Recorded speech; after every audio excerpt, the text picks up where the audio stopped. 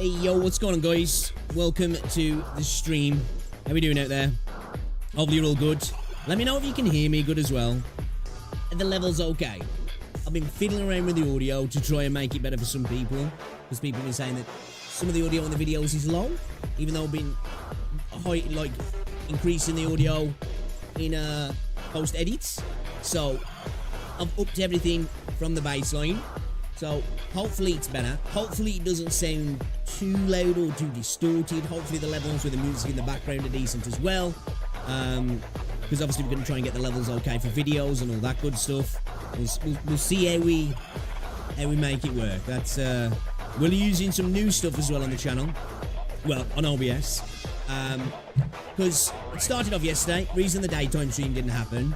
I was looking at some of my stuff to edit, and I was just hearing like it's like kind of crackling in the videos, and you can't hear it even if you're on like certain headphones. But the way I've got my headphones set up, like I can hear it.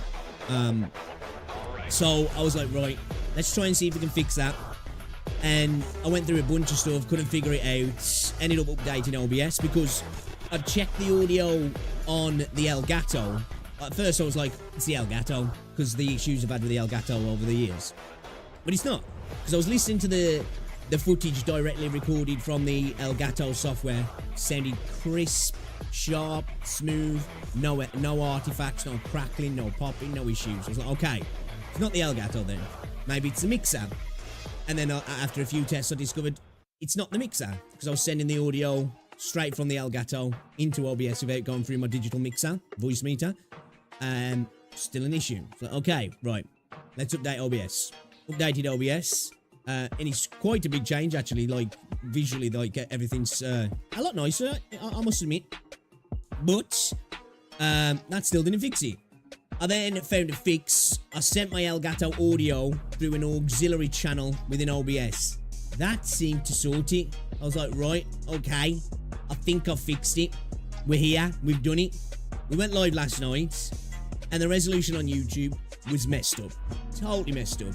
See what I use when I'm streaming, I use a plugin that basically allows me to stream to YouTube directly from OBS, so I don't have to use Restream or anything like that, so I can stream to multiple platforms directly from OBS. Obviously, it's more taxing on the system, but my PC can handle it. GPU can handle it fine. But what had happened when I updated OBS, it fucked up this plugin basically. So even though I got the stream set up for 1440p on YouTube, it was just pulling the base canvas that I send out to Twitch, which is 936p. So obviously, a 1440p stream on YouTube that's coming through at 936p ain't gonna look right. So like half the screen was missing. It was a whole mess. Whole mess. I went through some stuff last night. I found another plugin, a newer one basically, that allows me to do that. And it's, I think we fixed the issue. We're good. It looks okay at the minute on YouTube.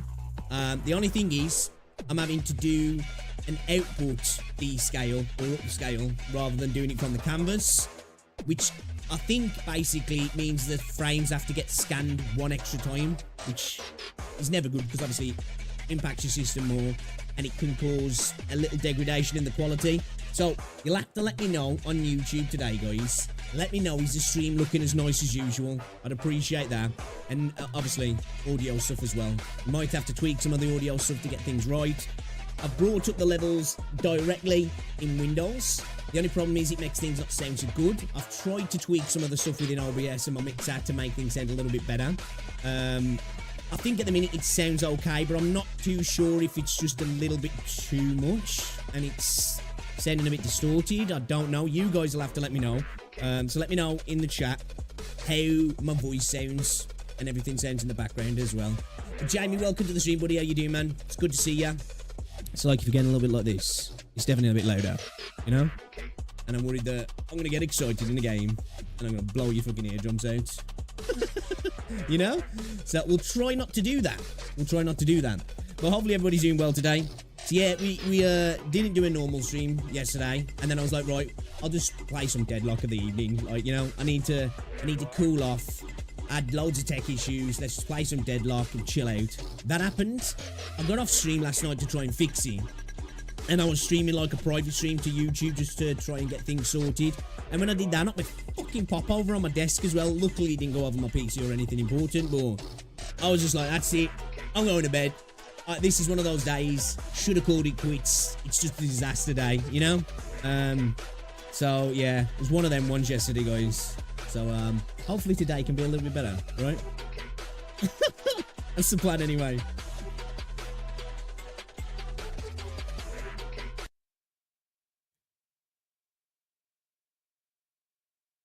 Okay, so I think it looks and sounds okay on YouTube.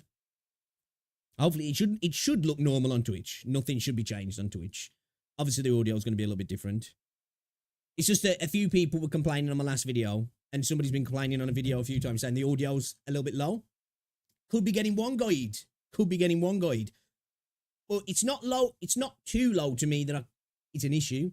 But I was comparing it with other videos, and I was like, it's definitely lower. But for me, it's fine. Like, I can hear it on the speakers, I can hear it on the phone, I can hear it on the headset, I can hear it on my missus's phone. It's not really a problem. But some people are saying, yeah, it's quite low. And some people are saying, like, I really struggle to hear what's going on, which I think that might be a little bit of an exaggeration. But it's something that I've took on board. And we'll see how this goes. And then everybody else can say, yeah, dude, too loud. Fuck that. Bring it down. We'll bring it down. We'll see how it goes. So, yeah. Yeah, that's where we're at, basically. One of those ones. It's like when you have one problem when it comes to streaming software and OBS and all that sort of stuff. You have one little problem, right? In an attempt to fix that one problem, you create 15 other problems. It's always the way, and it's such a pain in the ass. But it is what it is. It is what it is. How we doing anyway, though, today, guys? Shout out to everybody hanging out. Again, if you are watching on YouTube, drop a like on the stream. As well, I have actually uploaded a video today, so you can check that out. Let me know what you think. The current state of Honkai Star Rail. We reacted to Stjorg's video on that. We did the Wuthering Waves one. I've also, hopefully, going to get some videos up tomorrow as well. I do want to start doing some of my own videos where it's me, just me, talking about some stuff, certain games. We're definitely going to do that. You guys seem to enjoy the what's it video? Which one was it? The talking about fuck, what's it called?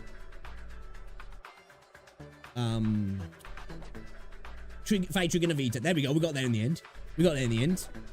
So yeah, I'm gonna try and do more videos like that where it's me and you and no reaction videos. But I do like doing the reaction content because it just allows me to, I don't know, I can kind of vibe off the content, you know? It's less of a reaction video, although it is. There's no denying that. And it's more of it gives me a baseline to talk about stuff as well, which I guess is what a reaction video should be. But I do like that. I do like doing that. And even though some of my videos can be a little bit longer, I think it's better like that, you know. I'd rather react to like an 8-minute video and it become a 16 to 20-minute video because we're discussing stuff rather than just sitting there and watching the entirety of the video and really not adding nothing to it, because I don't think that's a good way to do reaction content. Now, I'm not out here pretending I'm making anything genius. It's devoid of creativity. I'm looking at other people's creative ideas and bouncing off it. But I kind of like doing it. I enjoy doing it on stream. So, you know, we're going to keep uploading that stuff. Well, I'm hoping to get some new stuff as well for you guys. It's going to be gacha. It's going to be talking about new games. It's going to be talking about games that are already out. But it's going to be like, you know, me, you, the game kind of thing. Rather than somebody else being in between. But yeah. Yeah. How we doing, guys? How we doing? I'm ready. We're going to play some Zenless Zone Zero today. We're going to play some PGR as well. We might even get on some Wuthering Waves later. I do want to get onto some solo leveling Arise as well. There's a video actually I wanted to check out. I saw the video pop up on my feed, but I didn't add it to watch later. Somebody saying that they can't recommend solo leveling Arise. Curious to see why. You know, because the game definitely does have issues, but I kind of like it at the same time, you know.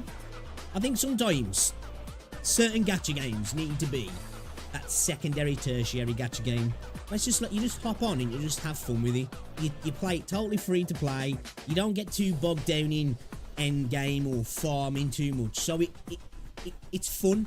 You know, it just becomes this little thing that you just play through here and there, and you don't get too into the weeds, so to speak, because I think pretty much every gacha game, when you get down into the brass tacks, there's issues, isn't there? You know, you start to be like, okay, this farming's really annoying. The map resource system here is terrible.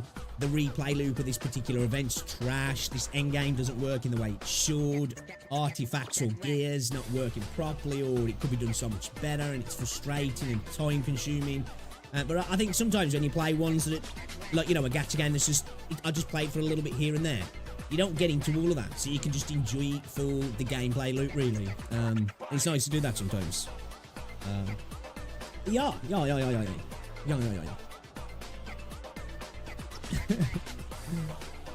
Alright, then, should we, right. We're gonna do a little test here, right? We're gonna do a little test, I want you guys to let me know how things sound, okay? You'll have to let me know how things sound. Right. We're gonna hop over here. We're not reacting to this video. We're not doing this. We're not doing this. But I just want to kind of get an idea. Let me know how it sounds, yeah? If the video's too loud, too low. If I'm too loud, I'm too low. Just give me a roundabout idea, and we can go from there, yeah?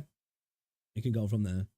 One thing I've noticed since bringing up my volume a little bit, background audio's picked up a little bit more, but that's the case. I might have to tweak my filters a little bit. But right, let's check this out. Let me know. We're going to just watch a minute or so of the video so you guys can hear it. You can see what the balance is like. Let me know how it sounds, okay? All right. We usually watch the videos around about 50%. It might be a little bit louder now, but hopefully I'm a little bit louder as well, so it kind of balances itself out. But let's check this out. Ninja got worse. Even his friends hate him. We're not watching this. We're just kind of getting an idea of what's going on, all right? This is, okay. All right, let's skip into the video where there's a little bit of something going on. But because of some things he said. Before we dive into this, make sure to subscribe the channel and probably not the best video to go off, because Asmongold's pretty chill. She's usually not really was the like top streamer on Twitch, you know? during the Fortnite craze. Yeah. At his peak, he let me know how the levels. I know I'm talking over it now. It's just kind of to get that and sort of level. And even you know what I mean? games with celebrities. Is the video overpowering to me? Is it not enough? Of course, typically when we're doing reaction stuff, we pause the video, we talk. You know, now and again I might interrupt before I pause it, or, you know, just because I can't help myself. I'm a smooth brain monkey. But yeah, how is it sounding? Sounding all right? A month or two, maybe. Ninja was once at the peak of success, but then his popularity faded. Instead of supporting, man, it's wild to me though. Like, fair play for people who can do this, but he's still smashing Fortnite regularly, isn't he? Ninja, which is crazy to me. I get it. People play games for years, but like daily, something like Fortnite's like, Then again, though, Fortnite's got so much to it, hasn't it? Dude, I'm getting sucked into actually reacting to this video now. Let's not do that. Like but yeah, let me get a little bit louder and just talk a little bit, you you know? Is that okay? Ronaldo, Sorry if I'm blowing your ears out. I do apologize. We're doing it live. We're testing live, guys, okay? All right, levels seem good, yeah? All right, then. Let me just have a little look, listen back myself as well, actually.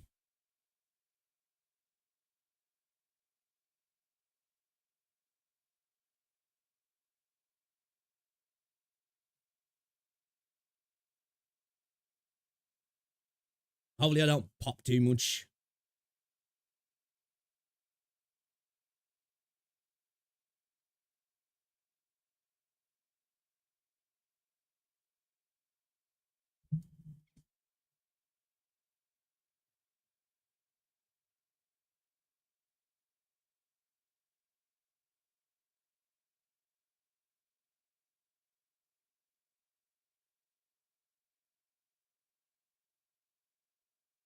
Definitely getting a little bit more popping. I need to get myself a pop filter, actually.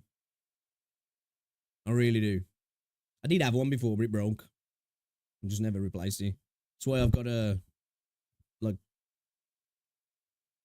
I don't know what it is, actually. It's like a sock, but it's not a sock. I don't know what it is.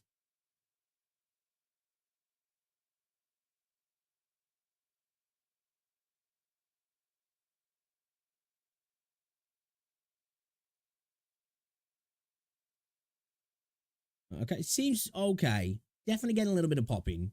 But we can work with that for the time being. I just don't want to be in a position where I got like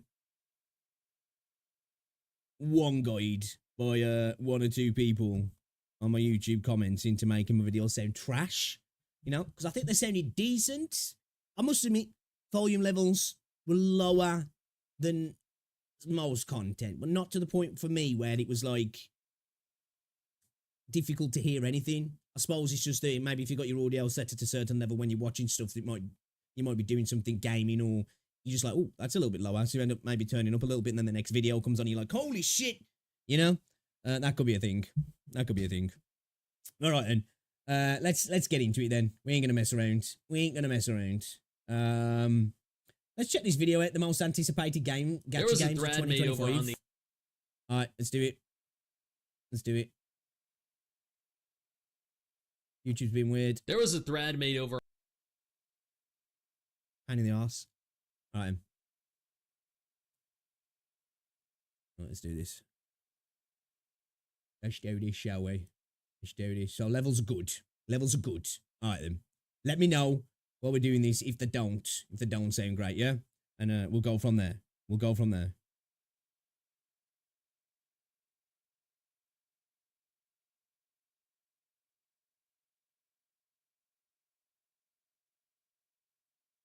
Okay then. All right. Let's do this then. Let's get chat up. Then we're going to hop in and play some Zenless, like I said, and some PGR. We're going to do it. All right then. The Moltan. It'd help if we could talk. Chat. All right. Yo, if you are watching on YouTube as well, be sure to drop a like on the stream. It's much appreciated, guys. It helps out a lot as well. Quick obligatory plug again. I did upload a video earlier on, guys. Check it out. Pinned comment on both chats, YouTube and Twitch. You know, quick plug. Got to get it in there. But anyway, let's check this video out from Sticks, from his Sticks Clips channel. The most anticipated gacha games of 2025. Anybody who watches my channel knows that really at the moment, my most anticipated gacha game is Neverness to Everness. There's just something about it. It calls to me. Let's see what are the most anticipated gacha games of 2025. Let's just have a guess. Neverness to Everness is going to be in there. Azure Promelia, Arknight Enfield. What else? I'm just trying to think now. Ooh, I've come up short. I think those three are going to be in there. Let's check it out. There was a thread made over on the Gacha Gaming subreddit that asked the question, what are the most anticipated gacha games for 2025? I thought this would be the perfect time. Oh yeah, Project Mugen as well. Yeah, forgot about Mugen. The thing is though, that's not coming out in 2025. I don't, is that ever coming out? Like, I was anticipating and excited for that game, but it's just totally dropped off now because they've just gone radio silent. I can't even be excited for a game that's just like fell off the earth. Time to see what the general community thinks. Maybe I'll go ahead and make a tweet or community post asking my community what they're most excited for. But let's see what the gacha gaming community is most excited for. Join me every Friday and Saturday at noon EST. What's your most anticipated games? What are you most excited for? What's on the radar for you? Let me know in the comments. Okay, yeah, you know what? I'm not even surprised by that. That is... Yeah, expected, as I said. I am looking forward to Azure Promelia. The main thing for me with Azure is that... Now, I reacted to a video not long ago about when a dude was talking about why he thinks Zenless is better than Wuthering Waves. Or not so much that why he thinks he's better, but why he plays Zenless over Wuthering Waves. And I agreed. Well, I didn't necessarily agree, but I understood exactly what he was saying. He got Genshin for this open world fantasy game. So he wanted something a bit different. Totally, I get that. For me, Wuthering Waves does that thing better than Genshin. So I didn't agree with his viewpoint, but I totally got it. I've got that same viewpoint when it comes to Promelia. The game looks awesome. It looks really good, but I'm not as excited because I've got WuWa for that kind of open world fantasy action gacha game. That's not to say I'm not going to play the game, and I'm probably going to really like it, and hopefully, hey, maybe it's better than Wuthering Waves, and that's all good, isn't it? We get a new, better game. But yeah, that's the reason why I'm kind of looking forward to Neverness over it, just because it's open world, but it's more the urban setting and the like the ghostly, spiritual sort of sci-fi fantasy element to the game as well. Plus, you can do up cars, which is awesome. So yeah, I think that's why NTE tops Azure for me, even though I'm still looking forward to it. Azure Promelia and then Arknights Enfield are my two most anticipated gacha games. Yeah, I'm looking forward to Enfield as well. That makes perfect sense. Let's see what comes in at number 2. Astaweave Heaven and Infinity Nikki. Okay. All right. That honestly takes me a little by surprise. I did not expect to see Hoyo's upcoming Animal Crossing game or Infinity Nikki. See, like, that game, not for me. I'm going to check it out. I'm always willing to check out new games, but I've never really been into the Animal Crossing style games, you know, the little life sim, like chibi style game of, you know, building your little house, doing your little farming, basically doing the life sim thing. It's life sim games in general for me. I can enjoy them in short bursts, and I usually enjoy that start spot, and then I get bored of them. Kind of like survival games that fit that sort of same place for me. The first few hours of survival games, amazing, and I just get bored of them, and I think it's the same with these sort of games as well. Then add in a gacha system. Oh, I don't know. We're checking it out, though. We've already saw gameplay of this also. Nikki. Well, at number 3, Arknight's Enfield. Yep. There we go. Honestly, I totally agree. Yep. This is one of my most anticipated gacha games as well.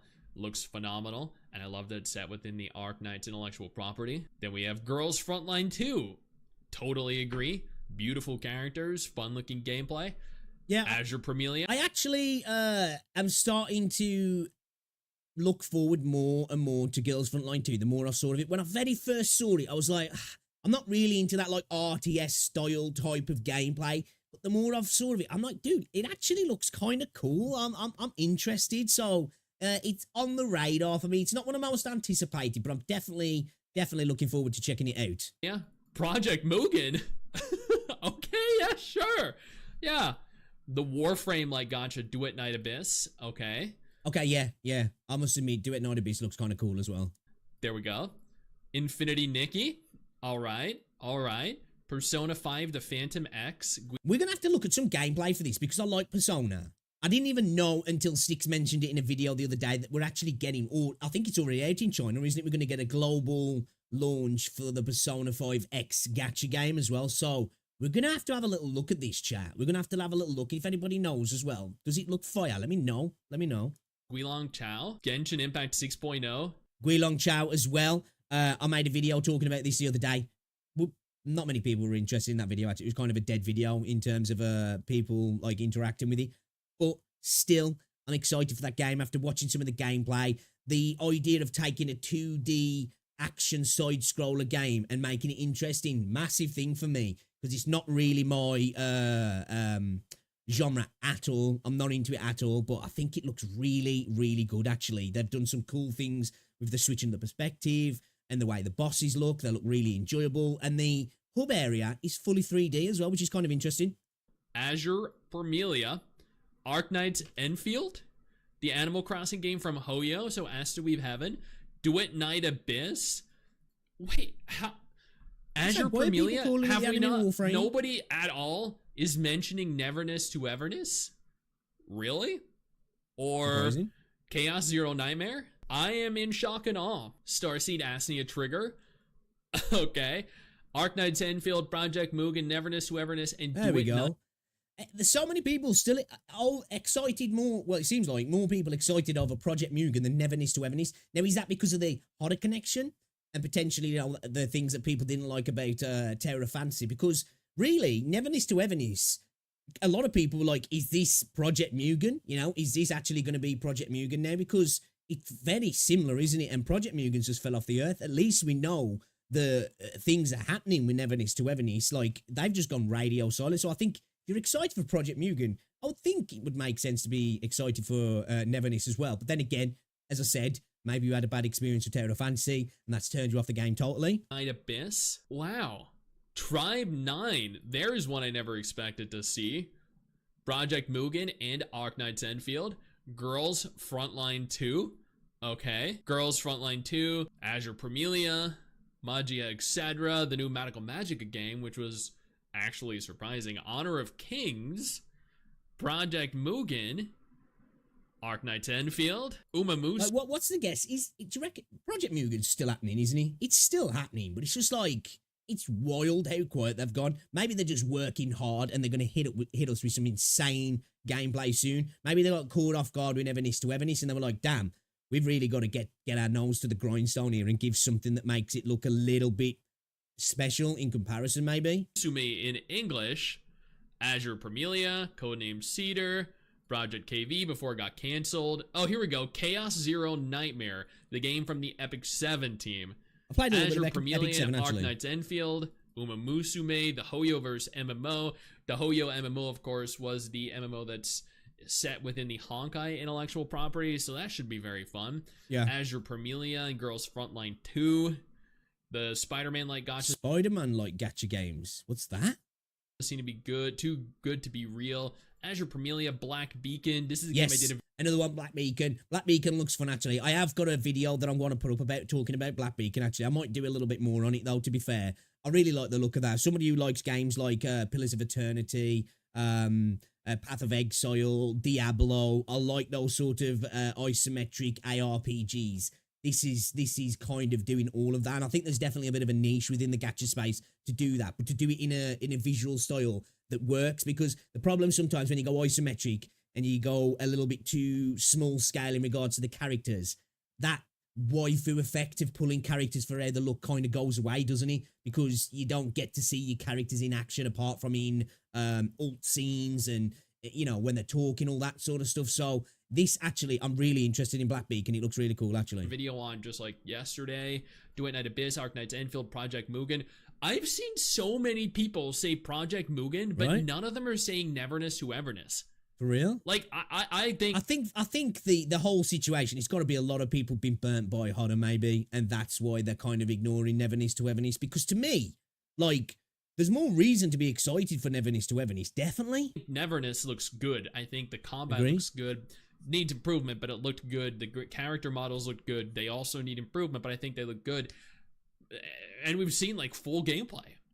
Mugen, we haven't. How are people more invested in Project Mugen than they are in Neverness? That I haven't seen a single person mention Neverness to Everness. Can we just, how many comments are there? So you can see Styx's beautiful face. 100. I guess we'll get to the end and we'll see if anyone at all here is anticipating it. Azure Premilia and Arc Knights Enfield, Girls Frontline 2, Miss Sequence. A lot of people really looking forward to Girls Frontline 2, aren't they? Let me know in the comments, is that a game that's on your radar as well? Because as I said, it's something that's grown on me more and more. When I very first saw it, I was like, not really bothered. And then I've looked at more videos and I'm like, actually, it's on the radar for me now. I'm looking forward to it. Prometheus, Ring of Fire, Tribe 9, Azure Premilia, Arc Knights Enfield, Arc Knights Enfield, Arc Knights Enfield, Until Dawn, Duet Night Abyss, Project Mugen, Azure Premilia, Arc Knights Enfield, Arc Knights Enfield, Project Mugen, Arc Knights Enfield, Kingdom Hearts Missing Link. Here we go. That man, it seems like really Enfield and then Premilia are like the most hyped games for people within this Reddit, aren't they? Really, it seems like Enfield's even pipping Premilia to the post in regards to the hype. A lot of Enfield actually. Go Neverness to Everness, the very first, and he got. That's not. There was somebody else who mentioned Neverness to Everness as well, wasn't there? Downvoted. Oh, really? He got downvoted. It's got to be the Hodder connection, right? It's got to be, hasn't he? Which again, I can understand if people have had a not very pleasant time with Terra fans, even though I've been playing the game, man. I've been having a blast with it, man. I guess I didn't come from the start, so I know the people spoke about a lot of power creep and all that sort of stuff, but from what I've been playing in the game, it's been really fun. I've enjoyed my time. Oh my god, here you go. You deserve an upvote for that. You're the first person out of almost 100 people to mention Neverness to Everness. Somebody else did. Enfield, Arc Knight Enfield, Reverse Blue X Rebirth, Neverness also got downvoted. What? Neverness, you also don't have any vote? Dude, what? The few people, like the 3 people that said Neverness to Everness, all got downvoted. People ain't feeling NTE, are they? What? Oh, that is crazy. Well, I mean, there you go. These are arguably the most anticipated gacha games of 2024. Or 2025, 2024, and 2025 collectively, according to the Gacha Gaming. I'd say to me, anecdotally there as a guess, it seems like Enfield, then Premielia, and Girls Frontline 2, funny enough, seem to be the top 3 most anticipated, don't they? That's my scientific review of that anyway, you know? It seems like that's the case, so yeah. Subreddit. And honestly, it was surprising. It has been roughly a day since I did the initial video on this. I thought, you know what, the original thread back yesterday had, what, like 90-something comments? I'd give it that day period and see if there were additional comments made, more interest in other games, see what happened. There are over 226 comments now, almost 200 upvotes. I'm sorting by newest to see if there are any games. No, I don't see any gacha game next year like this hype for Honkai Star Rail, WuWa, etc. Really? Mid-year for gacha? See, now I've been saying that I think we're kind of entering the golden age for gacha games, in my opinion. You know, we've got all of these solid foundation of titles out already. And, you know, obviously we don't know until we play them, but Premielia looks great. Enfield looks great. Nevernis to Everness looks great. There's a bunch of others that I can't really name off the top of my head here. Girls Frontline 2 looks great as well. You know, I feel like there's plenty of upcoming gacha games that look pretty decent, actually. Out there, if there is any additional interest in anything else, none. Okay, Seven Deadly Sins Origin. That is actually the first mention of this game.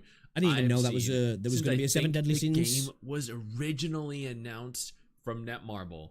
Wow. Oh, okay. Azure Premielia. Okay. Ring.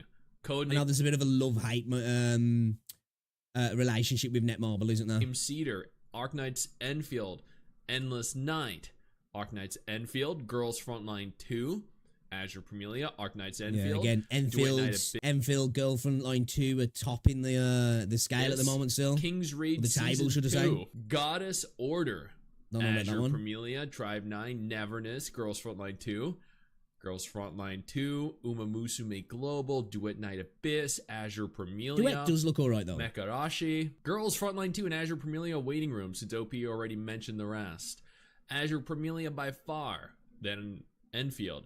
Nanatsu no Taizai Origin, so Seven Deadly Sins Origin. There's actually 2 people now that as have well. mentioned. What's the thought for people when it looks like, well, at least anyway for the moment, and I'm sure that it's been reported that this is the case as well, that Azure Premielia is going to be all female characters, isn't it? Which I don't have a negative thought towards that really, but I definitely think it reduces the variety in, obviously, the visuals of your characters and stuff, and I just think it maybe takes away, which I guess I suppose is a negative really. I haven't got like strong feelings towards a game that just has a roster of female characters. But yeah, I don't know what to think about it really. I'm quite neutral on it, but I know some people are like, yeah, it's kind of a skip for me if there's no male characters, which is interesting. But I get that, because that's one of the things that there's conversation going on with Wuthering Waves at the moment. There's just not enough male characters in the game, so interesting that they seem to be fully leaning into that, all female, and it's not the only gacha game that does that. There's plenty that do. In that game, wow.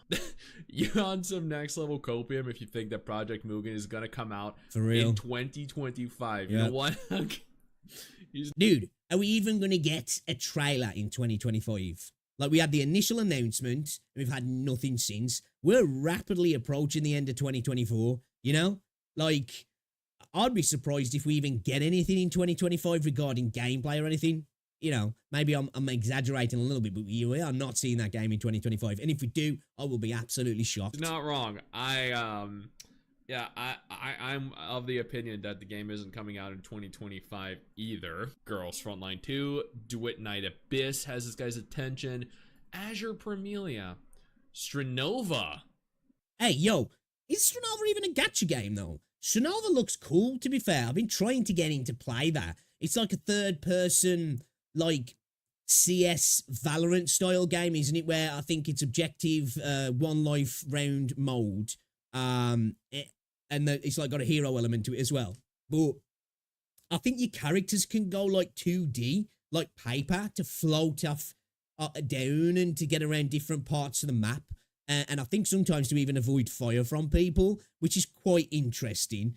Okay, Strenova has a gacha system, so it's a gacha. Okay, I didn't even know it had a gacha system. Actually, I just thought it was just an anime style gameplay. I'm curious as well to see if Fate Trigger is going to have some sort of gacha system to it. Maybe it'll be for skins or weapon skins or something like that. Because I think when you have a PvP game, you've got to be very careful of how you introduce a gacha, haven't you? Because if you start having it to characters, then you've got a real problem then, you know? Because I don't see most gacha games as being paid to win. They're paid to progress, really, because you're not winning against anybody. It's against yourself, isn't it? But when you're playing against other people, then, of course, you add that element in of being able to body people because you've just got a better character. There we go. All right. Yeah.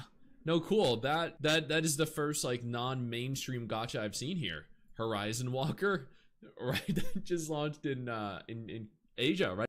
Never even heard of it. What's that? Horizon Walker. WuWa feels like a dead game somehow. I don't think so. I don't personally. I think it's in a bit of just a lull at the minute. I think it's in a natural progression of gacha game. I think the next 2 or 3 months will be really telling in regards to revenue and how people are talking about the game will be a big factor. Right, Korea. Definitely had a Project Mugen, Do It Night Abyss. See, anime style gacha Souls-like game. Yes. So I don't know. I keep forgetting the name of this one. This one looks interesting as well. I think he means Unending Dawn. That's okay. the one. Heaven Burns That's Red the and one. Uma That looks cool. Musume. They're both upcoming. Yeah, see, like, I was looking forward to Heaven's Bird Red initially, but then I watched some gameplay of some boss fights. Now, granted, there were a few months ago. Some of them were like 10 months ago now. I wasn't impressed. I'm not going to lie. The fight was...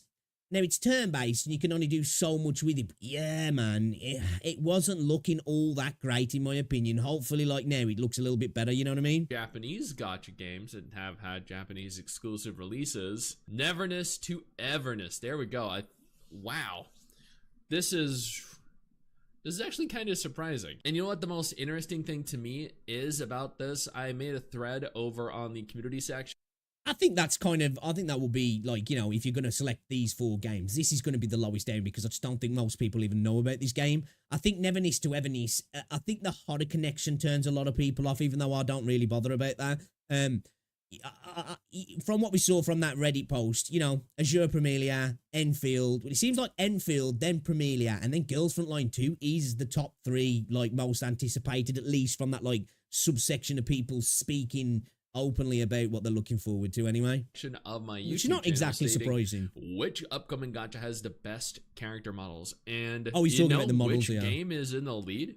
Azure Premilia.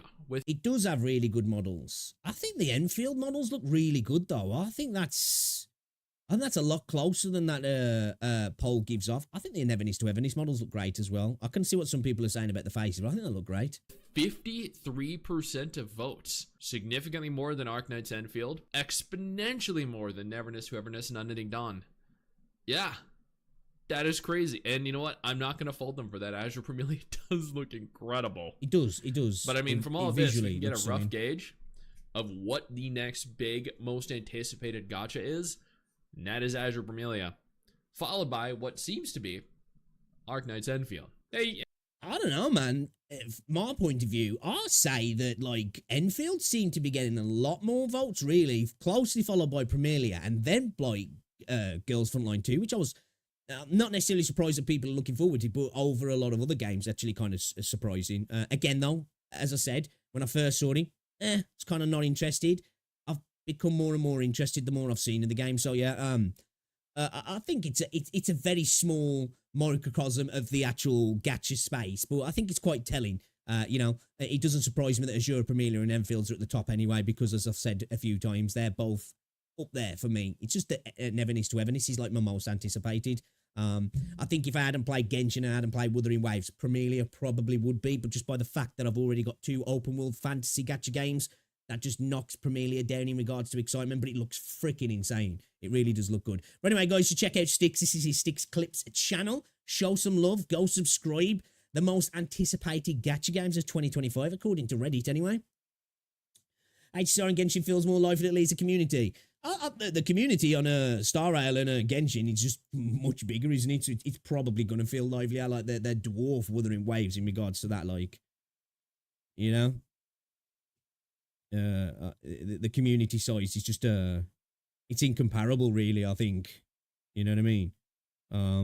You're talking Genshin, which was 2 seconds.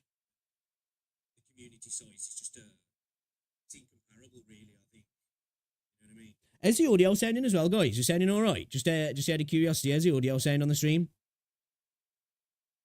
Yeah, you know, we're talking Genshin, the first game really in the gacha space that become this global entity that like kind of surpassed the gacha space, and people who really weren't interested in gacha games were interested in Genshin. And then Star Rail now is the new primary Huyo IP, really, isn't it? So I think for the most part, the communities are going to dwarf most games. Even the games at the moment that are like top in the leaderboard, like AFK Journey, Loving Deep Space, I still think they've got a lot of people spending on them at the minute, but I still think that in terms of community and all that sort of stuff are dwarfed by the Huyo-verse for sure. They're behemoths. Huyo a behemoth in the space, aren't they? Absolutely massive. They're that big. They're freaking investing in nuclear reactors, which is ridiculous. Insane when you think about it. Absolutely mind-boggling. Give me a second. I'll be back in a minute. Chat.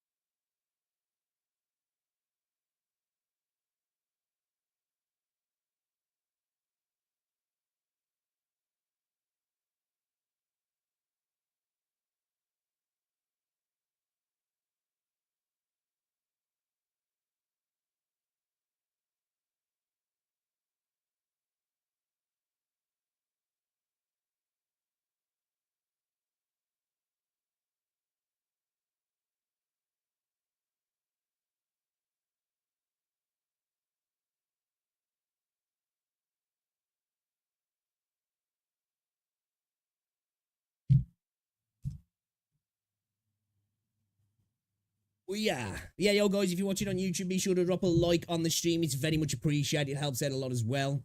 As well, guys, I keep saying it, but I've been messing with audio at the moment, just, you know, because a couple of people have been mentioned on the videos. It was a little bit low. I had audio issues yesterday anyway, separate from that. That's why I didn't go live in the day, and then it couldn't. I updated OBS, caused a bunch of issues. It was just a pain in the ass, and I spilled pop on my desk. It was a bad day. It was a bad day in the grand scheme of things. Not really a bad day, but it was annoying. So obviously I've had a little tweak of all my audio and stuff. I brought levels up, but I'm just a little bit worried that it's too much. It doesn't sound great. So let me know how it sounds. I'd very much appreciate that. Are we sounding okay? Does the stream sound all right? Is my voice sounding okay? As good as it can. It's annoying, I know it. But I mean, like, just in terms of like quality, does it sound all right? Hopefully it sounds good. And yeah, quick plug again as well, guys. I have uploaded a video today. If you want to check it out, you're more than welcome to. Talking about Honkai Star Rail, actually. So go show it some love.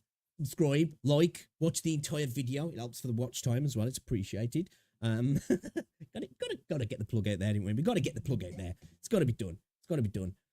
But yeah, welcome to the stream anyway, though. Shout out to everybody watching, guys. Appreciate you hanging out. How's everybody doing today anyway, though, man? We good? Are we good, guys? You ready for the weekend? I'm looking forward to the weekend. I'm a bit knackered today. Like, I didn't go to the gym because obviously I got stuff to sort out, trying to make sure everything was working okay today. Gonna be back at it tomorrow. So I got a little bit of a line today because I didn't have to take Rosie to work because she's on a first aid course. So she got to lift into the place because she had to get to Leicester today to do her first aid course. So I was like, sweet, got a line. But I swear, having a line, I'm more tired than I usually am. I'm knackered today. Absolutely knackered. But anyway, I digress. Styx has uploaded a video. Diablos Core Play or Pass. Brutal, honest thoughts. Interesting. This is a game that I haven't really seen much about. But you know what? I like to watch sticks anyway because I get a lot of gacha games that I just didn't have a clue existed. Some of them I'm like, you know what? Quite a lot of them miss me with that. But here and there, there's a game that pops up and I'm like, you know what? This looks fire. This looks right up my street. I'm going to check it out. And yeah, that's why I like watching his channel. He's a massive Kuma, but we love that about him. Let's check the video out, shall we? Show some love, go subscribe, like the videos, all that good stuff. Let's check it out. Player Pass, a video series where I take a look at brand new gacha games so you don't have to. Today, we're taking a look at Diablos Core. This is a brand new turn-based, mission-oriented gacha game that just released in Taiwan. You do not need a Chinese phone number to play this. You can download the game and play it from wherever you are in the world. Now, if this is your first time here, consider subscribing to the channel, hitting the little bell notification. That way you remain up to date with every... Oh, do you know what I found out yesterday as well? I know this is like a total tangent. It's got nothing to do with anything either. When I was messing about my audio and stuff, I was checking on PGR just to check the audio levels because it's kind of a low game. It's action-packed. So I was like, right, let's get into that. We'll play that. Let me talk a little bit, see how the audio sounds. And then I realised that you can actually put the VA into English. I didn't even know. I thought it was just JP only. It's got nothing to do with anything, but yeah, I just figured that out yesterday. Not that you necessarily need it because the game's not VA'd for the story. It's just for the little voice lines, which sound way better in Japanese anyway, but I just thought I'd say that. Single thing that I post, and I post daily, do not miss out, as this is a gacha game that has released exclusively within China right now. The game itself is in Chinese. I can tell why Sticks is playing this game straight off the bat. Jesus. Not translated in any capacity, although you will see that for whatever reason, the Chinese characters, the text, also has English underneath it, so it makes navigating the game a little bit easier. The story is in Chinese. I wonder what the decision for that is, because then really pretty much the game is like kind of in a de facto way translated for English, isn't it? Because pretty much everything here has got an English statement underneath it. Unit formation, you know, prepare for mission, shop, establish, task progress. You can pretty see what everything is. It's kind of cool. The skill descriptions are in Chinese. So if you can get around not really understanding what's going on, not really understanding what your ability... Okay, so when you're in here, it's not there. Okay, all right. Okay, so yeah, this is going to be difficult to play, for sure. These do, or what anything really does, then I urge you to go ahead and try the game out. This is pretty much like your run-of-the-mill average gacha game. There is... Yeah, I brought the levels up a little bit, but like, I don't know if they're too loud, man, because like, I didn't think the video was low, but I saw that it was lower than other content, but for me, it was fine, but I guess some people have got really quiet systems or whatever, or speakers or phones or whatever it is, that to the point where they can barely hear it. But I didn't, it was nowhere near that for me, but I definitely noticed it was lower than some other stuff. I'm a little bit worried now that like it's a little bit too loud though, and it's all blown out and sounds trashy. But I went through a bunch of stuff to try and fix some other audio issues I was having, bro, because I was getting this like crackling and popping on some of the stuff that I was listening to when I was listening to it close. So I figured it out in the end. I've sent my Elgato through an auxiliary line in OBS because it was definitely OBS.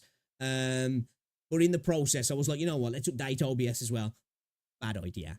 Bad idea. Totally broke my freaking multi-stream plugin. So streaming to YouTube at 1440p, it was taking the base canvas from OBS, which is 936p. It's a fucking mess. So I've had to install a new plugin now, and that seems to have fixed that situation. So I can stream at 1440p and 936p. The whole mess yesterday was pain in the arse. It's pissing me off. Oh, you mean you meant the resolution issue? Yeah, dude.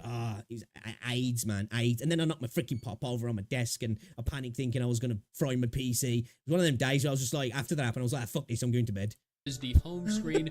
From the home screen, you have access to the mission screen. The main story consists right now of 3 different parts: Part 0, Part 1, Part 2.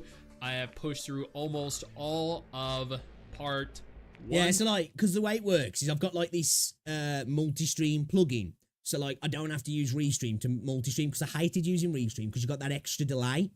And I can't stand it because I like to interact with you lot, and that extra delay just makes it a pain in the arse. And I was always noticing that going through their service was obviously, which is going to happen, losing a bit of quality as well. And you know me, that sort of stuff just triggers me hard. Even though like I might only have a few people watching, it bothers me infinitely more than I know it bothers anybody else. It bothers me really bad. So like I use that plugin, but what had happened when I'd updated OBS, because like the way I've got it set up on OBS is because this monitor's 1440p, so I have the video footage going through onto my streaming PC at 1440p 120, and then I have that condensed down, obviously going out to 60 on OBS, because 120 to 60 is better than having it at a random frame rate or whatever. And it allows me to get a really smooth thing here, a really smooth thing over there. It looks nice. It seems to just work a bit better. So I have OBS set up at 1440p as well, but then I have it scaled down on the video side of things, this canvas down to 936p, because scaling it down on the canvas is better than scaling it down on the output, because when you scale it on the output, the frames have to get scanned one extra time or something. It obviously puts a bit of extra strain on the system, and it's like, it can make it just look a little bit worse again. So that's the way I had it set up before, but that just wouldn't work now. It was just taking the base canvas, well, not the base canvas, the downscaled resolution. So it was trying to output at 1440p, but sending through 720, because YouTube can't do 936p. So that's why I was getting that like a quarter of the screen kind of thing going on. But this new one now is better. It is actually better because I can go live to YouTube without going to Twitch. Whereas before I had to go live on, if I just wanted to stream like through that multi-stream, I'd have to go live on Twitch and then to YouTube. And then I'd have to stop the Twitch stream, where now I can go live to everything individually. And it's a lot nicer, but I have to use the output scaling. So it's scaling up at the output, which I don't think it's negatively affecting it too much. I think it still looks okay. But yeah, I fiddled with the audio as well, because a few people were saying that the audio was a little bit low. So hopefully, let me know, dude, because I know you got your headset on. You're quite on top of that stuff.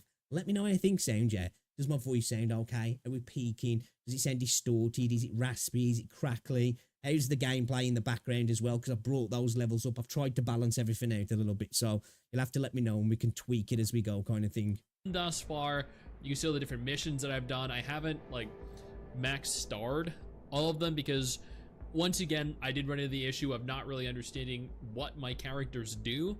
So it made it a little bit difficult to fix. You're going to get into that situation really when everything's in fucking Chinese. So dude, fair play to be able to sit down and try and play a game. I think as well, how would you...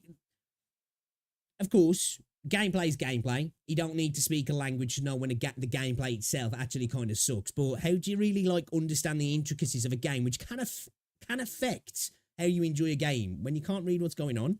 Up like types, and I guess focus on strengths and weaknesses of different characters that I'm sure if you have the ability to translate, or if you play an actual localized version of the game, you wouldn't run into. I did. The game consists primarily of entering various different missions. I guess a very close similarity would be... Yeah, I agree as well. I think that what I did notice, though, is my levels are lower than your average. Not all videos. There's plenty of content creators I listen to. I'm like, my levels are comparable here, exactly. But, like, I think probably, say, 70% of content on YouTube's probably 25% higher than mine. But it was at a volume that, in my opinion, it sounded fine on my phone, sounded fine on Rosie's phone, on my speakers, on my headsets, on the TV upstairs, on pretty much everything. It sounded more than fine to me to listen to. So some people have definitely got some crappy stuff if they're like, I cannot hear you at all, because it's like, well, I think you might need to turn some of your levels up in your system then, maybe, because there's something wrong there. But I was listening to other stuff and I was like, okay, all right, granted, I'll meet you halfway. It's definitely a little bit lower, so let's bring it up and see if we can make it just better for everybody potentially. So yeah, you'll have to let me know. Be something like Artery Gear Fusion, Counter Side.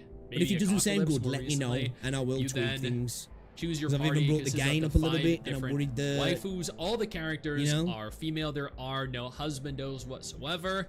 You can have a sixth character that comes as an assist. You then deploy your characters, and then they engage. Since the game is turn-based, you can choose to either allow... It's like, really, at the minute, the only way to gain more volume from my system at the moment is I can draw it up a little bit more in OBS. I brought it down because I brought other levels up.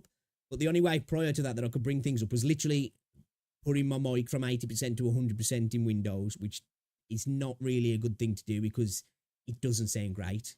And then I'd have to mess with everything else to bring those in. I brought the gain up in some parts, and I've got a limiter on to stop things going into the red so it doesn't sound terrible and we don't peak.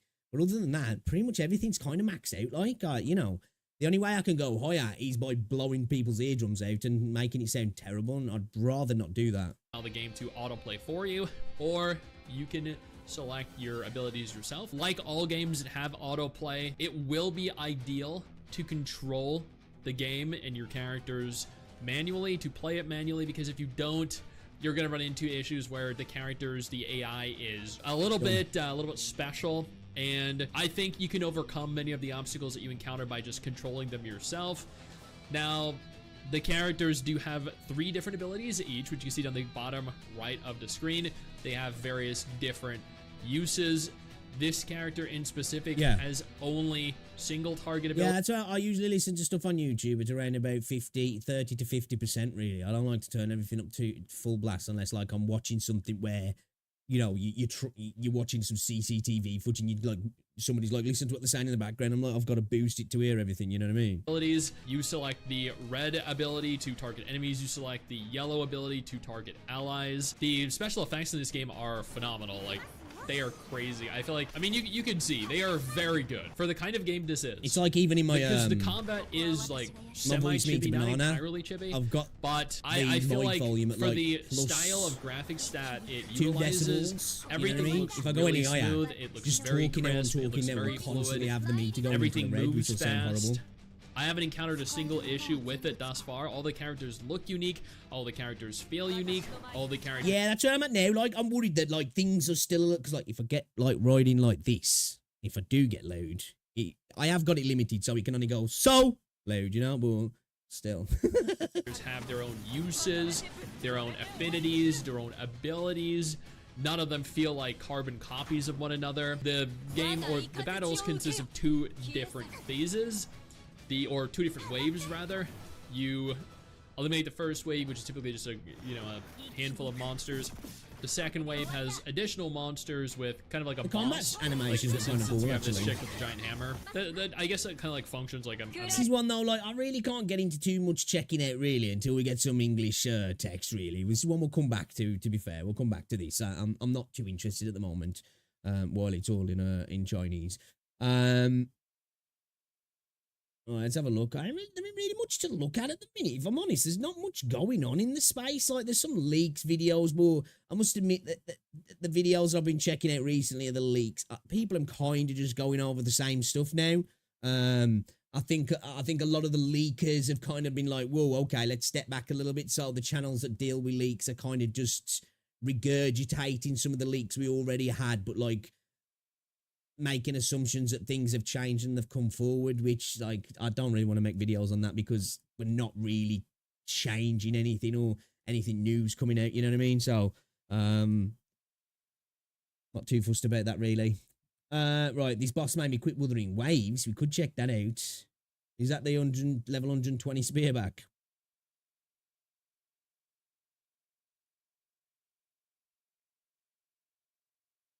Alright, let's check this video out. Let's check this video out. I do like to check out Foxhole, so let's check it out, shall we? Let's check it out. I've completed the exploration event and picked up 400 asteroids. I also completed the alloy smelt as well. Right now I'm at 5,798. Ooh, let's go. Let's go. I am going to I'm going to do some Wuthering Waves over the weekend. We're going to have a dedicated Wuthering stream where we just smash Wuthering. We get that terror event done, do the alloy smelt, do the finish off the exploration thing, and then just kind of just tidy up and get some extra asteroids as well. I've been contemplating buying the monthly pass for Zenless Zone Zero. What do I do? I'm not going to listen to you, but I just want to know. Anyway, alright, let's check this out then. Video from Foxhole, Wuthering Waves. Stop the tunnel vision. Wuthering Waves. I do like me some Foxhole. I find myself disagreeing with him on a regular basis, but I like his vibe, and I'm curious to see what he's got to say here. I have no idea what he's talking about, but let's get straight into the video and see what he's saying. All you glorious rascal. Let's bring it right back. Good day to all you glorious rascallion resonators, you absolute legends. The name's Foxhole. Welcome back to the channel. Welcome back to some more Wuthering Waves, and wherever you're at, I'm hoping you're having a terrific. Bro, that ping though, 213 millisecond ping. I don't know how you do it. Fantastic, amazing day. So, what is today's topic of choice? Today's topic of choice is I want to discuss about an issue that is, in my personal opinion, plaguing gacha communities, plaguing the Weather and Waves community now, and that is the fact that you cannot have an opinion and tunnel vision. And this will apply. Bro, come on, you know, it's 2024. Opinions are banned. It's not allowed. You can't, divert from the status quo. This is not allowed, dude. You should have figured this out by now. Apply to content creators and just the general Weather and Waves community itself. So, if you're interested in this type of conversation, I'm interested in listening, the bar is open. Put your feet up, grab yourself a cold beverage, relax, and let's dive right into the conversation. Let's get into it. Let's do it.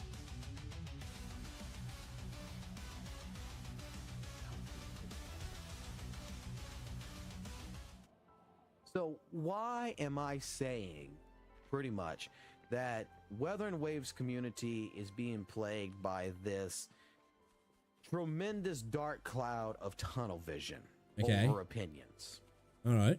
Or, even people who have an opinion, but they don't want to, listen to the other side. Well, I'll put it this way. I think that's just a thing in the modern day era. It's probably always been a thing in small, but it's definitely something that's grew.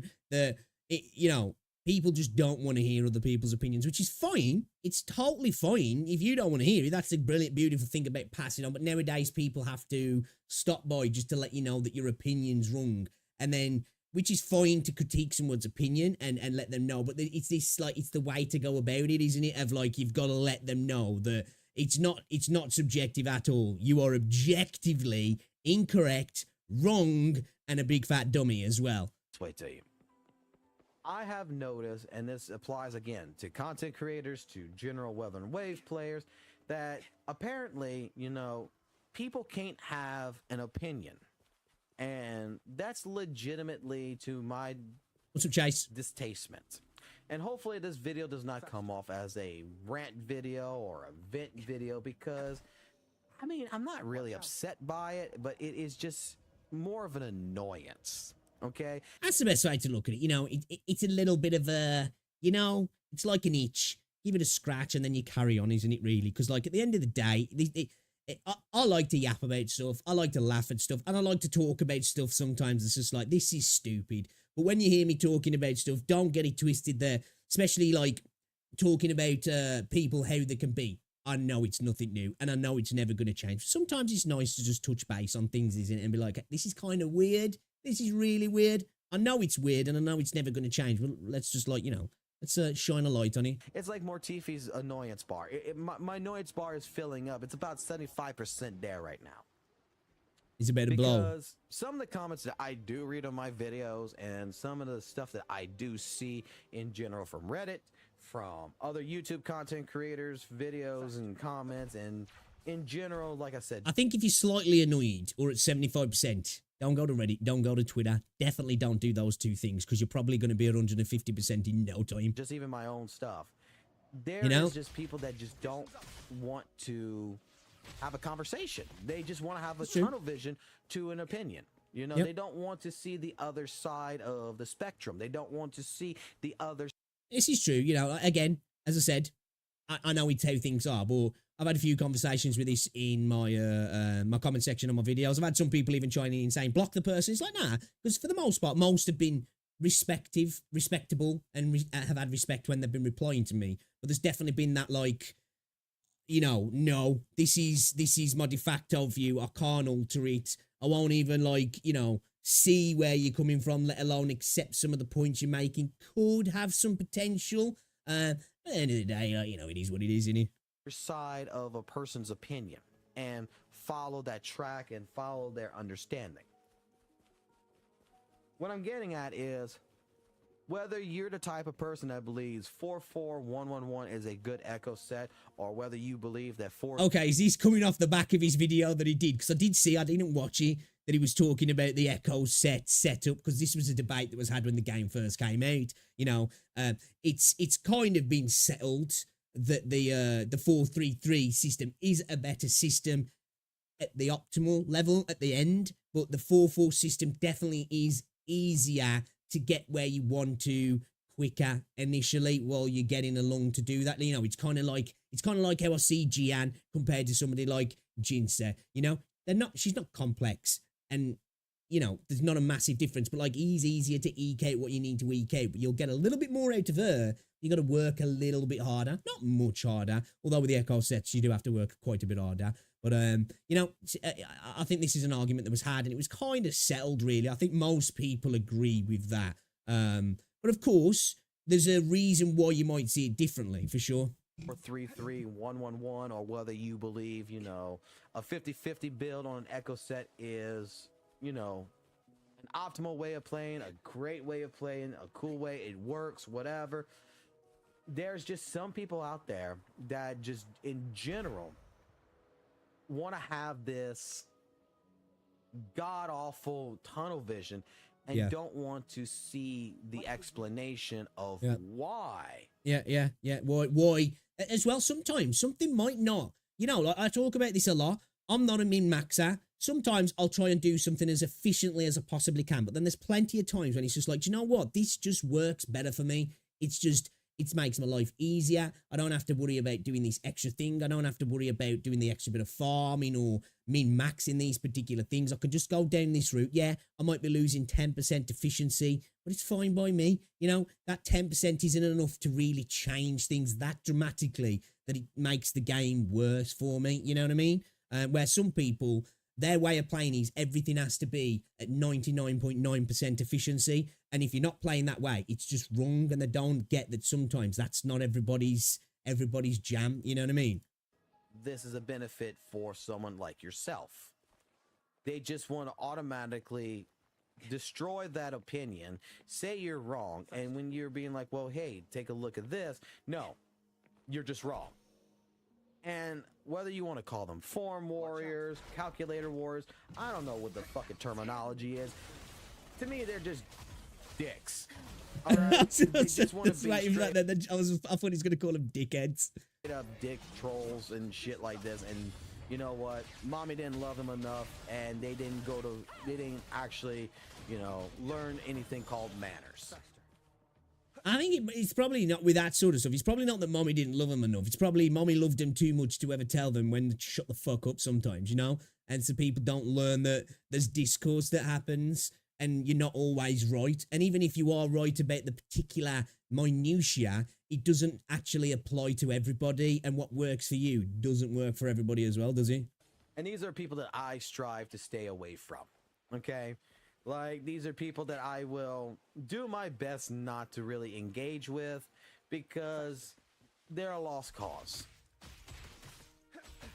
I can tell you right now, like, one thing I will say about Foxhole, though, like I say, I like his vibe. He definitely seems like the kind of guy to me, though, that gets one guide, you know? One dude will say something in his comment section and dude's like, oh, I'm making a video about this. I'm not hating at all. I just definitely think he's that kind of guy, you know what I mean? Look at some data life with, for example, most recent character that's going to be coming in is going to be the Shorekeeper. And I could tell you, you know what? From what I'm reading, because the character hasn't actually come out yet, from what I'm reading on paper, it sounds like to me the way I'm going to build her is I'm not going to get her signature weapon because I don't think the signature weapon is any good for her, to be honest. I don't think it's a good... That's a fair take. For me, I want to get it because, one, I think it is good for her. You don't need it for her. That's definitely true. You don't. Energy regen's going to be easy to build for her. But I think it's just going to make it so that, depending on how you want to build her as well. And for me, I think I want that just to alleviate the need to go into energy regen so much, and I can go other ways.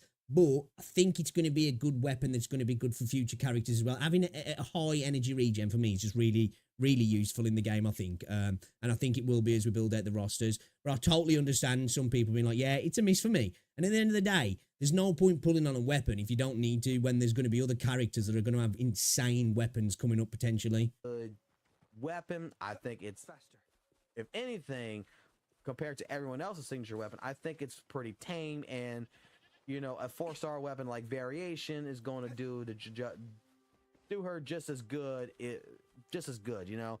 I don't need to actually put any emphasis on saving any money and purchasing, you know, summons for a weapon. So we can just put that on the back burner, do 2 copies of the. I think I'm in the minority of wanting to pull on a weapon, to be fair, because there's a lot of people with this viewpoint, and I totally get it. I do. That, you know, they're not wrong. Character and be done.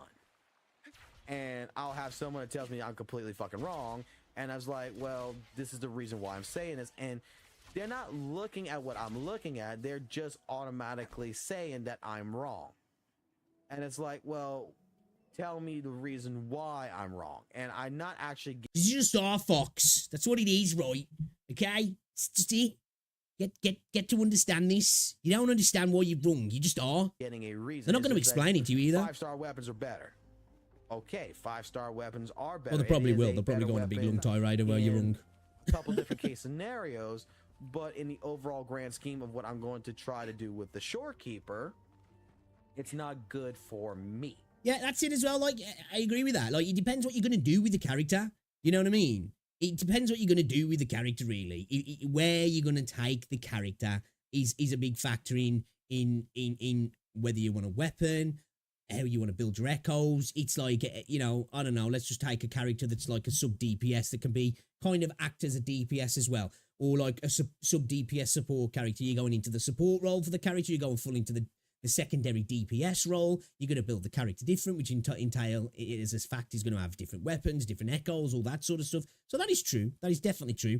No offense, he's coming across as a little sensitive. I just said this. I think I like Sol, but I think he's definitely the type of dude who gets one guy in his comment section. Somebody will say something, and he sits there and he's like, "Oh, I'm making a video about this." It is not that good. So a rank 4 weapon that I already have as, you know, a 4-star weapon I already have at rank 5 is going to be a better case scenario for me, in all honesty.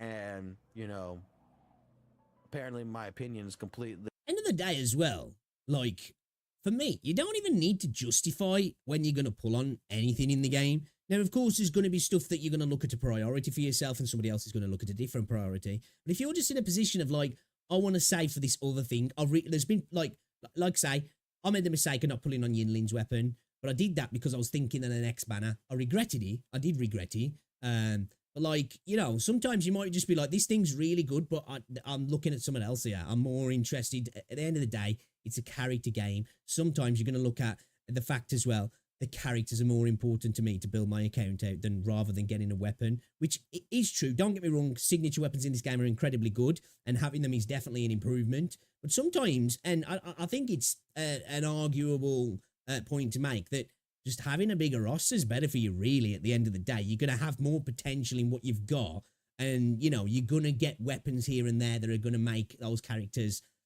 workable to a degree, you know, even sometimes comparable to some of the signature weapons.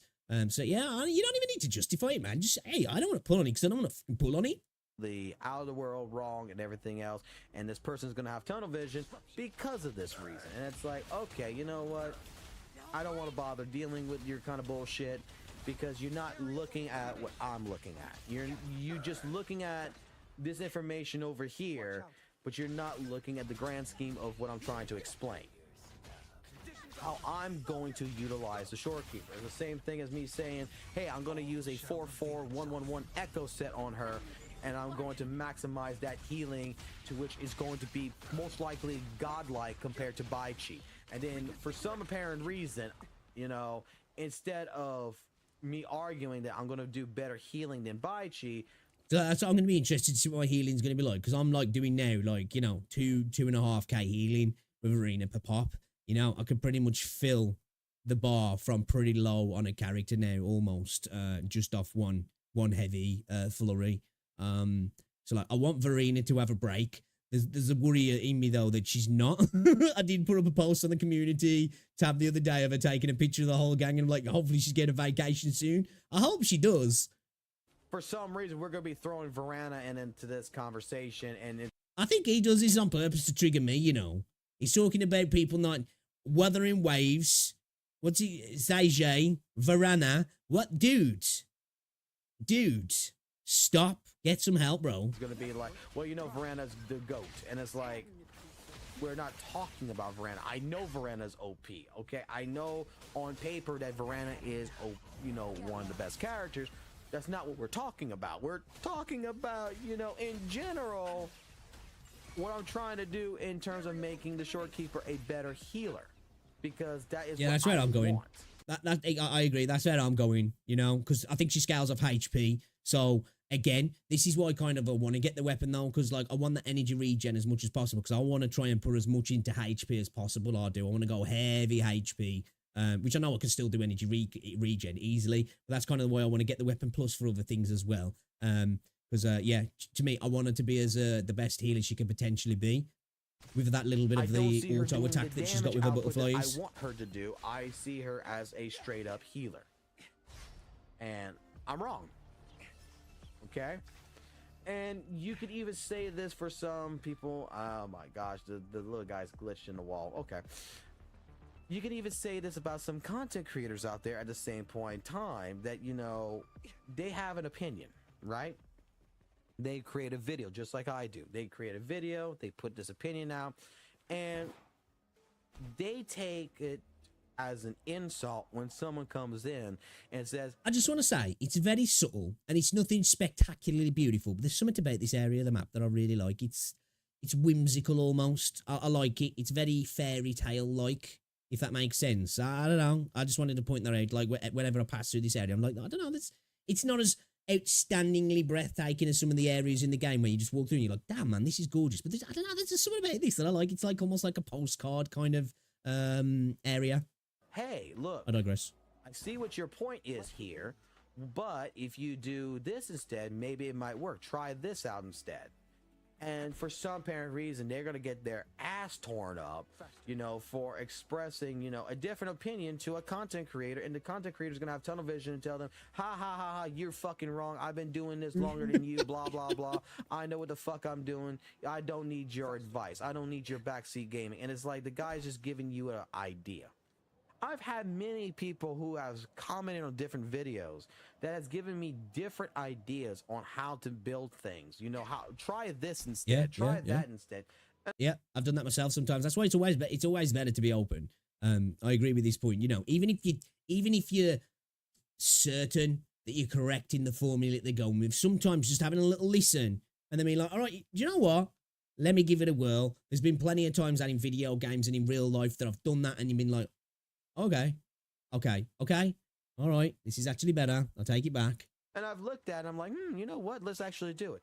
I've changed several different builds. I've changed my GN build because of it. I have changed my GNC build because of it. And you know what? Some of the stuff that people in the Weather Waves community who has actually given me these comments, actually given me these suggestions, I actually thank them because you know what? It's like, hey, you actually right. You know what? This actually does more damage. Oh, damn. This actually gives me, you know, better output for, you know, energy regen than I thought it would. And you know, I don't see why people have to have this quote-unquote tunnel vision. Why do we have to always have this one singular opinion? You know, I love the design of the flautist. By far for me, like I've stated this in my 8K subscribe video, is like this channel in particular. You come here, you subscribe to this channel, you come talk to me or whatever, you're going to be to a person that is going to talk to you. All right, you don't have to be a dick about their opinion or anything. I did what I think was a coaching trial the other day in PGR, and you know, Zhang Liao's attack effect when it's like that sort of like zigzaggy purple, like not lightning but energy like effect as he does his attacks. I can't remember. I think it was a coaching trial, and it's very similar. I was like, ooh, you know, the thing. I saw the thing, and definitely cool to see. That's the tambourine, is he? Yeah, the flautist is the one that does the flute, yeah, and does the woo woo woo. They're both cool designs actually. But yeah, like I was like, oh, that I feel like that's where the inspiration for the attack effects on Zhang Liao have come from actually. But you need to understand that I'm the type of person that when I build my guide videos, okay, I try to straight up say every single time the best as possible. This is not the most optimal way. There's multiple ways you can build a character. You can build a There is. This is true. This is what I like about Wuthering Waves. And I know other gacha games do it. It's not the only game that does it. But I really like that about Wuthering Waves is that there's optimal ways to build your character, of course. But there's different optimal ways as well, depending on what you're doing. Now, of course, some characters is a little bit more focused. You know, whether you're looking at DPSs, that's typically usually a little bit more focused. There's a little wiggle room, but it's usually a little bit more focused, of course, because, like, you know, usually you want to be, you know, outputting DPS as quick as possible and you want your crit rate and all that sort of stuff up there. But there's different ways to go about it. But when it comes to, like, your sub DPS, your support characters and stuff like that, there's a lot more wiggle room, isn't there? So that's the thing as well. I think one thing I will say, though, I think if you are making guide videos, you've got to be prepared. Not saying that they're right and that it isn't right to, like, question it. And I don't know if making a video is the right way to go about it. You got to be prepared for people to come at you and go, actually, because, you know, you're making guide videos on you and you're going to expect that. Support character as a DPS if you want. You could build a sub DPS as a main DPS if you want. You know, it's up to you how much time, patience, and effort you want to put into it. My build videos is to take mostly unutilized characters that people don't really talk about or use in general, or even I use, and try to find a way to take this level 70 character that I have that's sitting there with no fortes built up in their tree and make them utilizable to my DPS, to my support, to my sub DPS. He's got the hiccups. Great, I'm getting the hiccups as well, bro. I was just having the mini hiccups then. But that's the idea. That's the point behind it. The point in general is just, hey, how do I take this unutilized unit and in one day make it to where they're useful? That is practically where my entire builds and guides are, because I will say it like this. When we get to slow points to where, like I am right now, we're in 1.2 waiting for 1.3, there's not much to do. We've already done all the content. We're sitting here and it's boring. This is the best time to take characters like my Baichi and build them up, so that way now Baichi is no longer doing 4,000 a heal with her resonant skill. She's doing 6,000 on her resonant skill heal. This is where we do the optimizations. So that's what I love about Verena, man. 6,000. I can do that in 3 heavy attacks. You know what I mean? And you're heavy into the air, 3 attacks, boom, boom, boom, boom. So like she just clears, man. She just clears. This is where we change the build and we make them optimal. But, you know, I'm getting a little bit too far off topic here. I'm just wanting to harness that, you know, the entire issue that I'm seeing that is a plague. More than that, actually. And like it's I said, probably closer to 7 creator, plus sometimes. whether you're a fucking goddamn fucking player, dude, you can have the ability to have an opinion, and that's great.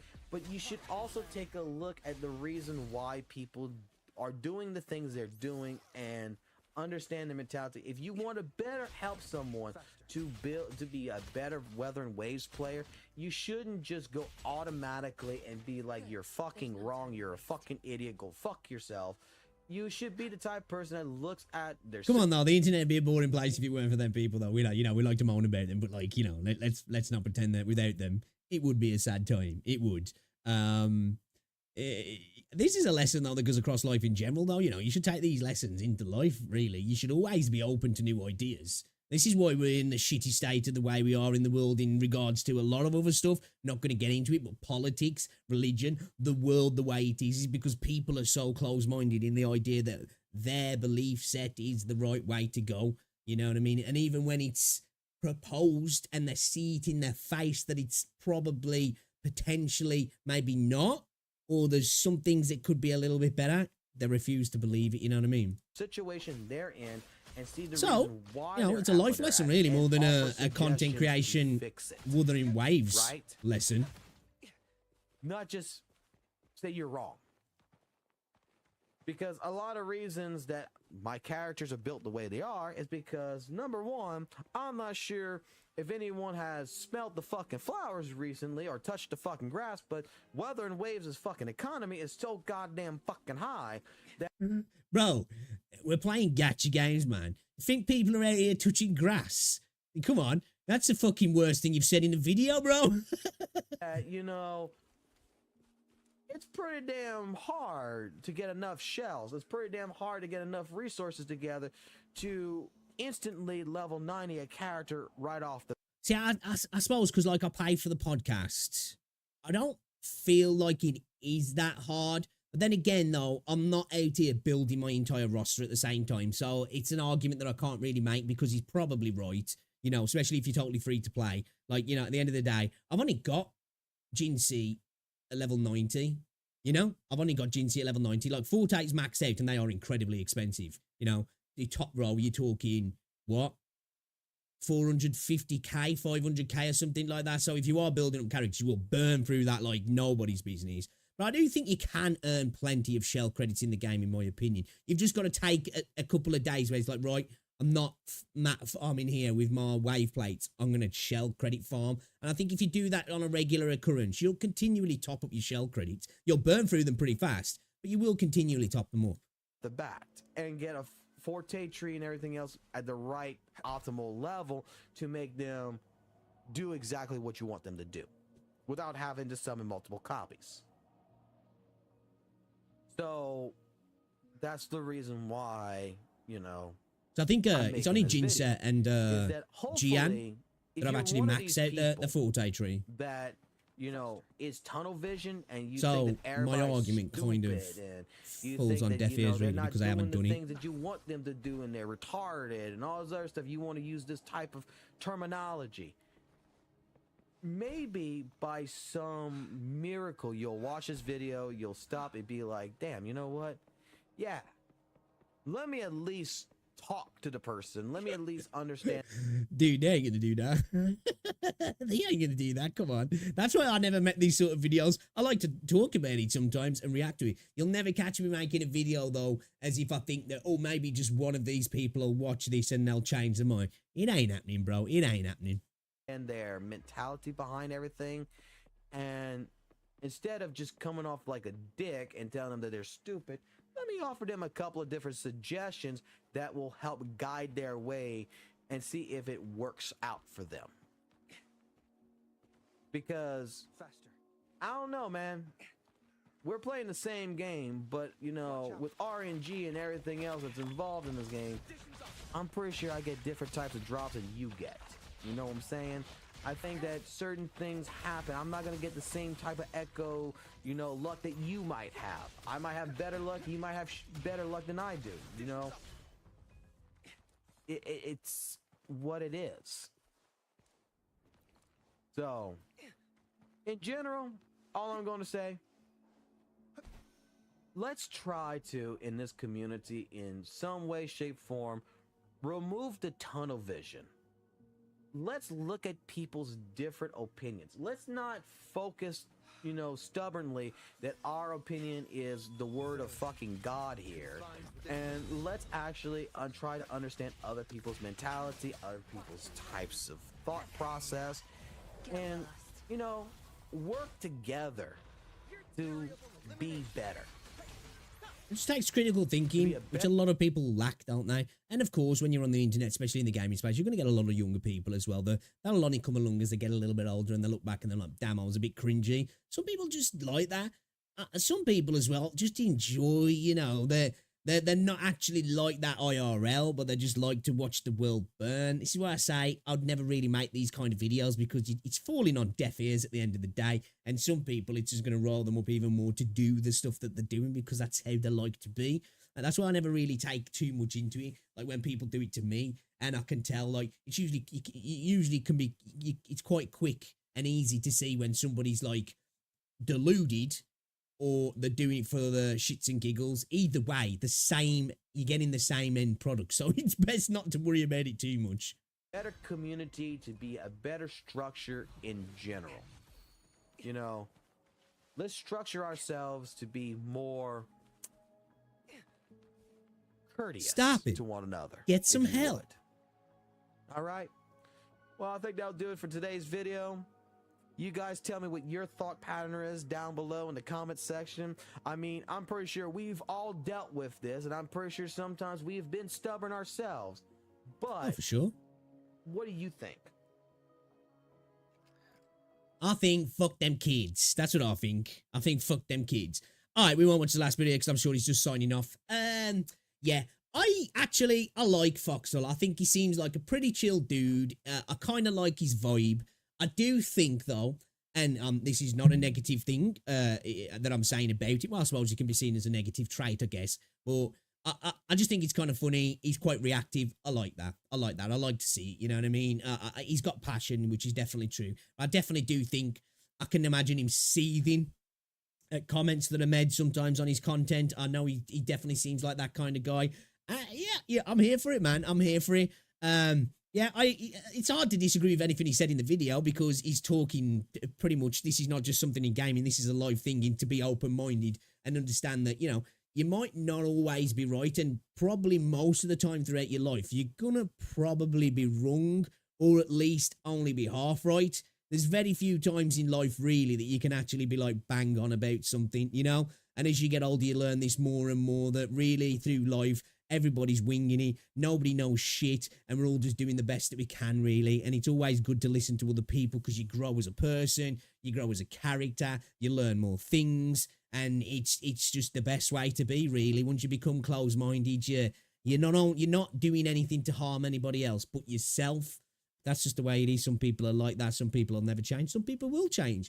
Trying to do it for them, though, will never work. Making a video, talking about it, and hoping that that one person will sit there and be like, oh, they'll have that moment, like, you know, like kind of like a Doctor Strange moment. They're getting sucked through time and space or something, and they're like, oh, they wake up in a cold sweat and they're like, oh my God, I'm going to change. Not happening. So I won't really worry about it. But yeah, man, you know, some people are different. They like to get these videos out and vent a little bit about it, which I can respect. But guys, you should check out Foxhole. Show him some love.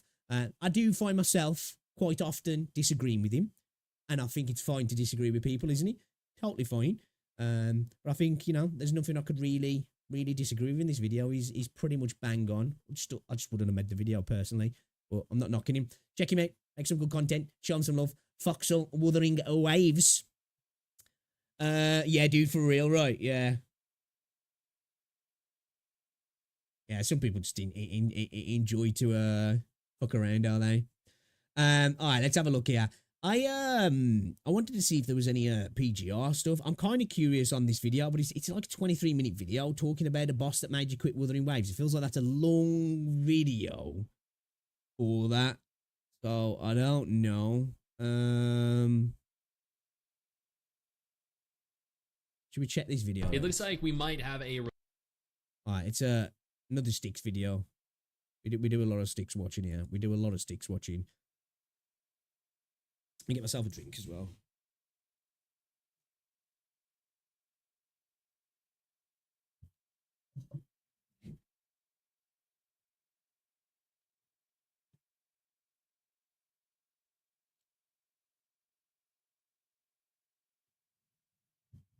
You finished the podcast today, did ya? Fair play. I'm still only at level 49, man. I might actually, what's he? Miss it, you know, miss it. Might have to spend the tenner to get the last 10 levels, maybe. Okay, then. All right, let's check this out. Sticks on his MML Boy channel. Blue Protocol caught stealing Crimson Desert and Doki 5 release date. Doki V? Not too sure. Blue Protocol caught stealing. Interesting. Is this the Blue Protocol that's dead? Blue Protocol, or the new Blue Protocol that's coming from Tencent? That's Blue Protocol, but it's not Blue Protocol, but it is. But it's not at the same time as well. It's coming on mobile and it's coming on PC. And apparently as well, I've been seeing there's some gameplay for the new Blue Protocol that's Blue Protocol that's not Blue Protocol. Let's get into the video, shall we, and see what's going to say. It looks like we might have a release date for Crimson Desert, finally. The new Blue Protocol Star Resonance game, the Chinese version that is replacing the Crimson Desert looks kind of fire as well, actually. Japanese version that is shutting down has some gameplay that we can take a look at, and admittedly at the same time, I did scroll down and take a look at the comments, and it seems as though people are claiming they are stealing assets from other games. From Grand Blue Fantasy Relink. Another good game as well. I think if you like character swap action gacha games, you'll like that game. It's not a gacha game, but it kind of does all the stuff that a gacha game does in a way. Games. stealing assets from other games. So yeah, that does not bode well for Tencent, China's version of the protocol. Now, if this is your first time here, consider subscribing to the channel. I don't know if that necessarily bodes not well for Tencent. It's Tencent. You know, ain't gonna affect them. Hitting a little bell notification, that way you remain up to date with every single thing that I post, and I post daily. Do not miss out. Let's start this off with Crimson Desert. Let's go. This is a new open world adventure from the creators of Black Desert Online. It is an action game that we are all looking forward to. This was supposed. I could never get into BDO.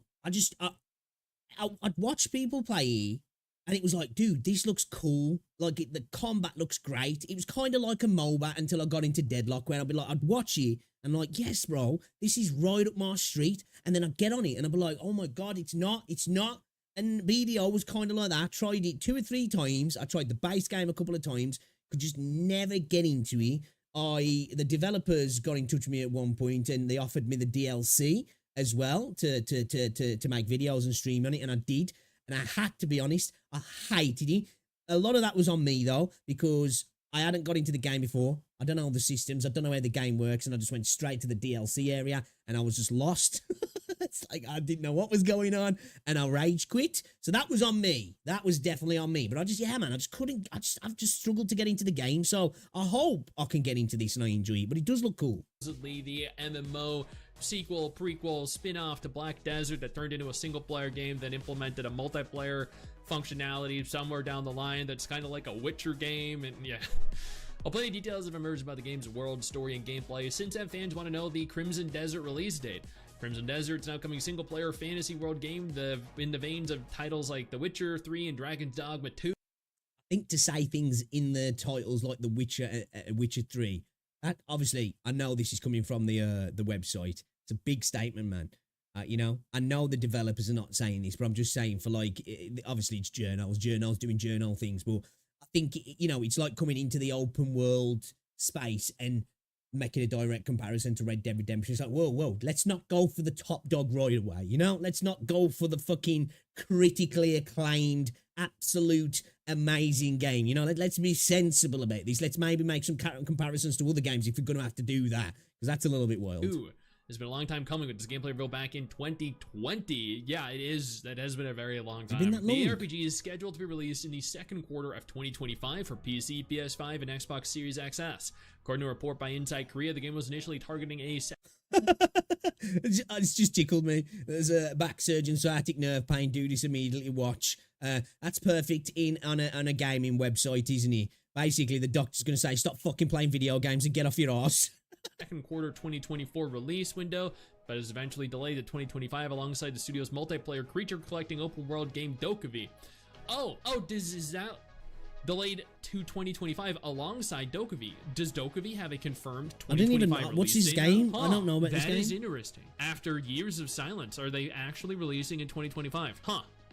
I guess I'm gonna have to look into that more.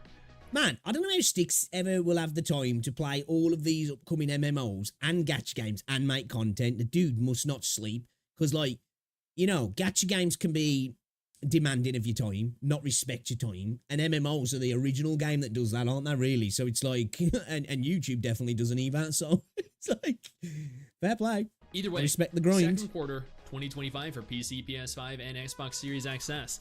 This is great news for anyone that has been eagerly looking forward to playing it, like myself, and I'm sure all of you that are watching. Fast-paced combat, over-the-top action, over complex role-playing scenarios, open, vibrant world, lots of side quests too. You can find mythological creatures, taking beautiful vistas. They haven't really noted anything about the story because, let's be honest, Black Desert's story was absolute trash, and they're probably not going to be able to make this one really much better. Now, concerning Blue Protocol. Now, I'm going to mute this because I don't know if they have rights to use this music, or honestly, I don't even know if I have rights to use this music.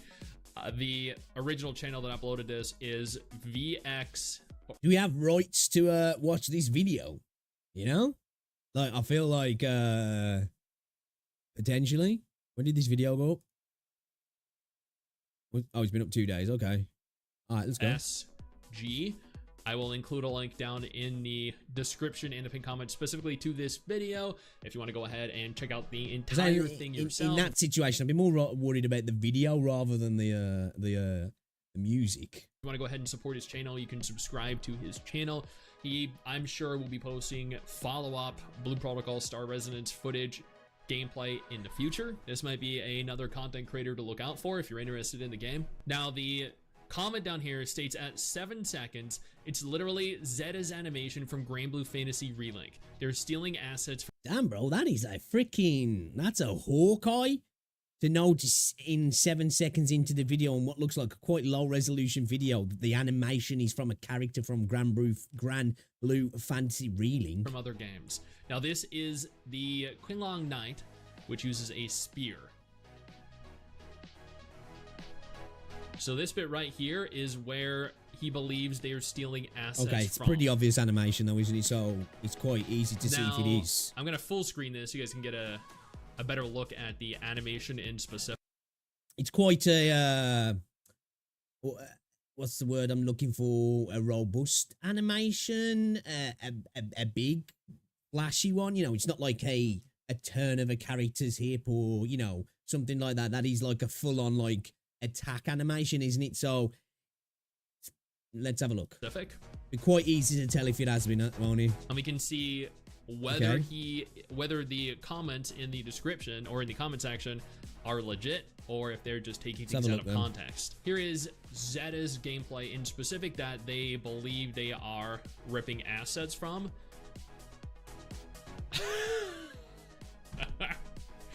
Okay. Okay, it looks yeah, I can see it. Similar, but I wouldn't say it's an asset rip, would it? Would you? Yeah. It's definitely looks very You similar. would have to but be absolutely blind. I'm sorry, but like the character spins as like a spinning what's it round them, doesn't he? you would genuinely have to be absolutely blind to not see the leaping Oh, no, he back, doesn't. jumping down, leaping back, thrusting into. All right, okay, yeah, okay, all right. It's kind of similar actually. It's very similar. I thought the character spun on the Blue Protocol, and I thought he like did a screw kind of attack, but he doesn't. The enemy animation. I'm blind. Did I'm not blind. see that as a blatantly obvious rip. That is 100% Very, stealing. But at the same time, like, let's be honest, I don't think Granblue Fantasy. It's definitely looking at somebody's homework, but I wouldn't say they're stealing assets because it's just an animation at the end of the day. They don't have a patent on a jump into the air, repeatedly dash at the enemy attack patent. I just don't think that exists, you know? So I don't think there's anything for a Tencent or Blue Protocol to worry about, if I'm honest. Relink has ownership, has copyright, has trademarked that like Dragoon jump down thrust animation from Final Fantasy. Before we I was going to say that's what it is, isn't it? Actually, he's banged on there. It is a Dragoon freaking attack, isn't it? Really, from Final Fantasy when you think about it, like the old school like jump up out of the screen and then coming down kind of attack. It's, you know, yeah, nobody's got a copyright on an attack in a game like that. go any further, let me take a moment here to thank my incredible patrons over on Patreon and my YouTube channel members. I think sometimes people get like that twisted, like they see that as an asset steal, like an asset's literally taking an asset from a game, or, you know, like asset flips where they just take stuff from the Unreal freaking, you know, the Unreal packages you can buy where they have like models and they just put it in the game. That's asset flipping, you know, or taking an asset from a game. But like having an animation that looks just the same, really, it's you know, no big deal, is it really? Well, not for me to continue to do dedicated videos like this every single day. You guys are phenomenal, and I can't thank you all enough for the support. You know, we're going to get to the point where we're going to be like, dude, look, man, I can't take this game seriously. It's got an overhead slash. Like, that's just ripped off this other game that's got an overhead slash. Oh, a whirlwind attack? Pfft, I don't want to play this no more. Keep talking. I know that is definitely where they probably took this from, but I'm going to play devil's advocate here and also state that while, yes, they probably stole those assets because this is China. I don't know, like, to me, like, an asset isn't an animation, though, is it? Like, well, I guess it is, but, like, I don't see that as, like, an asset. Maybe I'm stupid. After all, they don't have, you know, the complete rights to be the only game and the only character that uses that specific animation. Let's look at the other classes. You know, there's plenty of ARPG games that have like a whirlwind attack. You know, you wouldn't consider that like stolen, would you? It's like a quintessential attack, isn't it? It's like in MMOs, pretty much every bow character has an attack where they'll like do a rain arrows attack where they'll like ping the arrow into the sky and it'll rain down on like an AoE. You can't say, well, oh, that's ripped off this other game, you know, or where there's like a puncturing attack where it's, you know, it's freaking, it's charged up and it's like a penetrating attack, you know what I mean? Look at the gameplay though, rather. Because if you guys it's like having a heavy smash with a big hammer, isn't it? In the video I did recently talking about how Blue Protocol is back, I noted that in the summary, hopefully not now, being made to Blue Protocol, did yesterday, combat was going to be improved. They stated the combat's going to be faster, it's going to be more fluid, it's going to be more action-packed.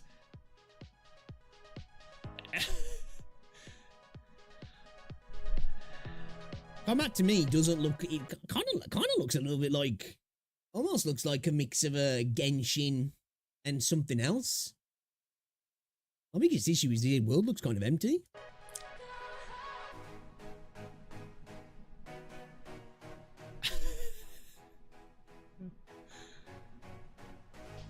Okay, so this enemy is standing still. This character. Wait, so when that person's healing themselves, they're healing the enemy as well? Isn't moving. It's not retaliating, it's not attacking, it's not attempting to dodge.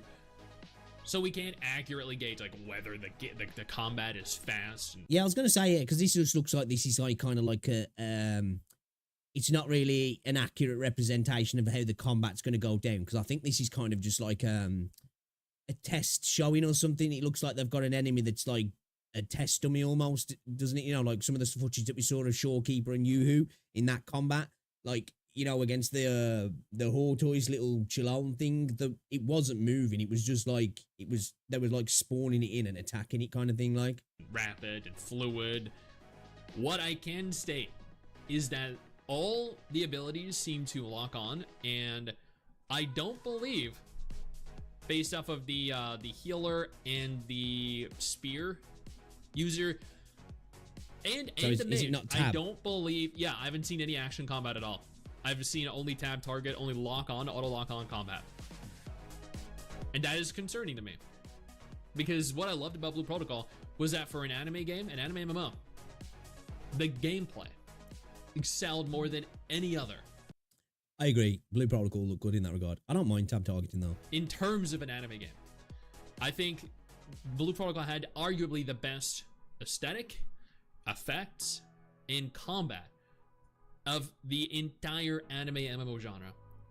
This is on the other hand.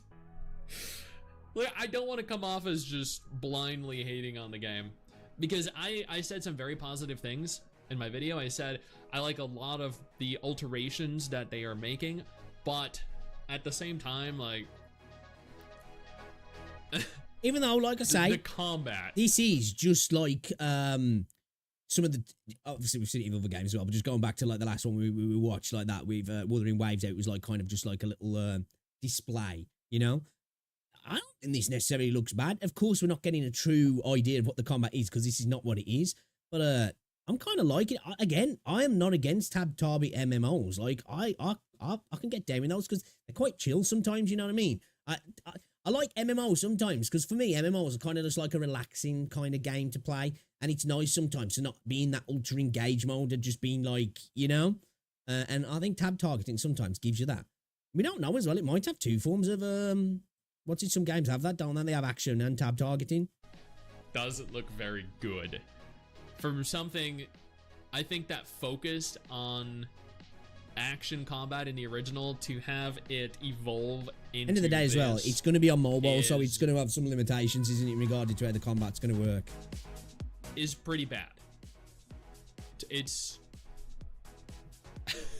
what did I say? What did I just say about every archer class in an MMO has the rain of arrows attack? Where's everybody saying that was stole off every other MMO? You know?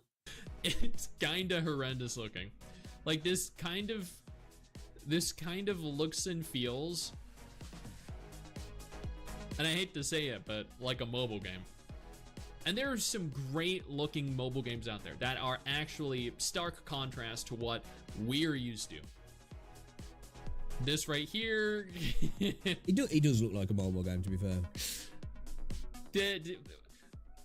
But at the same time, okay, like, I will also state, I'll be honest with you guys, this is early test footage. Right, and this is blurry as fuck footage as well.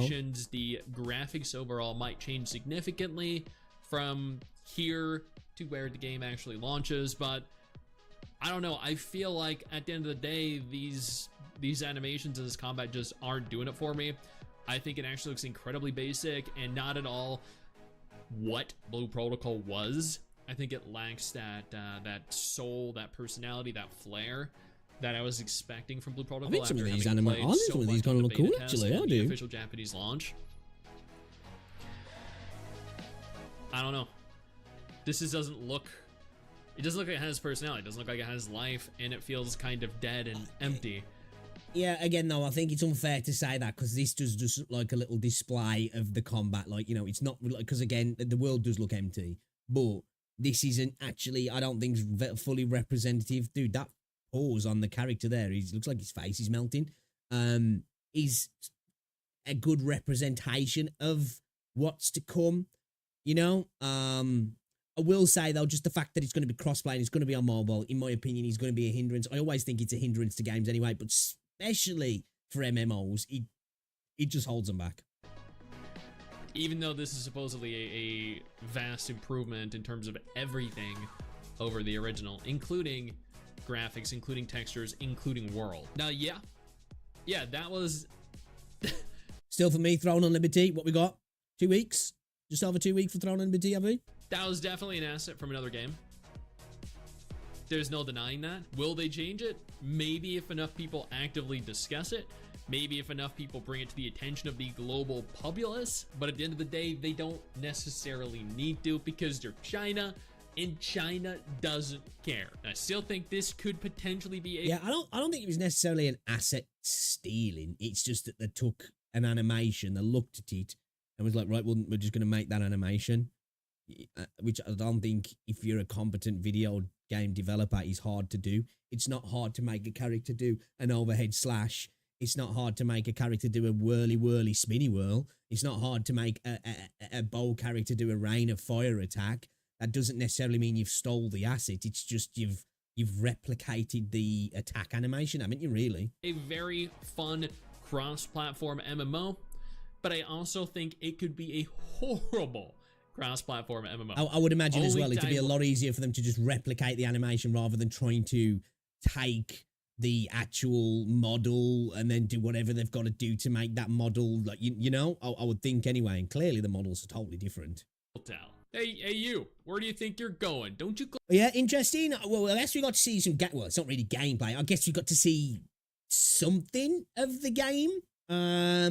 It's still on my radar. I'm still going to check it out because I was looking forward to Blue Protocol, and if I get to try it in some way, I'm happy for that. At the minute, still, my anticipation for Throne on Liberty is the highest in the MMO space, but let's not pretend that the MMO space is, full of anticipation for new titles coming. It's become a very niche space now, hasn't it? It's hard to develop MMOs. It's costly. And the ROI is not the best for most of them. There's usually, you've got at the minute really, what are the big MMOs that are really still like going at it, like what WoW, 14, Final Fantasy 14 and Guild Wars, I guess, are like really that come to mind. I know there's probably others that are a little bit more under the radar or maybe on the mobile system, but yeah, they're like the three that come to mind for me that are still kind of hanging around and still bringing out new content and are critically acclaimed as well and have made money over the years. And big news. Yes, I saw that. Suing Pocket Pair. I hope they win Pal World. I do as well, man. Fuck Nintendo. You know? End of the day, like, I get it. I understand that, like, it's Pokemon with guns, but, like, Nintendo don't want to make the games that people want. Do you know what I mean? They just don't want to make the games that people want, and it sucks. It really does suck. Codename Cedar could be the next big tactical gacha. We'll watch that in a little bit actually. So yeah, fuck 'em. You know what I mean? Fuck 'em. That's what I say. Thing is though, Nintendo don't mess around when it comes to lawsuits, do they? So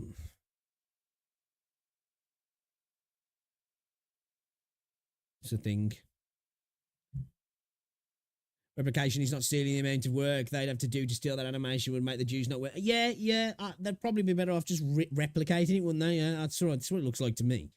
And it's not like it's a unique attack animation. It's a Dragoon animation, really. It's been around for 20 odd years now in different guises, of course. You know, it's like I said just before we saw it, the arrow rain attack. How many RPGs and MMOs is that in where an archer fires an arrow into the sky and a rain of arrows come down on an area? It's in fucking ARPGs, it's in MMOs, it's in RPGs. You know, it's in pretty much everything that's got a bow class, isn't it? Really, it's a staple of a bow class. You know, like that strong charge attack that's a staple of a bow class.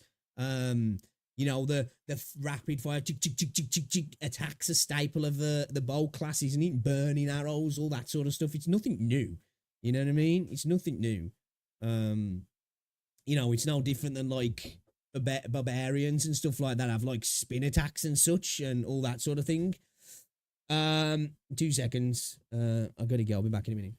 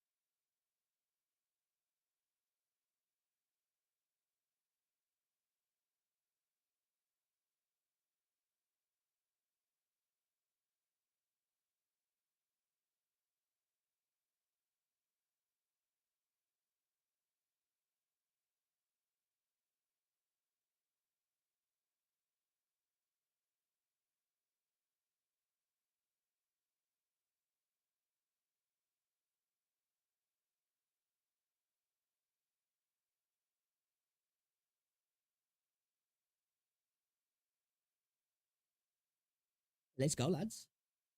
Rosie's back. She's back early. It's because she was in Leicester today doing a first aid course day thing like Nintendo's Windows of Gaming.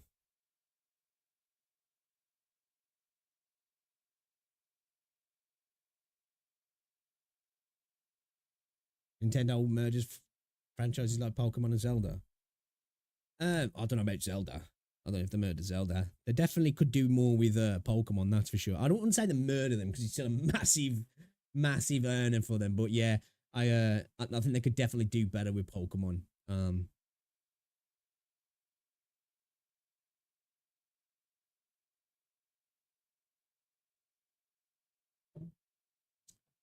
I mean, years ago there was a rival OS company making XP like OS, and Microsoft brought them in cold audits and financial despair because the OS was better than the XP was.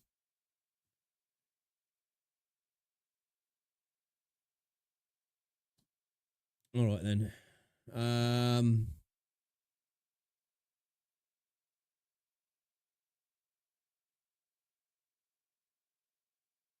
See if there's anything to check out on the video front. Nothing really today. It's kind of dry, you know, kind of dry. And for somebody who's creatively void like me, it's no good.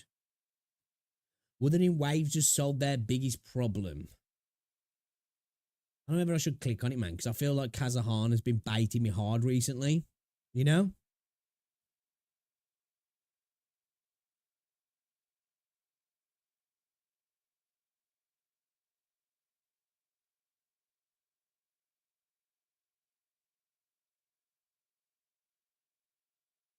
Oh, let me have a little look. Let me have a little look, and then we're going to get into it. Hold up a second, actually.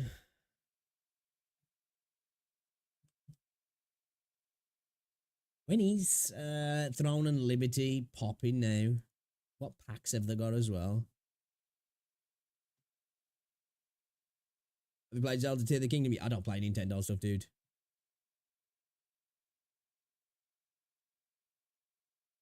I ain't owned a Nintendo system for a long time. I think the last Nintendo... What was the last one? The Wii U, I think. Last thing I owned.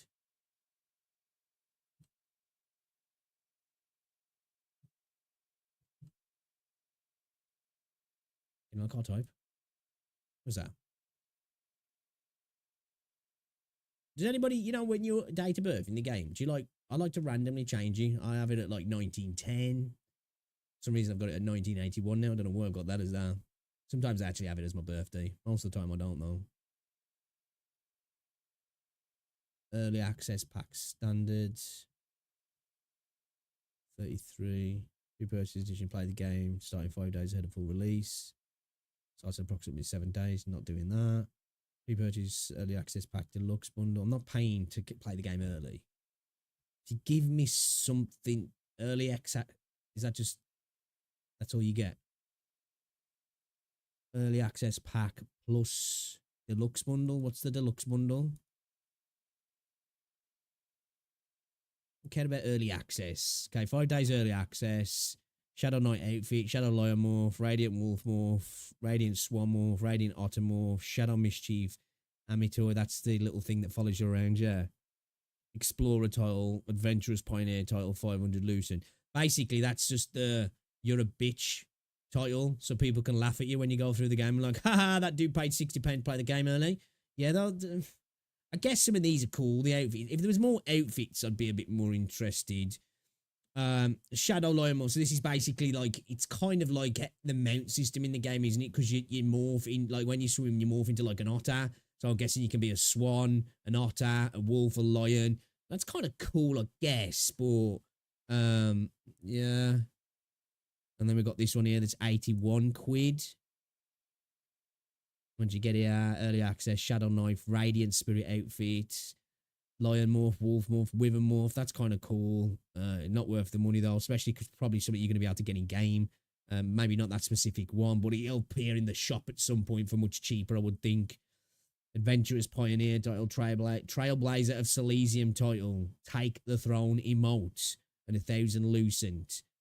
So, yeah, not worth the additions. What do you get in this edition? Is there anything specific you get other than you just get early access? So you're having to pay £34 to play the game 5 days early. That's mental to me that somebody would do that. Why would you do that?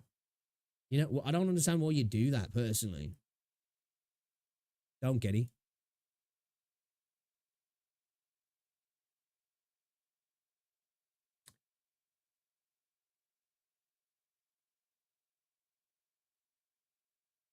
Most recent Nintendo system is your DS. Yeah, man. No, Wii U. I've still got it lying around somewhere. The Wii U. And then, like, prior to that, I had a Game Boy Color. Yeah, I never had a DS or a 3DS, I don't think.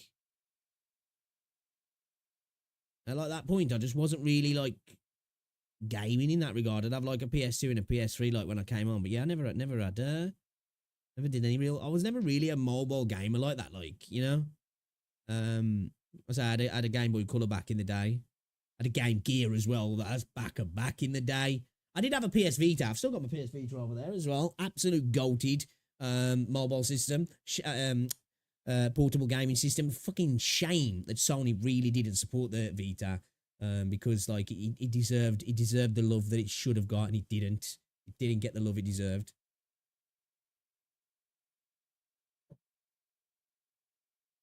I'm an adult name, my new stuff is socks.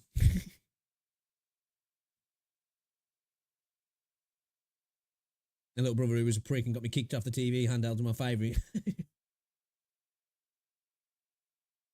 a nice little grift off a shit that costs nothing and upcharged to make a profit. Yeah, the thing gets worse as well. The game got delayed. So you're paying to play the game a little bit after what the initial... Because I think the initial date now was like the 9th of September. So now you're paying to play the game just a couple of weeks after the delay date, really, which is ridiculous. I pre-ordered Starfield Deluxe Edition. We all know. So, yeah, I feel you on that. Feel you on that. Yeah, I've had my fair shares of pre-orders back in the day. Not ever that have like been like games where I've been like disappointed by the game massively. Most of them have been games that I've enjoyed, to be fair.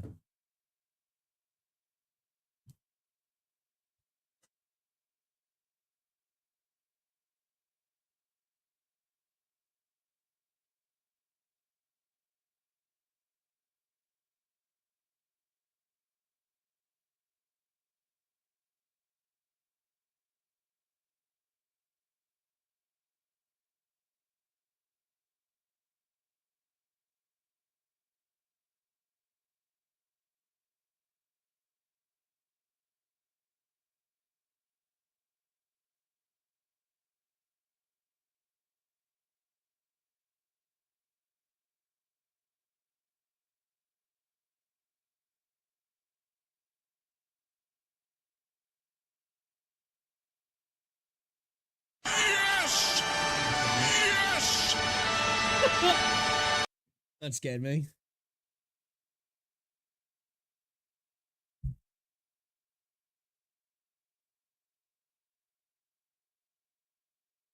Frostpunk 2. I'm kind of tired of the pre-order and you can play a week early. Yeah, it's bullshit, ain't it, dude? Yeah.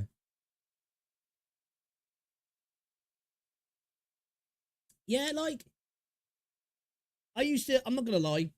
I've pre-ordered for beta access in the past. Don't do it anymore. Just don't do it anymore, you know?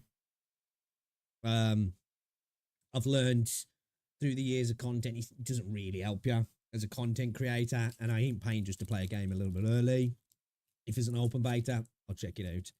You know, like people who obviously now with Xbox Call of Duty being on Xbox Game Pass, that's fine because you can get access to it. But like if you were on PlayStation, you had to pay to get into the initial wave of the beta.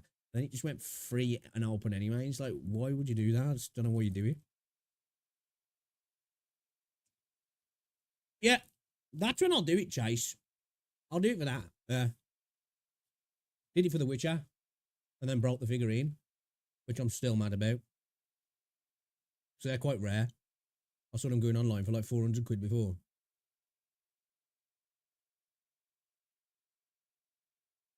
So yeah, you won't find me judging you for pre-ordering a game or buying the top edition to get a sick figurine. I'm here for that. I'm definitely here for that.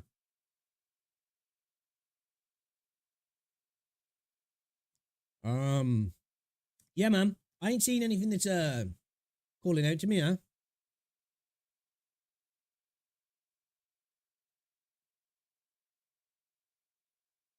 Yeah, there's nothing.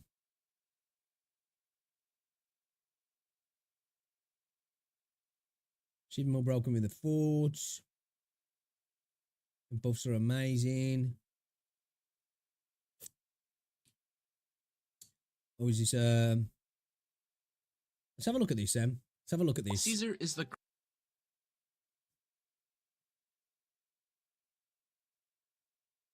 Considering we're dabbling back into the universe of Zenless Zone Zero, I've been having a blast getting back into the game.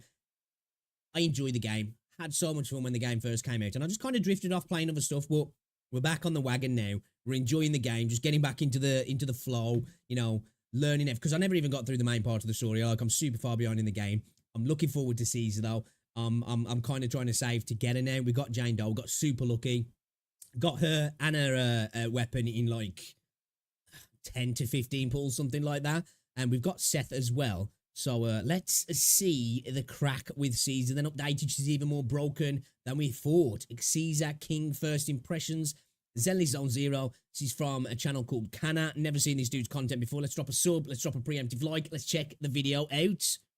Caesar is the craziest defense agent we've ever seen, and today I'm sharing my first impressions on this new Dude, she's insane as well. Like, she's a really nice design. I like it. powerhouse. Obviously. Her defensive assist, it's because she's got a cool shield, and yeah. 1,000 attack increase make her one of the best supports currently available, and she's also incredibly versatile, shining in both crit and anomaly based teams. Before I go any further, a few notes. This video is a first look at Caesar's kit featuring footage from the creator beta server, and I'll also be releasing a guide when her banner drops. But finally guys, if you're someone who wants a big mommy shielder who also buffs the heck out of your team, you're in luck. Caesar is here. Let's get into it. If you've recently pulled for Seth in Zenless Zone 0, hold up, bro.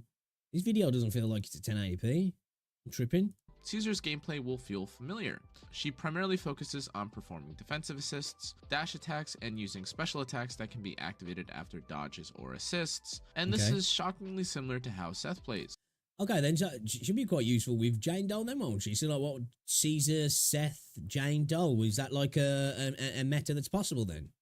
Because if she's good after, or is that for her after her dodges? I'm thinking of switches there after characters dodges, I don't know. Maybe both agents are fantastic even when not on field for too long, but there is one major difference between Seth and Caesar. Caesar provides a universal 1000 attack increase that is tied to an amazing barrier, and this is usable on almost anyone in any team composition. Additionally, the barrier also reduces interruptions and damage taken by an incredible amount, and to call it crazy is an understatement. But now let's talk about Caesar's passive and additional ability. Caesar doesn't actually have a unique resource bar in the same way that other characters do, but instead has a barrier with its own meter.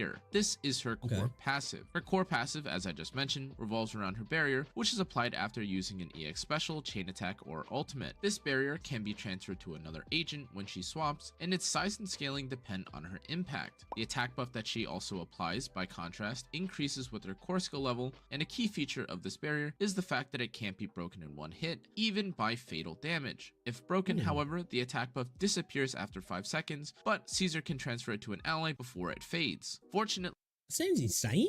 It's actually pretty easy to generate a new barrier, so this disappearing is actually not that big a deal. Caesar's additional ability strengthens her team utility by applying a debuff to all nearby enemies that increase the damage they take by 25% for 30 seconds. This debuff is almost always active and requires very little effort to maintain. However, it only works if you fulfill the additional ability requirement, which is having an ally who can perform a defensive assist or is from the same faction as her. Ranged characters like WuWa or Rina actually can't activate this ability by themselves, but fortunately some of their potential allies like Ellen for Rina or Nicole for WuWa meet the defensive assist requirement instead. That's good, overall, it's a high value ability that works well in many team setups. And now let's take a look at all of her actual skills, starting with her basic attack. Caesar's 6-part attack combo looks cool, but mainly deals an okay amount of daze and minor damage. Her charged basic attack, however, is very important since it applies a damage increasing debuff to all enemies around her, assuming you activate Caesar's additional ability. The other value to this is the added invulnerability during the attack, but it costs an assist point to perform, leaving you with another resource to manage more carefully. Caesar's special attack is where things get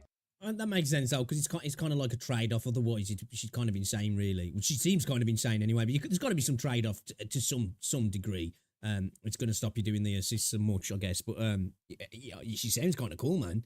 I'm liking her. Kind of complicated. Performing her special attack without energy is not ideal, so therefore she's gonna make it easier. Energy using special attack instead. To simplify, Caesar has 2 EX special attacks, each with unique animations, effects, and multipliers, but they do share some core features. Here's how they're similar. Both can block enemy attacks for a perfect block, and both generate a shield for Caesar the moment they are cast. Additionally, perfect blocks increase your impact by 15% for 3 seconds while also refunding the energy cost, regardless of which EX special performed it. Here's how they differ. The first EX special is a forward strike that deals physical damage, while the second is a follow-up shield bash that deals more damage and daze. A perfect block with the first EX special does actually add an extra shield bash, and this is something that the second can't do. Caesar's assist and dodges are standard for melee characters, but as with all supported / stun characters, they are used frequently to generate daze on the boss. For Caesar specifically, if she is paired with characters like Jane who want no other agents on field, assists are where most of her value will come from. If she is paired with characters who don't mind other agents being on field, like WuWa, she will definitely have moments to use her dash attack and dodges. However, she will ultimately just end up performing EX special attacks and leaving the field after the boss is stunned. Finally, we have Caesar's chain and ultimate. Caesar's chain is actually very fast and can synergize perfectly with Swing Jazz's 4-piece set effect, but we'll get to that later. Her chain attack otherwise is pretty standard, so let's talk about her ultimate.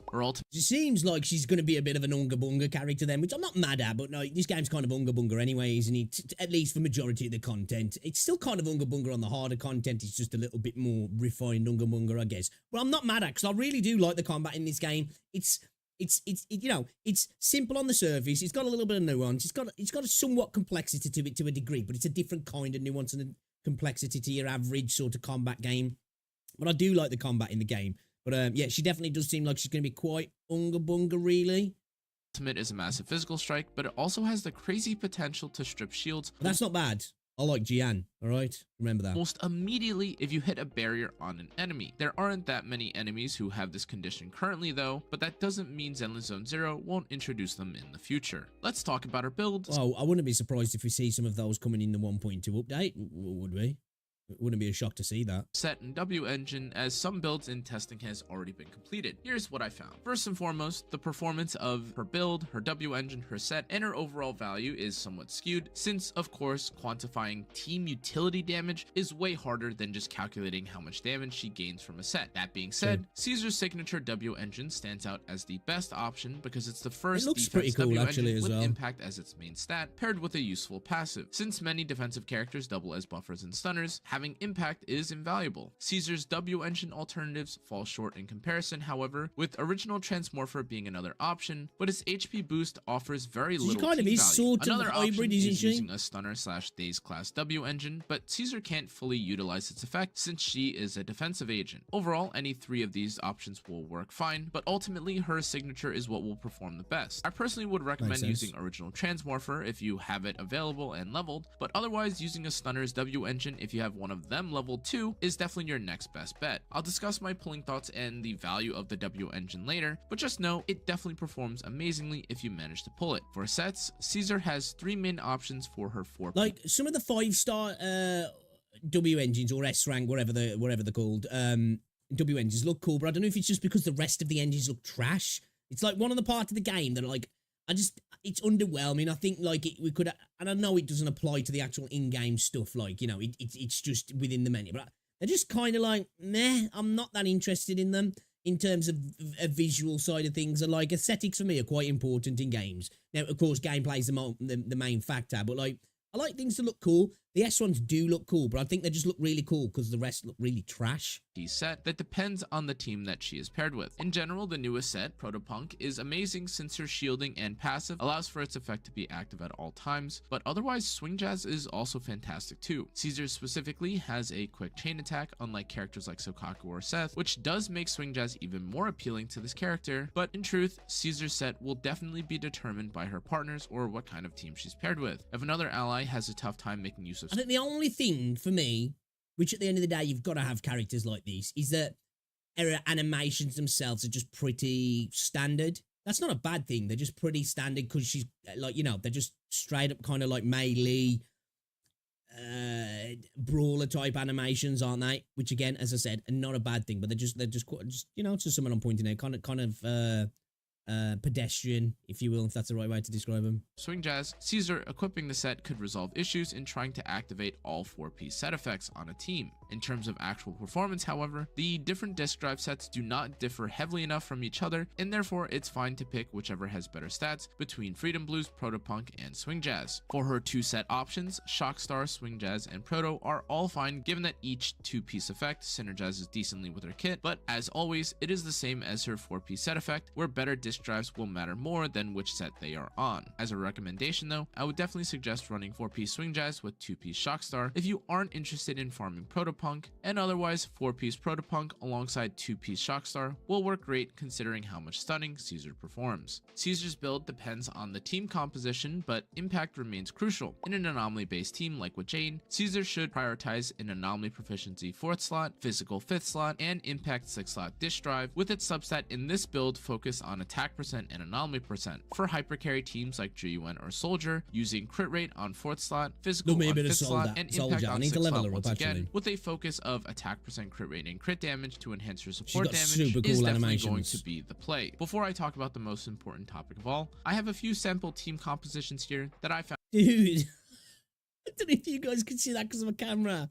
The titty jiggle is ridiculous. found to work well with Caesar. The first and most powerful team I tried was Jane, Seth, Caesar, and this was Okay, this is cool. This is cool for me. primarily because of how well it complemented Jane Doe. Formerly, this team had Lucy in place of Caesar, and this team forfeited some stun potential and utility in exchange for an attack increase. But with Caesar, Seth, and Jane all together now, she still has the attack increase, but now also has a powerful anti-interrupt barrier and debuff to increase Jane's overall damage. This team excels at the hyper carry Jane playstyle, and it looks to top the charts both in damage, enjoyment of play, and style. The next team I found to do well with Caesar is Soldier 11, Caesar Lucy, and this one is all about ultimates and burning. Soldier 11 appreciates the stun value and attack buff from Caesar alongside Lucy, but this plays similar to a traditional stunner plus buffer composition anyway. Soldier 11 is still able to apply a significant amount of anomaly with her burn though, and this is complemented perfectly by Lucy's massive anomaly generation too. Overall, this plays similar to most crit stunner buffer teams, but it is nice to see Soldier 11 have a strong team composition too. The final team I found to work amazingly with Caesar is WuWa, Caesar, Nicole. This might seem like an odd pairing since most players will find Ching-Yi or Ambi to work in Caesar's place, but the value that Caesar provides to WuWa is actually very noticeable. The anti-interrupt that her barrier gives, for instance, allows WuWa to tank even more hits when attempting to shoot more of her shotgun shells. And this is actually very helpful since otherwise WuWa can only attack when the boss is stunned. To be clear, the main value that Caesar has in general is the attack increase anyways, but the ability to provide decent stun already and also provide a 1000 attack increase is incredible. Side note, it is possible to make adjustments to this team and swap out someone like Nicole for Caesar as well, but the defense shred, ether damage, and insane corruption application from Nicole is usually too good to pass up for WuWa. Additionally, if you're able to pair someone like Caesar alongside WuWa, this does free up Ching-Yi and Ambi for other teams in your Shiyu defense lineup, but keep in mind that Ching-Yi was also skipped by a lot of players since they were saving for Jane, and if this is the case, you only have one stunner in the— You know, I got so lucky with Jane. I hadn't played the game for ages. I hopped back on because of Jane. I was like, you know what? Jane was the thing that made me want to get back on the game. We watched the Steorg video, and I was like, you know what? I'm sold. I'm getting back into Zenless. Not that I wasn't planning to anyway, but I was like, right, it's happening now. And I got so lucky, like I said. Like, I had like 7 or 8 pulls, I think, and I got her in like 6 or 7.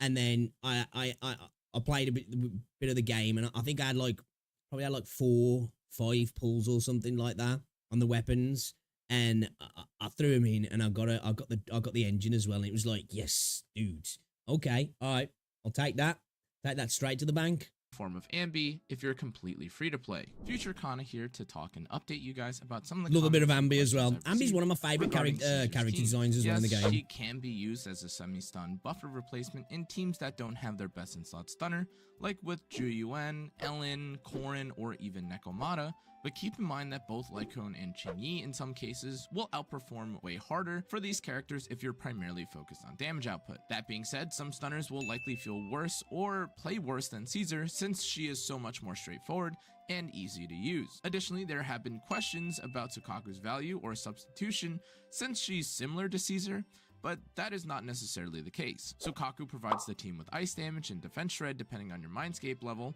which does prevent different yet highly impactful value to your team. However, it is true that Sukaku will take longer to apply most of these effects as opposed to Caesar, who can simply use a charged basic attack and use an EX special to apply her debuffs and gain her shield. Overall, she works in plenty of situations and teams since she is so versatile, but mentioning every single possibility would simply take forever. Now, in terms of if she's worth it, she is by far the most different of the supportive cast, since she does make the game way easier to play, and this is on top of having I got tripped out by the audio change then on the mic. An amazing attack increase and debuff. However, as with Jane, Ching-Yi, and even WuWa, none of these characters are must pulls since they don't offer more than, well, damage. Caesar does offer way more in terms of utility since her barrier and attack increase make her versatile, but this value is more dependent on the team she's surrounded by and the fight that she's in. Caesar, for instance, will definitely excel in the final disputed node since Razor swings 1000 times in a row and Caesar can mitigate this, but if the enemy isn't attacking nearly as much, you could reason that the attack increase and debuff potential from other supports will essentially match Caesar's value. Her W engine is also fantastic and stands out among all defense options currently released, but she is a support that is mostly focused on dazing and buffing the team, so it's debatable whether a limited W engine for a supportive character is worth it. The damage increases it provides does make things easier for Caesar's teams though, but again, you could always argue that teams currently overkill the content in Zenless Zone Zero anyway, so it's up to you. Overall, I do still believe she's one of the best supportive agents to have, and the ability to turn off my brain when her shield is on is very comforting, and so with this in mind, You kind of turn off your brain with this game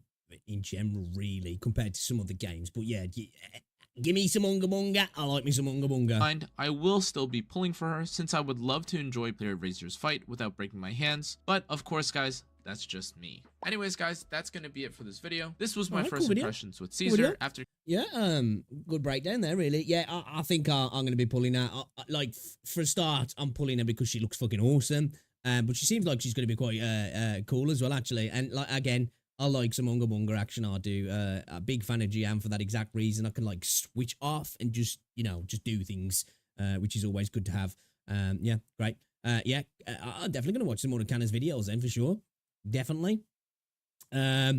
I'm hoping to get Caesar and Bernice to start my Sons of Caledon team. She's going to make ZZZ easier.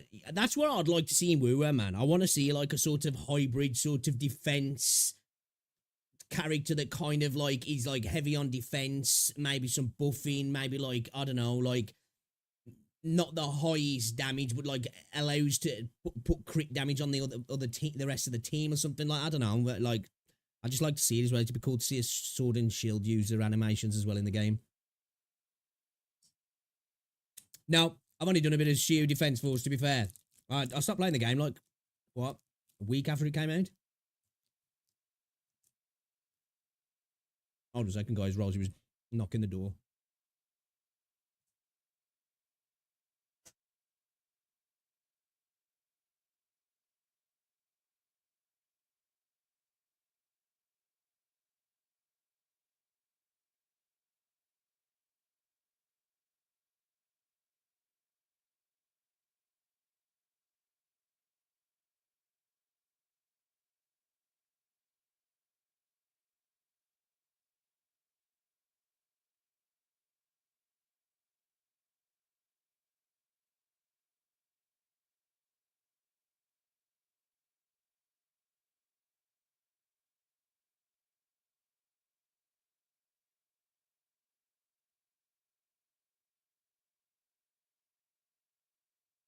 She was going to the gym. I was maybe going to have to take her. But my sister is taking her. We saved up 47 premium and Jesus Christ, man. Yeah, I ain't got that many at all.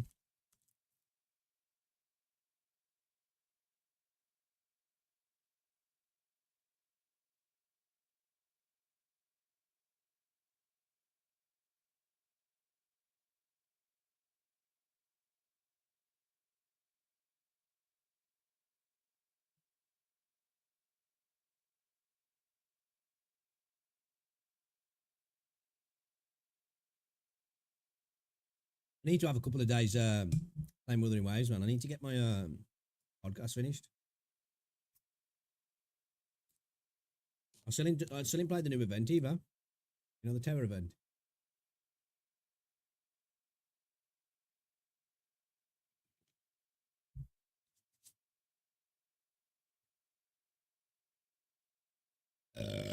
Pardon me. Pardon me. Pardon me.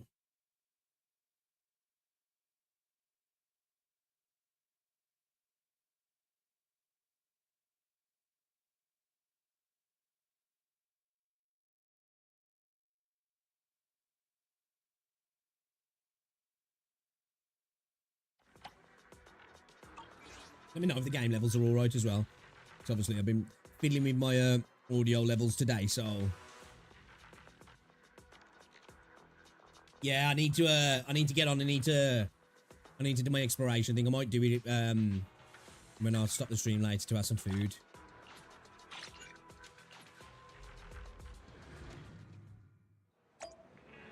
Because I've been when I double dip, I play a bit of a deadlock, which I might play some tonight.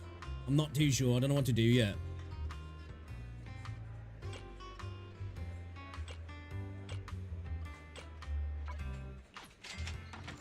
I might double dip and stream some WuWa later, maybe. If you don't get on any PGR in this stream, do some WuWa and PGR maybe. I do need to get back on Cat Fantasy as well.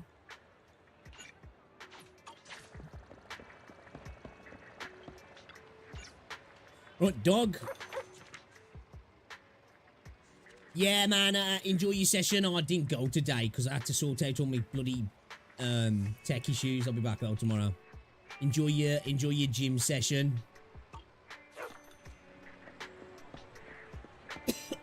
Excuse me. Yeah, I'll catch you tomorrow, dude. Catch you tomorrow. Oh, if you're still there, what are you training today? What are you training? I'm just running around aimlessly then.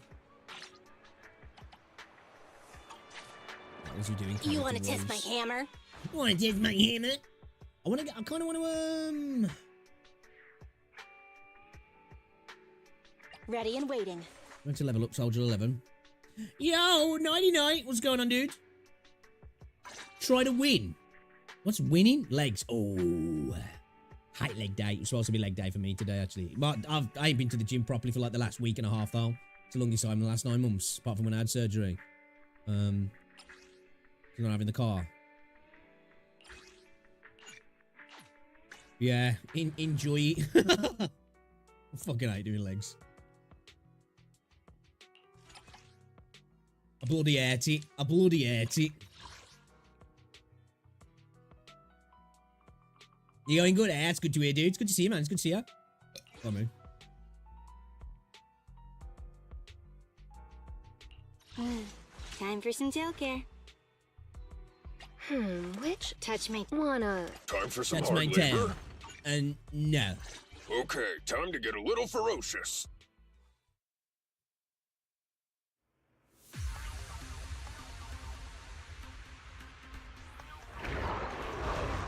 Legs DPS.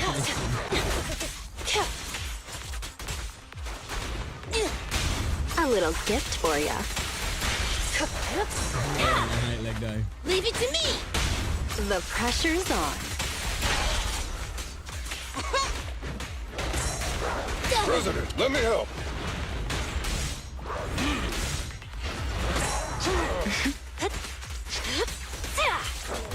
I need to go through the characters' Let's kits make again this and get myself re-upped on all the characters, to be fair. I'm only kind of privy to a couple of characters' kits at the minute.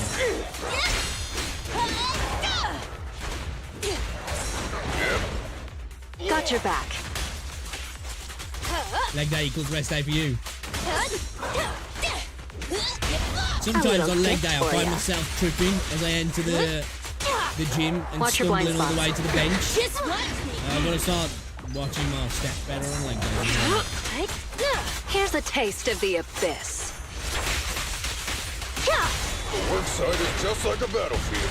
So I walk to the gym. Well, I drive to the gym. I walk to the door, and I'm like, right, go off to the squat rack, and then like I stumble, and then next thing you know, I fell on the bench, and I'm repping it out. It's like, what's happened here? I don't know what happened.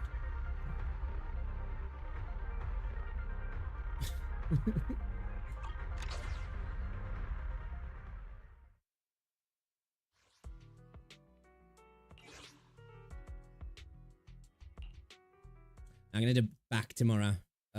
Usually Monday's bench, Tuesday back for me. I usually do like chest and tries on a Monday. Then I'll do back. And then on a Wednesday I'll do shoulders and I'll do like a full arm set like I'll do tries and bodies. Sure. Thursday's legs and then Friday usually specific just leg day. I'm not freaking assist swapping well here as well.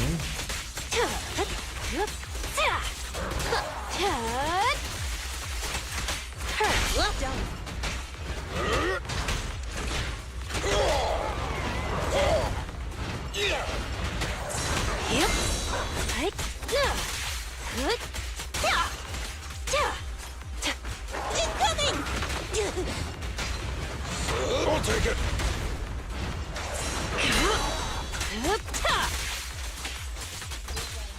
I'll make it painless. Bring it on! Hey, you don't have a permit! This'll be painless. Psych.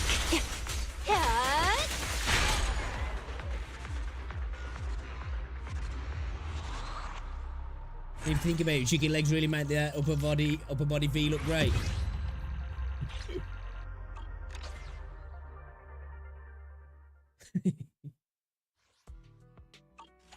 So make sure you stand behind things all the time, you know what I mean?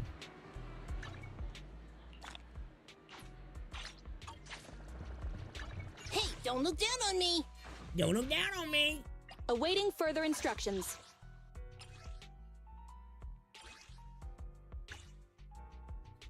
Oh shit, I'm broke, bro. I need to make some money, bro. I'm gonna make some money. Ready and waiting.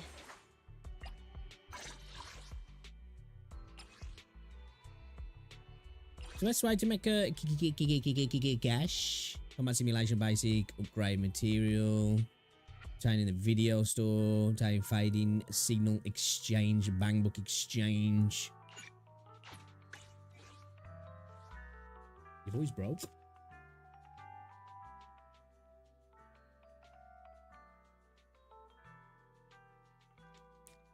Besides, when the last time you sat in front of a full body mirror, other than at the gym, legs are overrated.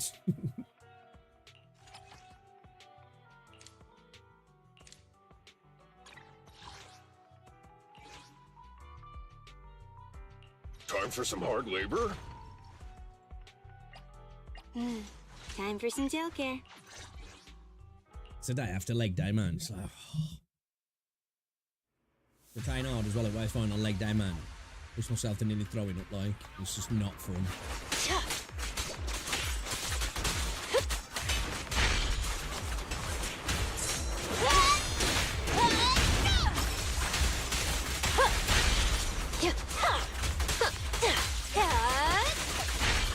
Don't get oops. Sorry. Bring it on!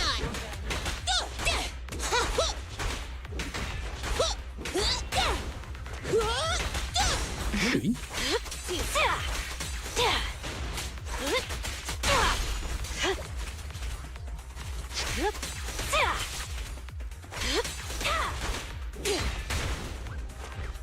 Careful! Over there! Ooh, I love how that bamboo cooks up a meal to give you. I don't know what is it. What bullfish for? At your service.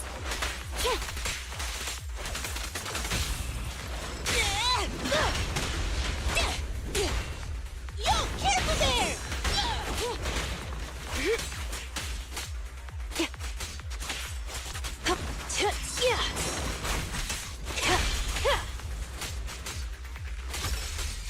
No escape.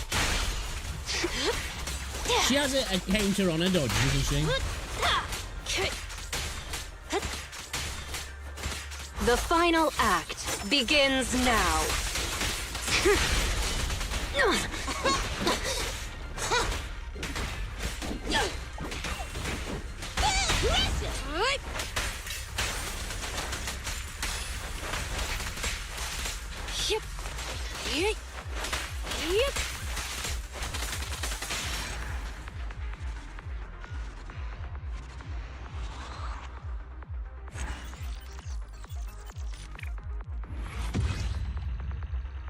Is that until the last few seconds before I have to lift something heavy, then I regret everything. No juice in the caboose. I'd better hire a sweaty mover for this.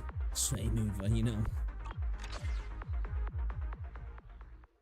Oh yeah, I forgot to say as well, man, the garage now down the bottom of the gardens are totally dismantled.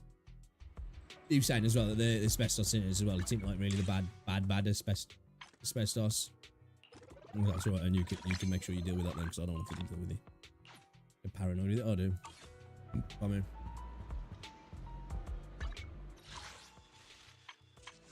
I guess we really. You want to test my hammer? Awaiting further instructions. Story, don't we? Because we need to make some Denny's. We need some Denny's.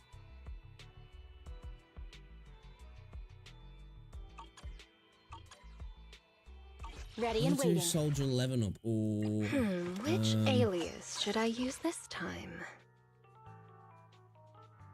Wanna... Hey, don't look down on me! Isn't Jack shit not done anything in the month at the house for a month? Jesus, I can't talk. Language is hard today.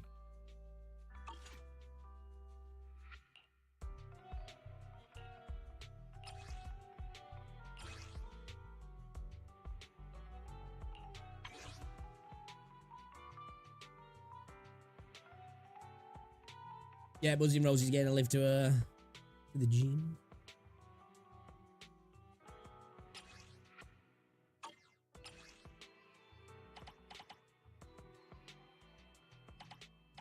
It's gonna cost 600, yeah.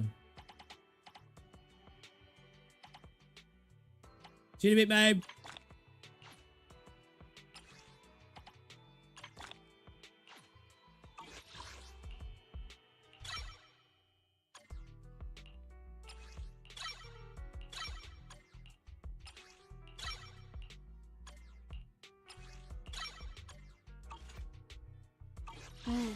Time. Hey, don't look down on me. Don't look down on me.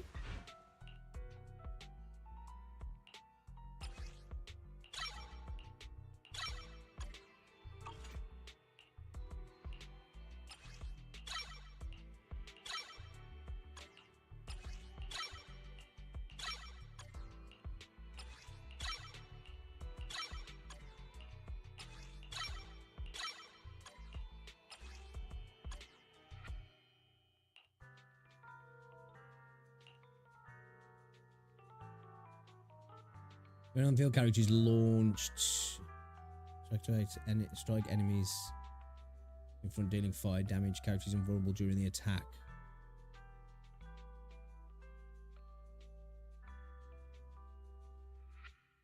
Characters on field and about to be attacked. Press switch to activate. Parries the enemy's attack, dealing massive daze. This skill excels at parrying enemy attacks and reduces the consumption of assist points when the character is under intense attacks. Right, okay. So I need to get back on learning the kits again because I've totally forgot everything about the characters. Reacts to activate. Unleashes weapon blocking the enemy attack before unleashing a forward strike dealing physical damage. Successfully blocking an attack enhances the power of the skill and triggers block counter, dealing massive physical damage.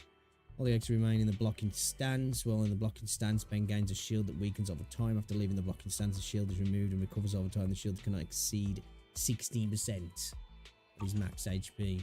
And a good bit of HP is good, doesn't he? Good bit of HP. Time for some hard labor? Should we carry on with story, boys? Just get on with story. Head to the Ballet Twins and meet up with the Victoria Housekeeping. Alright, let's go.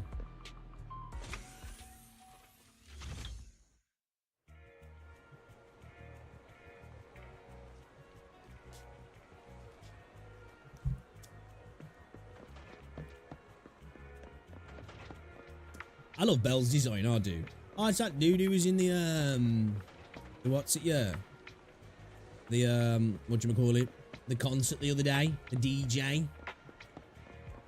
The set that went on for far too long, in my opinion. Didn't need it. Didn't need it. I was like, oh, man, tunes are kind of banging because the game has got a good soundtrack. You know, I was like, let's listen to a couple of tunes. And then he went on, and I was like, oh, okay. And then he just ended, and that was it. Stream's over.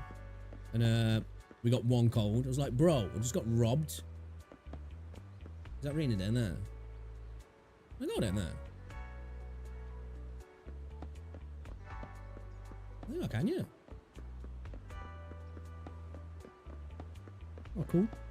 Yo, Kieran, what's going on, bro? Welcome to the stream. Welcome to the stream. How you doing, man? You good? That's Corin.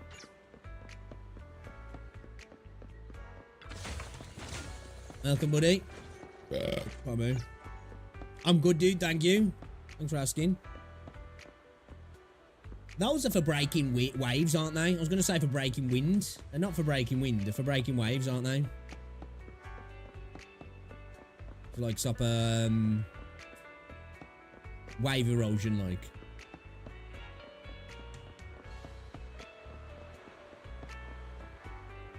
It's pretty. This game's pretty, man. I like this game. I like it visually, aesthetically. Wow, chef's kiss, man. Do you know one thing I like as well? I like this, you know, when they're in a distance to simulate crowds and stuff. They do that, like, great. If you look into the doorway, the archway of the internal bit of the fucking whatever it is, a subway, whatever. You see how the crowds are like grey silhouettes. You can see them there as well. I like that because they do that in manga and comics and in anime as well, don't they? Like it's a nice little touch. Like the fadeaways you get to them. Which some people will be like, oh, I don't like that. I like that. Like, it's from an artistic standpoint anyway. I think it's a cool little touch.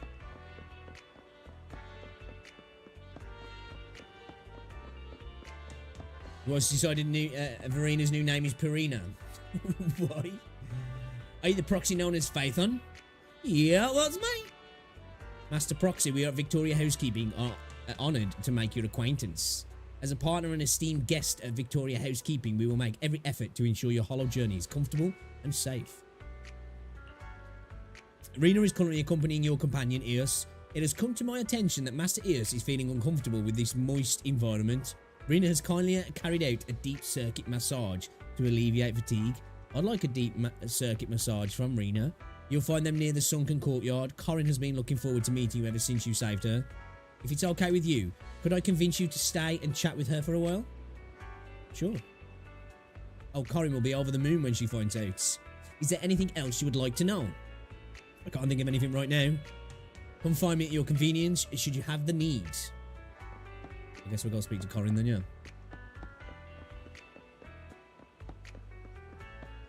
Oh, what? Have they got hype trains on YouTube? Oh, that's kind of cool then. That's cool. It's about time. Dude, I remember back in the day, like when YouTube gaming was a thing and we were in... Because like there was a point, you know, when I was doing well on YouTube, that we actually had like direct, regular contact with people in YouTube. Like we had a big Discord that we'd go into and there'd be loads of streamers in there and there was some YouTube stuff in there. And that back in the day, they told us all that sort of stuff was impossible. Like the way that the individual streams as well, because they generate new every time, that they couldn't have all these different things that Twitch had because of that. And then they're starting to implement these things now, and it's like probably like they couldn't then, I would imagine, but they said it was never going to be possible, and they were talking at their arse. Oh, Perina is in the okay, yeah, we get that over here as well.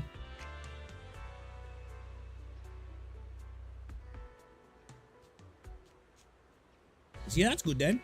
That's good. Let's speak to Corin. Master Proxy, it's great to finally meet you.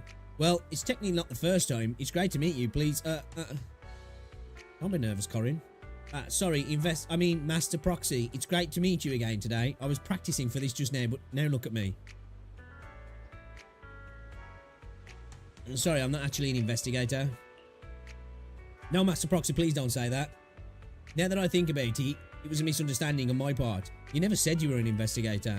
I'm a little curious though. Why would someone as capable as you want to become a proxy? There's lots of reasons. I see. It seems like you have been through a lot. Anyway, I don't know how to thank you for saving me. Therefore, it really is an honor to work with you. Is it okay if I keep talking with you? Yeah, man. So what should we talk about? Which teammate are you most compatible with? That's a dangerous question. It's just like asking which parent would you save if they were both drowning, or would you send the tram left or right? I really couldn't tell you. Everyone at Victoria Housekeeping Co. is very important to me. Which teammate are you least compatible with? This question is scarier than the one you just asked. Do I have to give you an answer? Yeah. Stop messing with me though. Let's leave it here for now. I'm happy to have had this chance to talk with you, Master Proxy. Look after me when we're in the hollow. I speak to Ellen. What up? Huh, don't tell me you're Phaethon. What? Is that a surprise? Is that surprising? A little. I expected to be working someone gloomy, but the sight of you makes me feel much better. Anyway, I'm Ellen. Victoria Housekeeping Co. is honoured to be of service to you. Please, I've forgotten the rest, but you get the gist of it. What? Did we just become best friends? Yep! Did we? JokoZad4 followed your channel. Yo, JokoZad4, thank you very much for the follow, man. Welcome, welcome, welcome. Well, if you have any questions, you can speak to the boss or Rena. They should be able to help you. Huh? You need anything else? No, get some rest. Okay, see ya. Alright, let's go speak to Rena. Rena's got massive tits. Just thought I'd put that in there.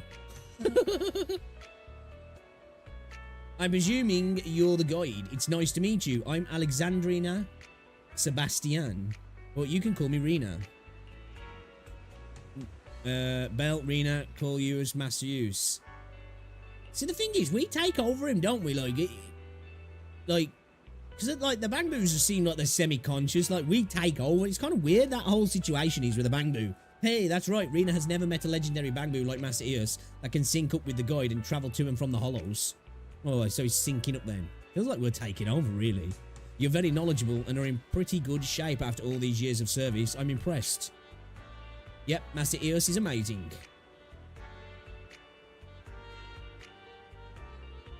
Yes, I know it's actually all thanks to Belle.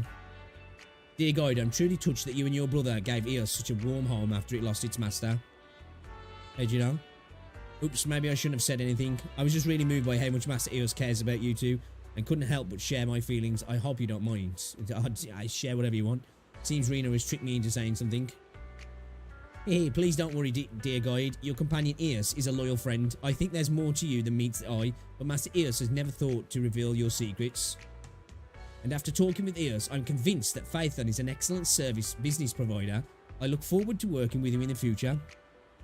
Thank you. Is there anything else you want to talk to me about? I'm okay for now. Okay, I'll take care of Master Eos here. Contact me if you need me. You repair Eos soon after. Ha, Master Eos looks to be in good shape. Looks like we can go to Ballet Twins as planned. I'm counting on you for the rest of our journey, Master Guide. Oh, damn, I wanted to have a... At this moment, your phone starts ringing. I wanted to just do a little camera swing. To How are things, Belle? Have you met up with Victoria Housekeeping yet? Totally not to get a zoom in of boobas. Yeah, don't worry. I met up with everyone. And even fixed up Eos. Sounds like you're getting along fine with everyone. That's good. We need to find Rain as soon as possible. Do more than you, anyway. You should hurry back and get ready for the Hollow. Oh, should I? Alright, yeah, alright, okay. You got a hoop? You know? You got a hoop? See how high I can jump? You know, see how good I am? Why not?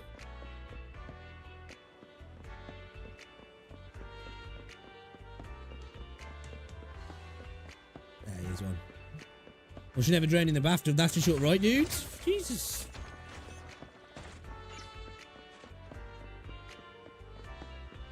Can't park it there, mate.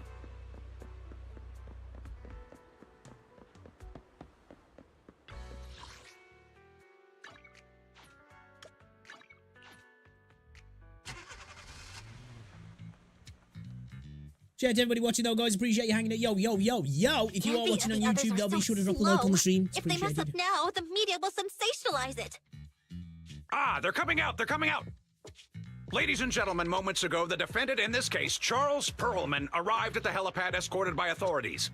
Shockingly, despite the crimes he's being charged with, Perlman shows no signs of being worried. Fools. The real surprise is yet to come. I accept your request. I'll put the instructions in your suitcase for the day you board. Open it 2 hours after takeoff. Do what the instructions say, and someone will help you get out of New Eridu. I don't feel like they're going to help him get. I feel like they're going to kill him, aren't they? Did the suitcase come? It's right here. Good, bring it over. What are you so smug about? It's about to hit the fan, Perlman. Hit the fan? Young lady, you've no idea how horrible this city can get. Just you wait. Whatever tricks you have up your sleeve, I'll make sure you get what's coming to you. Boss! Great. You guys finally made it. I'm beat. You're running for so long. How come you look fine, Billy?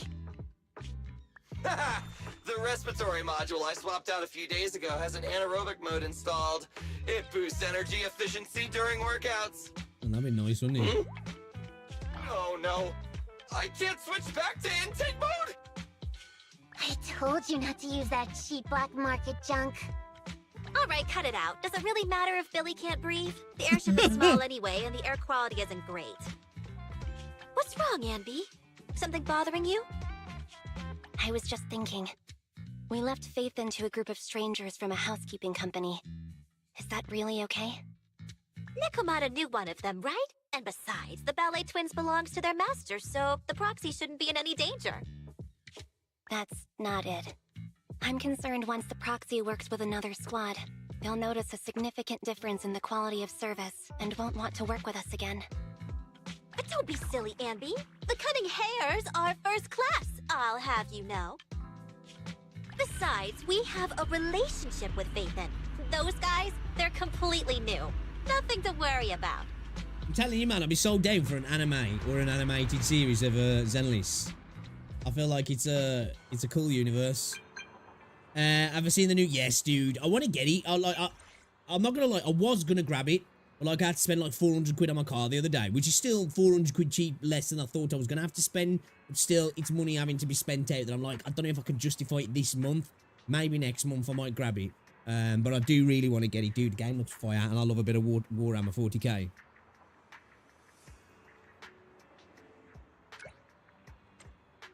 I'll just let you know, Billy and the others have made it to the airship. For the airship, we're about to take off. Well, I want to apologise. Really sorry for earlier today.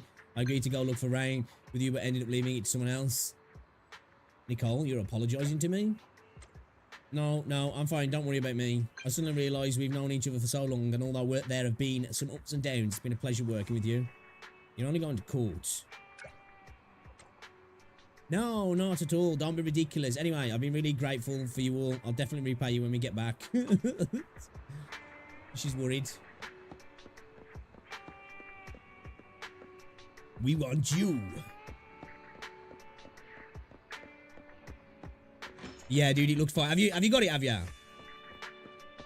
Let's open the store. Tragic adventure documentary. What do we need? Retro, interview, urban. Sketch jar on the go. Okay, retro, interview, urban. Urban.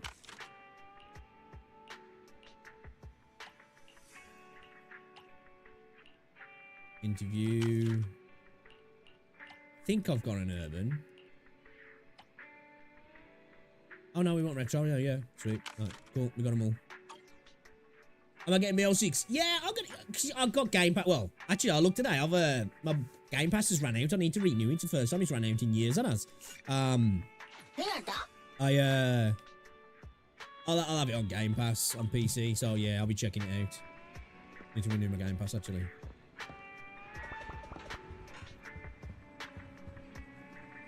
Nicole just anxious in her DMs she sent. Sounds a little strange to me. Is everything okay with her over in court? You see some piggies flying in the sky. Let's wait for them to get back and ask. As for Nicole's promise to repay us, I'm not going to hold my breath. Victoria Housekeeping just contacted us. They're saying they are ready to leave. From now on, we should also shift their focus back to the ballet twins. Right, let's go. Yeah, I'll be playing it. I'll be playing it for sure. Right, let's go.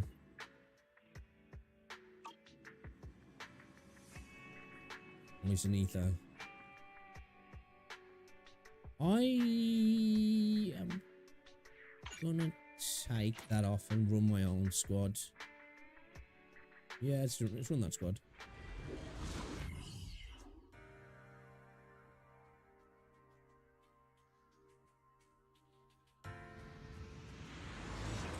We gotta head to the rooftop. Let's go. Did you play the beta? Master Proxy, I haven't even checked the beta since out. your friend was most likely on the rooftop of Tower B, perhaps that should be our first destination?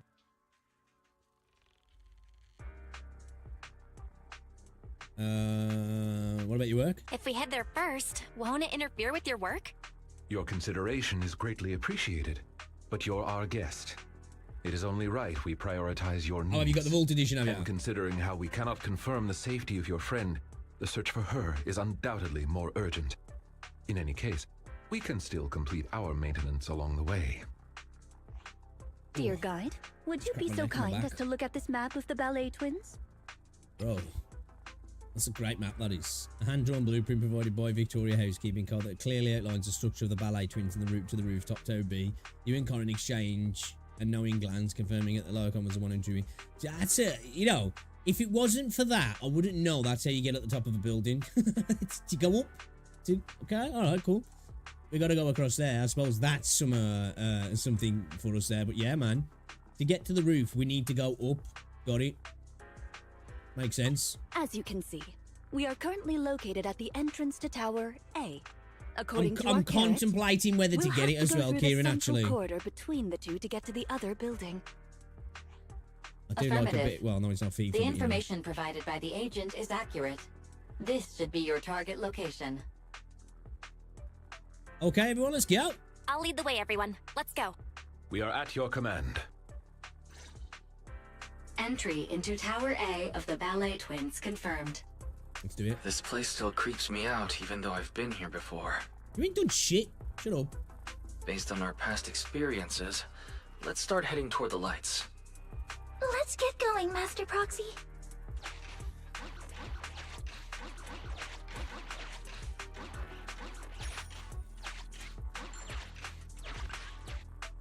So these guys are here again.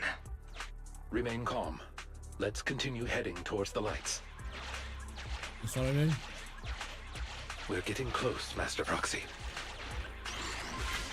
The light's not the You don't like that, brightest, do ya? but it still drove them away. It's safe You to don't like proceed that? now. They're the ones that send us back, aren't they? We need a torch, man. Why didn't we come with a torch? What's up ahead? You get a torch. It appears we've reached the heart of Tower A. You must pass through this door to enter the atrium.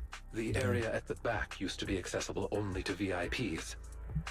Well, we are We very should look special. around for the verification device to open the door. What's this? Is this the verification device? Well, we need 2 more Why then. can't they just have one?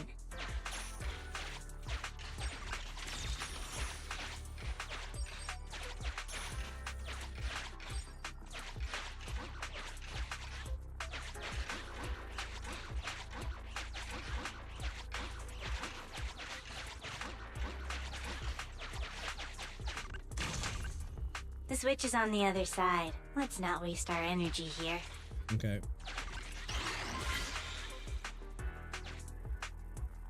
I just got the Ultimate Edition is out a week earlier than the Standard Edition. Great! Now, just one more left. Yeah, I think the last big edition I bought Call of Duty was, shit.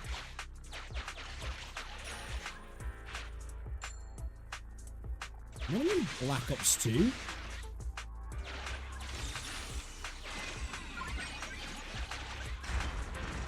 In with the switch. You don't come from here, will you, bitch? Huh? You don't want that smoke, do you, bitch? Looks like we've got a fight on our hands. Alright, let's do it.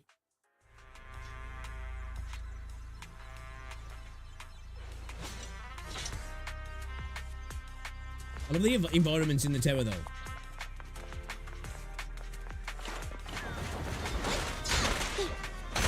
I'll save my shots. Sure. I think you learn Nicole's cat, man. I'm gonna have to have a look at him.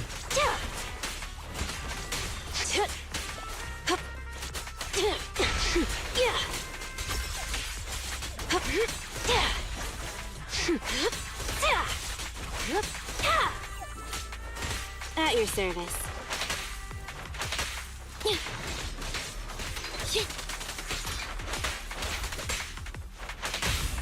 I really need to have a look at all their kits, to be fair. I'll have a look at the characters, like, you know, and their shit, like. Because I don't know.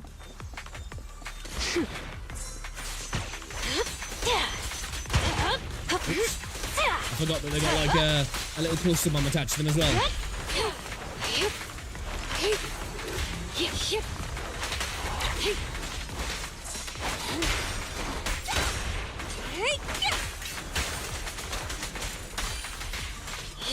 Avoid it. Shark Nami! Was it BL3? Yeah, I got the edition where you got like the No escape. the drone like.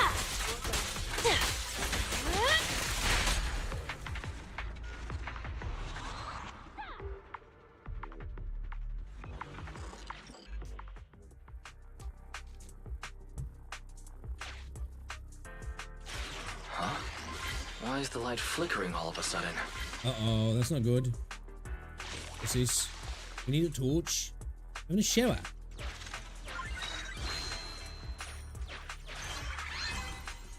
Right, let's go. Is that all 3? What a pain. Hey. We can finally open the door. It feels like rich people enjoy making things complicated. Sounds about right. Precisely why I find this. It's them again. Shit. Belle, hang in there. We're getting close. Uh-oh. Watch out, everyone! We're getting sent back to the start. Master, security system access interface detected. Please wait. Connection at 30%. Synchronizing infrared camera view. We definitely don't want to get sent back to the start. Connection at 60%.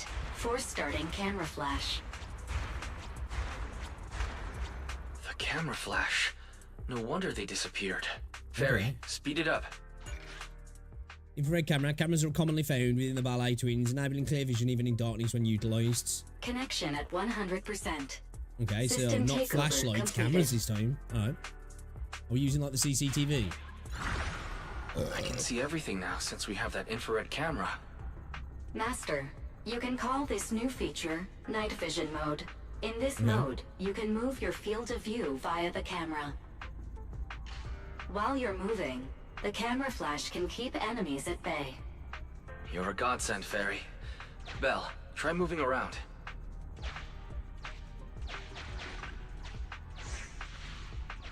They're gone. This feature sure is handy. Okay. Another So we door. can move without moving kind of thing? Let's go investigate.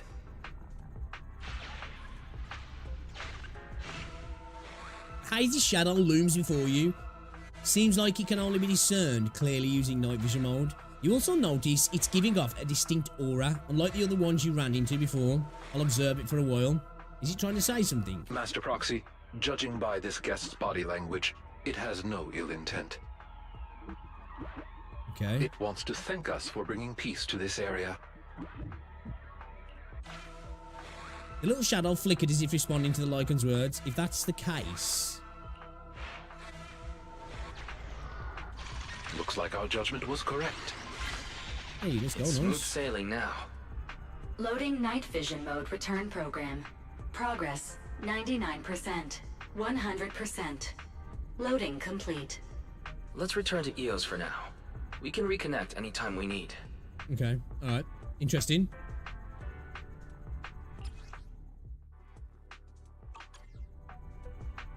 Do I need to use it again to return? Ah.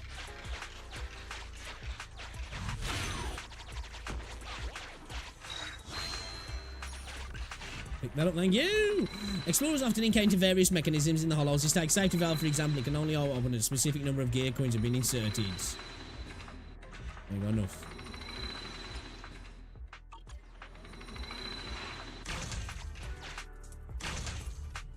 Try using night vision mode. Oh, okay, so these blue gates we can pass over using night vision, right, okay. Let's switch the light on for me, mate. Oh, he's going to open it up for me.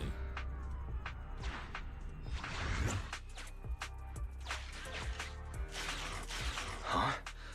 The lights are flickering again. Reach the entrance to the atrium, okay.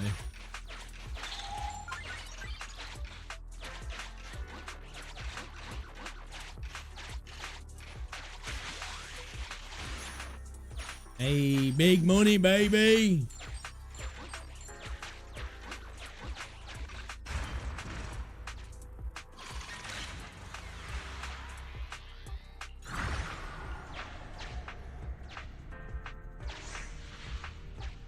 Okay, so that always gets rid of them then, does he?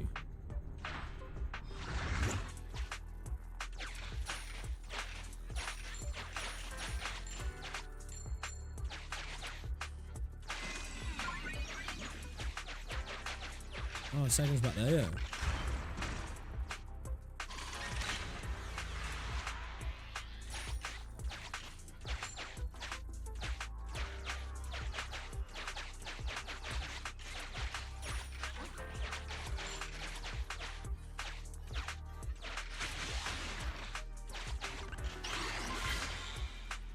Ah, we got to turn on this time. Okay.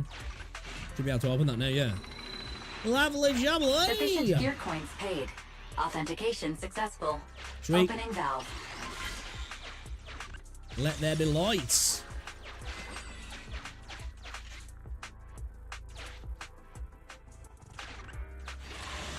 Alright, time for a scrap. Let's do it. Let's do it. Avoid damaging the facilities while eliminating ethereals. That reminds me, isn't it? Don't worry, Corin. He's only giving verbal warnings. He won't deduct your salary. Oh, that's not what I'm concerned about. Hey, yeah! Yep. Hey, hey.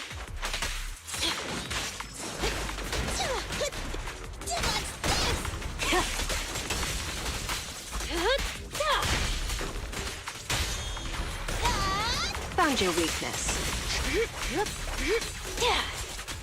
Let's make this quick.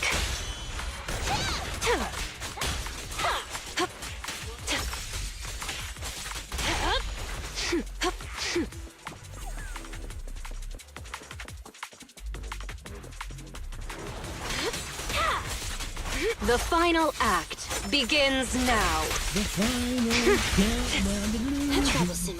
Don't waste your time.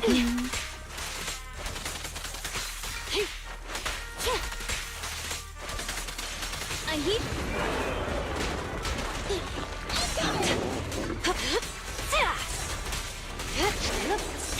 At your service. Woohoo! What's this? Hit him where it hurts. You asked for it. No escape. Oops. Get back. Shark Nami. Wanna know what lurks in the darkness? No point running. Found your weakness.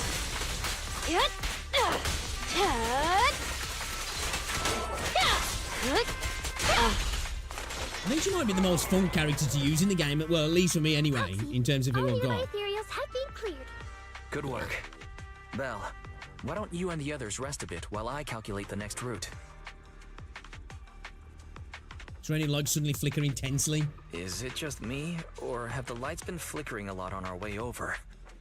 Oh, is that so?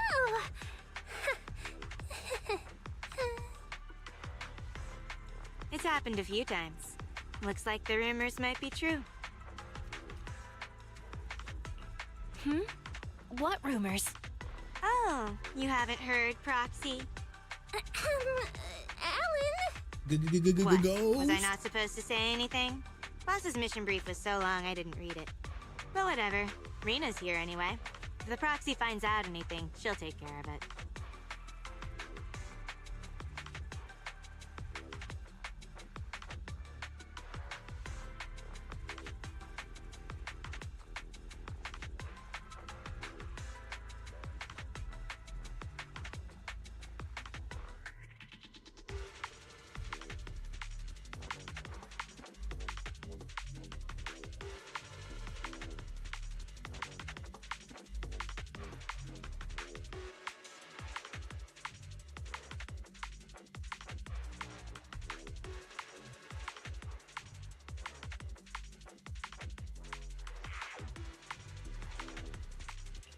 Take care of it? What's that mean? Ellen, Corin, keep talking like that and you're going to give people the wrong idea about Victoria housekeeping. Dear guide, allow me to clarify. Are you familiar with the supernatural rumors regarding the ballet twins? Heard it mentioned. I've heard it mentioned once or twice. The story goes like this. When the ballet twins' buildings were swallowed up by the Hollow, a pair of famous dancers, two sisters, died here.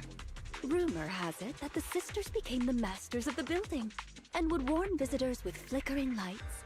Now, if those visitors still refuse to leave, the sisters cause a blackout and show up in the darkness to harvest the souls of their visitors. It's an old story, but recently someone claimed to have experienced some similar phenomena in the building. Our master believed letting the rumors spread would inevitably affect the value of the ballet twins. So we were commissioned to investigate the truth under the guise of maintaining the building. And what do you didn't say anything before? So there is stuff going on behind the scenes. No wonder you didn't say so. Originally, we believed the rumors to be the fabrications of troublemakers. But at the very least, it appears power outages do indeed occur. But a power outage could pose a problem. Tower B's atrium is fitted with automated fire-resistant partitions. Power failure causes them to instantly close. Since finding Miss Rain is our priority, to avoid having our route cut off, we should speed things up.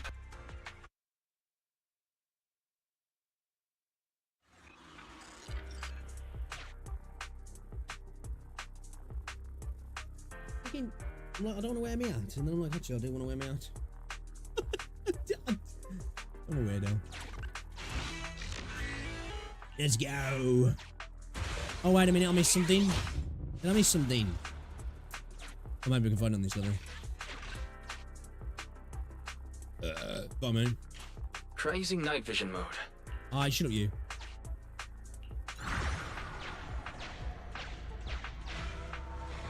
Go talk to the ghoulies, shall we? There's lights on the path nearby. We can see more clearly here. But the atrium is still some distance away. Will the lights here manage to last until then? A power outage would make this a huge pain.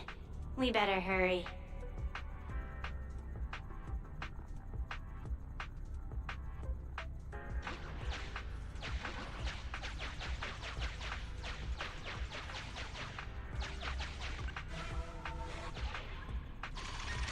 Might as well get him to do that one as well, haven't we? Why not?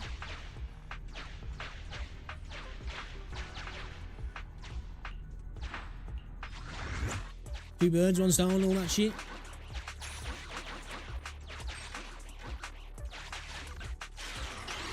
No. The lights are... Hang in there. We'll reach the atrium soon.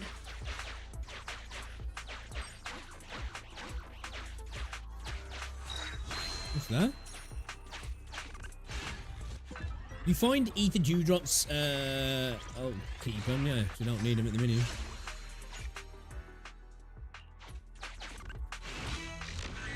Continue.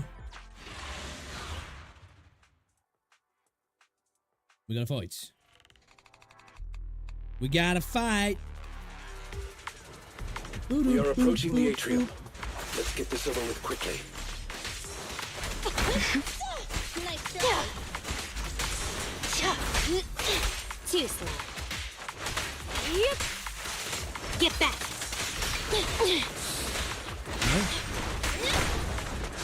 Get away from me!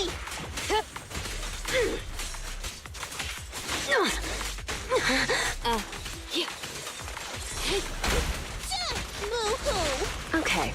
Oh, thank you, Paul. Too much damage on. Let's make this quick. My dodging is not on point, boys and girls. Not on point. All over the place.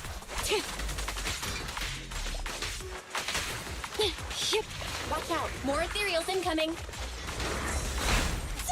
Nice try. Bye-bye, suckers.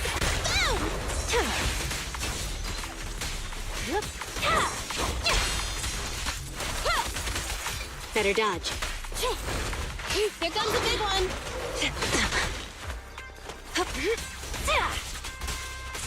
Troublesome. That's it. Wanna know what lurks in the darkness?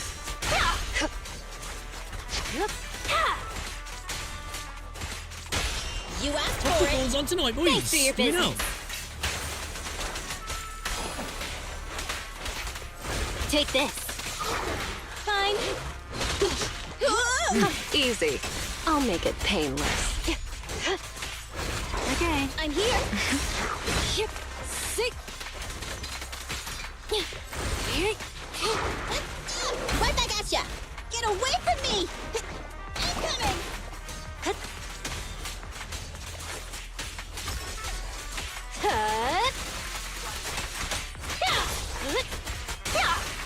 Now, you're the prey.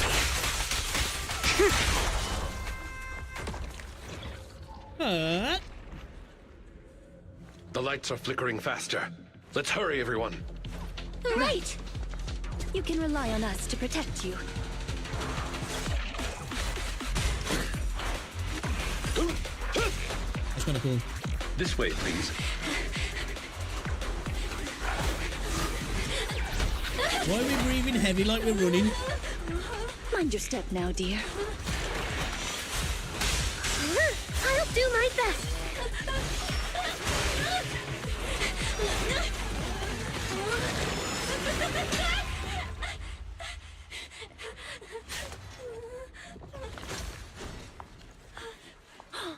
Oh my, are you hurt? We're almost there. The atrium is just ahead. Not good.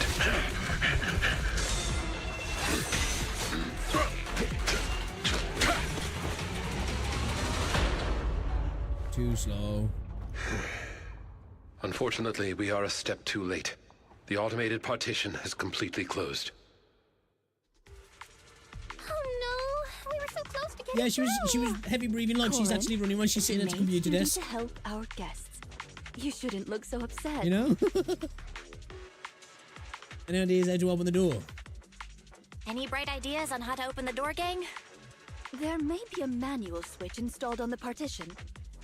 One moment, please. Allow me to take a look. No need to bother, Rena. It's pretty solid metal, but it shouldn't be a problem for me and Corin to make a hole. Sounds easy enough. But isn't the building your employer's property? Is that really a good idea? Huh.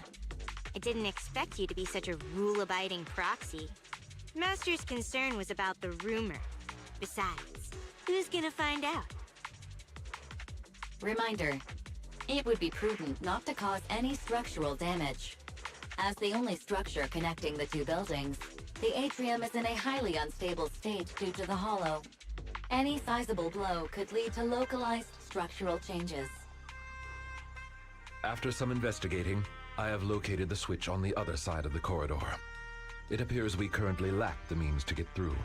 I suggest we withdraw and take some time to rest. Victoria Housekeeping will investigate the cause of the blackout, and we will surely find a way through. Huh? What did it go through? I'm intrigued.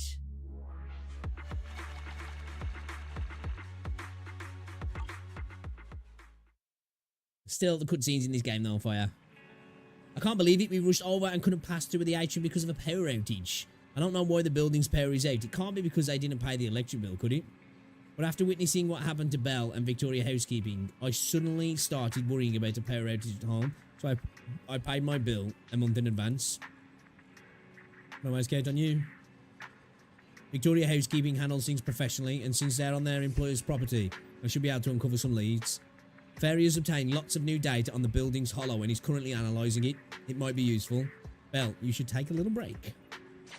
Oh, thanks, bro. You're gonna give me a little break now, are you? Alright.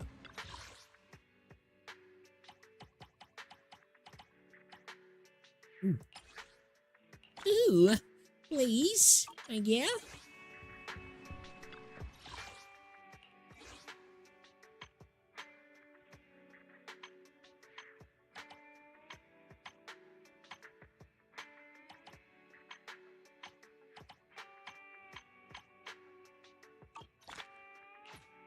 Those don't give you anything, do they?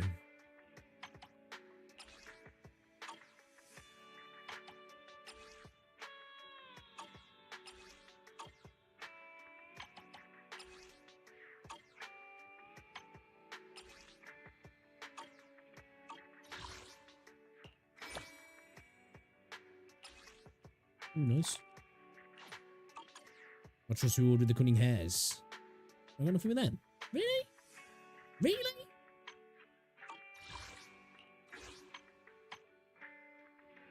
Forever young, forever dependable. I've been going over last month's accounts for the cunning hairs. It's better than before, but we're still in the red. Oh, we've already done that, haven't we? Oh, so you can look back at interactions between... Oh, okay, okay.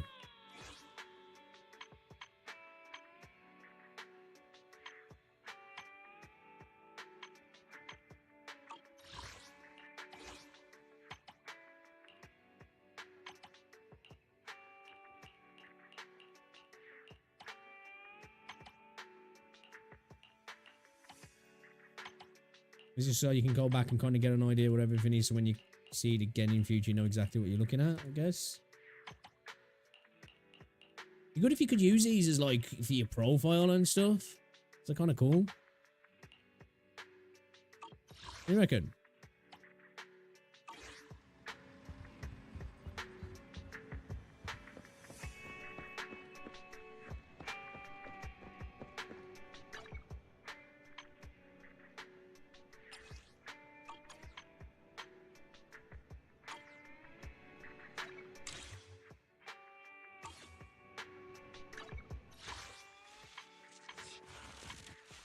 These are based on where I'm at with my story now, aren't they? I think I can do this one, the case of the missing bang boom. I'm going to continue on with what we're doing though, I think.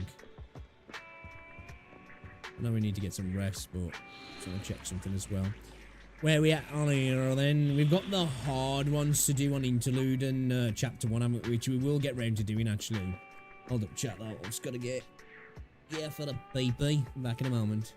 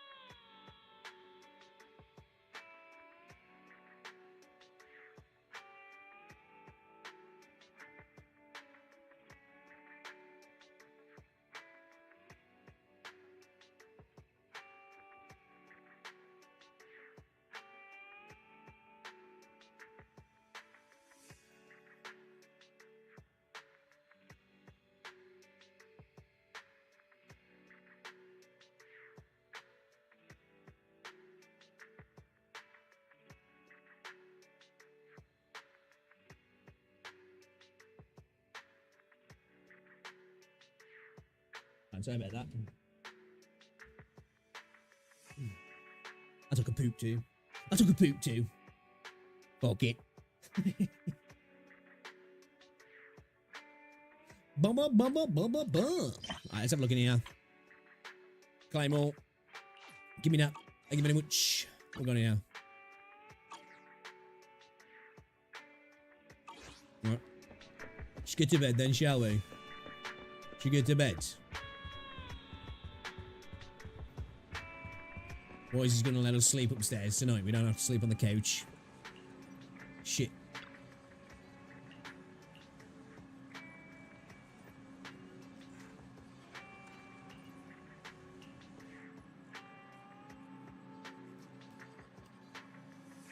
Could he tossing and turning him downstairs? Holy shit, bro. I don't think he could. I think he was listening to his sister in bed. We told us to use the cheapest floorboards. No wonder we'd prepared to be gone for a long time. Black Spell, just let Victoria Housekeeping handle the ballet twins. They're the best agents we've ever worked with. Don't you need some rest too? There's too much new data on the building, causing the HDD to occasionally freeze. While Fairy analyses it, I'll make some adjustments.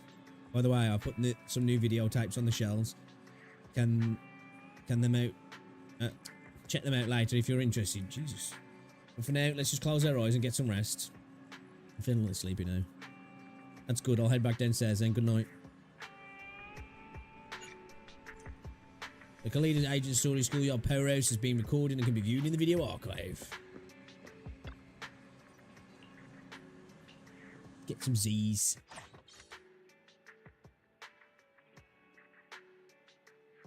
I'm the only one who doesn't understand modern art. Yeah, some modern art is absolutely trash. Trash. What's this? The calm, urban, lightweight vehicle, unassuming yet exceptional. Troubled by high prices of cars, annoyed by the difficulty of parking, calm. The light urban vehicle, a new legend in commuting, calm yet remarkable. Purchase now and enjoy 24-month interest-free installment payments. For details, please consult for all Malta Corporation offline stores. No way even Internet has forced ads. This calm car seems to be favoured by older folks despite its low price to young people. It feels too uncool to drive. Sounds like a bot. There are even bots on the internet. Huh? You close your eyes and... Yeah. After a good night's sleep, you feel rejuvenated. I wonder how Victoria Housekeeping investigation into the power outage at the Ballet Twins is going. I should talk to Wise about it. It's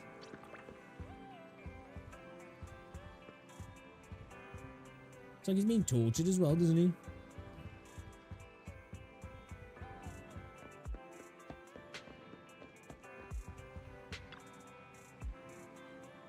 There you are. Ask about the Ballet Twins. You're about to enter an immersive story and you cannot complete missions of the types while in this mode. You want to know if Victoria contacted me? I was just about to pay you a visit. Lycon just called and he said he has an idea on how to solve the power outage. Now that you're here, let's make that call and get the details. You call Lycon. Master Proxy, thank you for your call.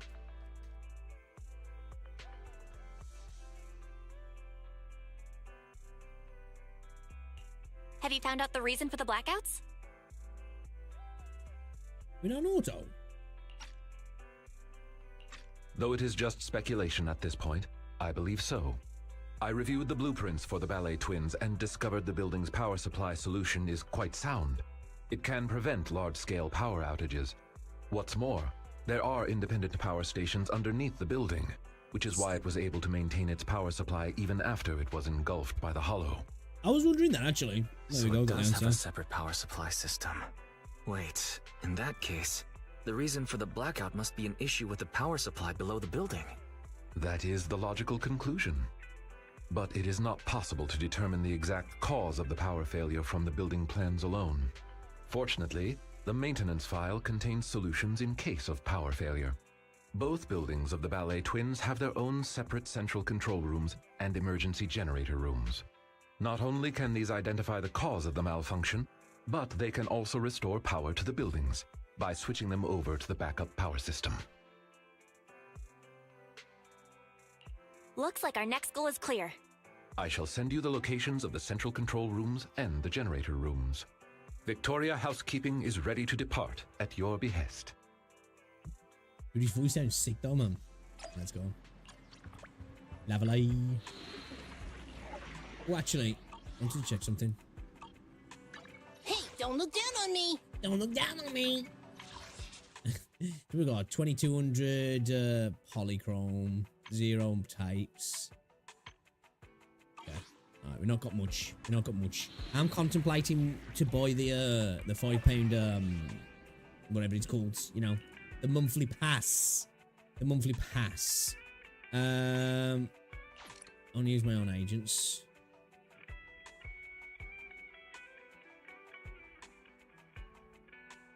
Need something? My services are expensive.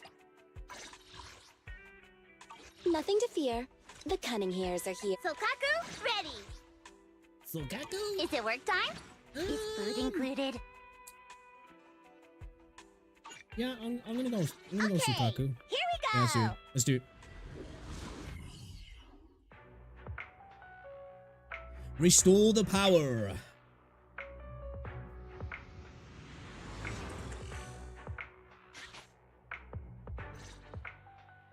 According to our previous investigation, we must complete the following steps to restore power. First, investigate the cause of the power outage at the control room.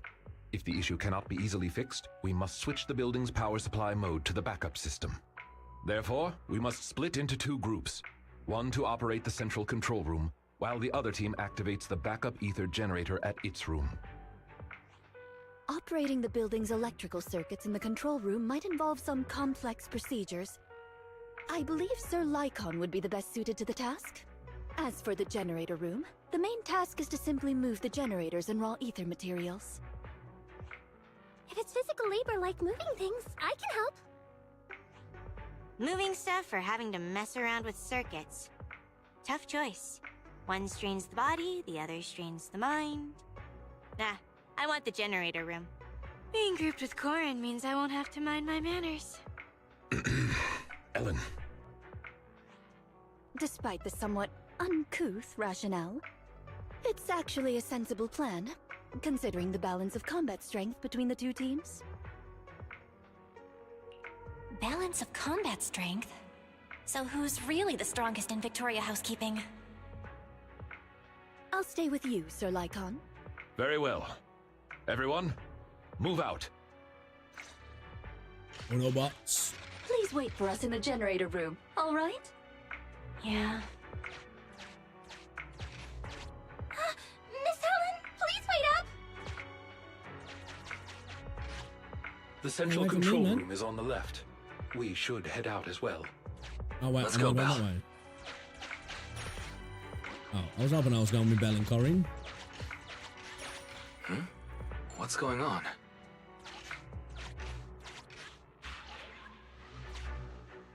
What's that?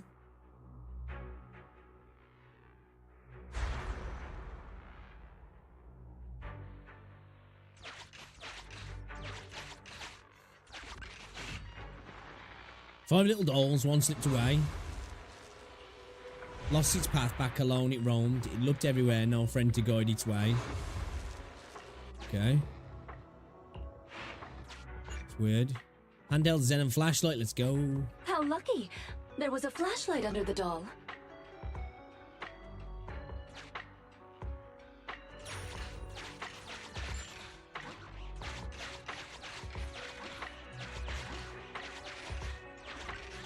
It's the one that was chasing us earlier. The flashlight from that doll came in handy.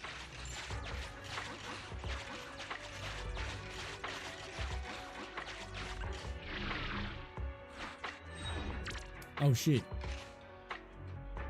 Did I want that to happen? I don't know if I did. Oh, the lights are broke. So you can't put them on then, can we? Ooh, I've got no zaps left. Ooh, without the lights. Without the lights, chat. Shit. 3 little dolls, one hidden in a shack. Hiding in the shack safe and secure, it seemed. Their only spawn remain with it in the dark. Another light. Hey. We got one use. That? Shit.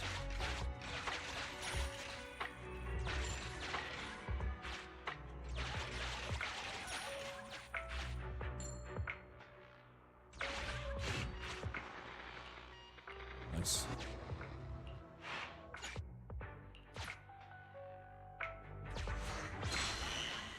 Be gone! Oh, we didn't get rid of the other one. Shit.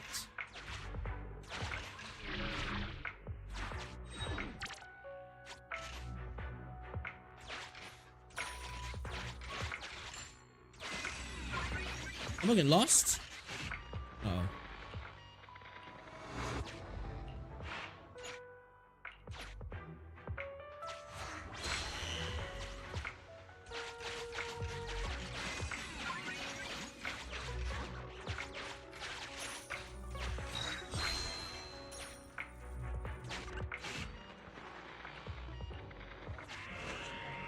A different voice comes out the door.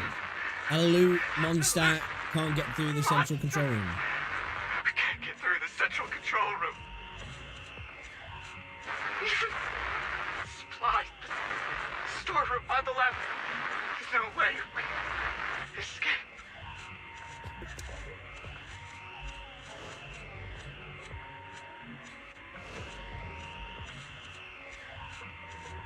Why happened?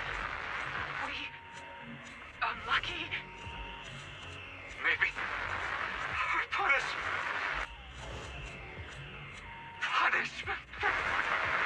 to the elevator so we can.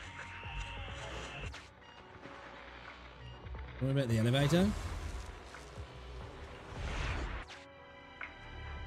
You don't get a light out of there? The central control room is up ahead. But there seems to be a storeroom with supplies on the left.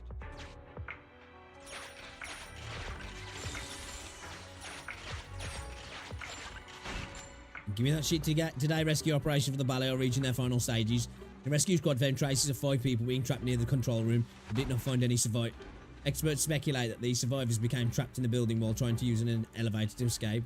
The group carried many high-value items and emergency supplies. However, the disaster compromised the elevator's load-bearing capacity, ultimately leading to tragedy. Experts have also discovered incomplete footprints of 2 different pairs of dancing shoes on the edge of the elevator doors. Maybe they belong to dancers. Oh, okay. What an unfortunate accident this They is. were part of that group then.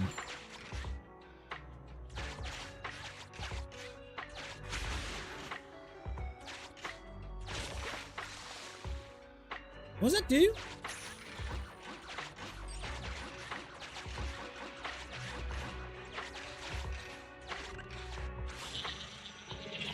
Master, we have reached the vicinity of the central control room. I really can't see anything with the blackout. Huh? All the lights are broken. Wait a minute.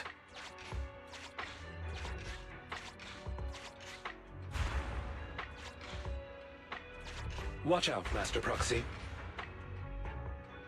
We should go help Lycon. Let's kick some ass. Was it a dove? She's just so uninterested in Shellen.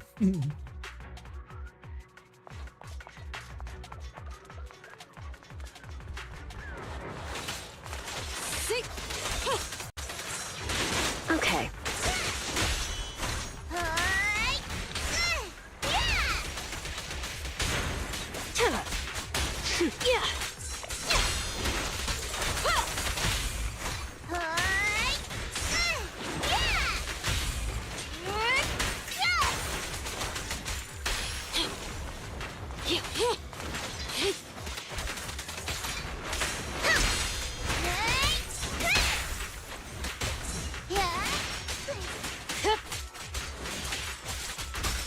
I do like the enemy design in this game, man. There's a lot of cool looking enemies. Here's a taste of the abyss. You reckon?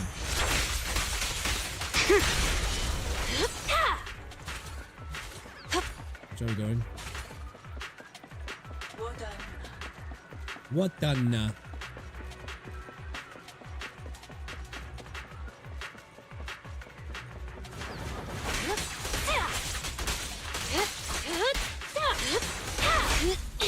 That's it. Better dodge. Sick.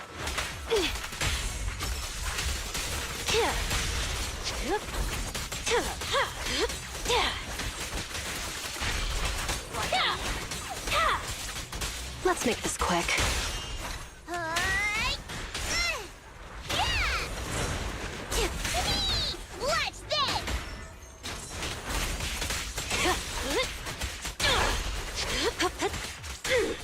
Has Sukaku got a new VA then, now then? Hit him where it hurts. I didn't expect the central control room to be invaded by ethereals. Sir Lycon, is the equipment all right? The backup power lights on the console are still on. I shall begin an inspection at once. Oh man, I can feel my chest from chest day yesterday. Hmm? Strange. What is... What's wrong? What's wrong, Lycon? My apologies. I seem to have caused a misunderstanding. I was talking to myself just now. Actually, I have good news. Not bad. The central control room is functioning normally. As long as the emergency generator room is operational, power will be restored promptly. There's just one thing that concerns me.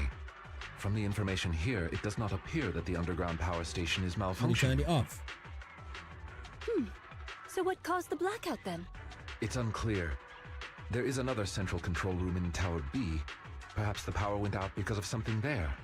However, we'll only know once we go through the atrium. Master Proxy, please guide Ellen and Corrin to the generator room and complete the preparations needed there.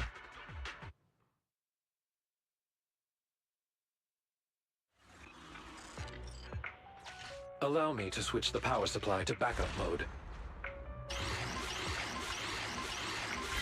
Reconnected to the building security system. Night vision mode reactivated. Hey, welcome back, Allow guys. us to escort you over. Good session. Just come to me when you're ready to go. Let's go meet up with Corrin and Ellen when you're ready. Into the control room.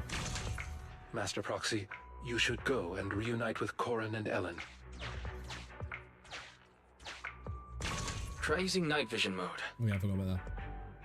Alright. Time to borrow the eyes of this building again. Oatmeal, man, oatmeal. Can't feel your legs. Dude, it's like... It's the worst. Stairs. Stairs, your absolute enemy. After a good leg day. Like going up and down the stairs, it's like, whoa. The jelly legs kick in.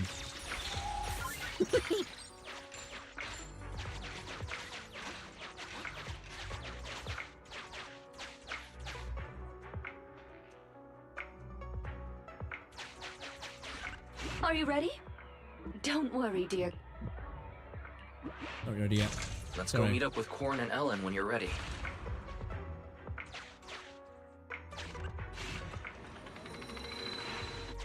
Sufficient gear coins paid. She's in the day after as well with her leg day. Opening valve. I'm feeling chest today. It's because I've had a week and a half off the gym. Hitting it yesterday. I'm feeling it.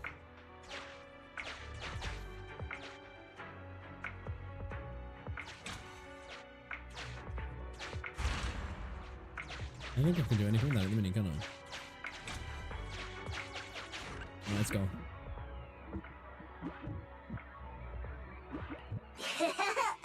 Right leg oil escape out. Let's go! Yeah, it's because like usually with my leg session at the gym, I'll do my squats, then I'll go on the lying down supine leg press, I think it's called. I'll usually do that, then I'll go upstairs because they've got a seated leg press and the leg extension. They've got some downstairs as well, but I like to do it upstairs because there's a calf raise machine right next to it. So I'll do that, and then I'll usually come down to do my CT calf raises right at the end. But coming down the stairs after that session upstairs is like proper having to hold on to the rail as I'm going down. I've got my bag at the same time, and I'm like, man, I feel like this must be what it feels like to be like 80 or 90 years old, like, you know, being really unstable.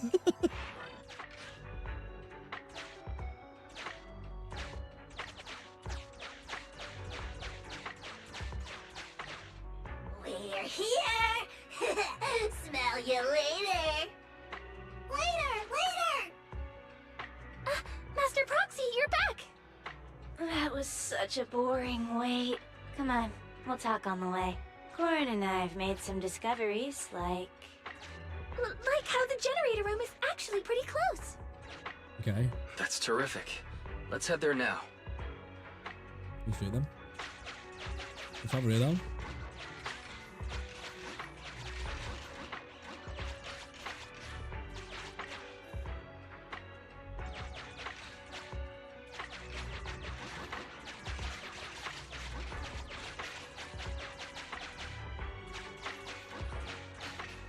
I'll put the lights on. Those troublesome ethereals along the way have been taken care of. This is the generator room.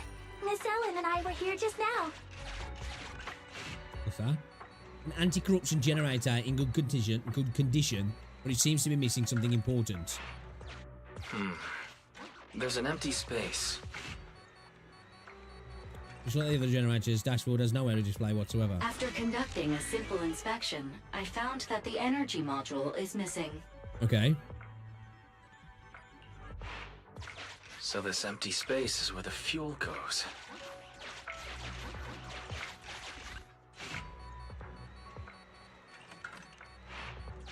Master, there is a spatial fissure in the elevator ahead. High ether activity reaction detected in the connected space. Maybe the ether fuel is stored on the other side of the fissure. Corin, Ellen, I'll leave the ethereals in the elevator to you. What are you doing? What? You been doing shit? Why do you act like you're doing stuff?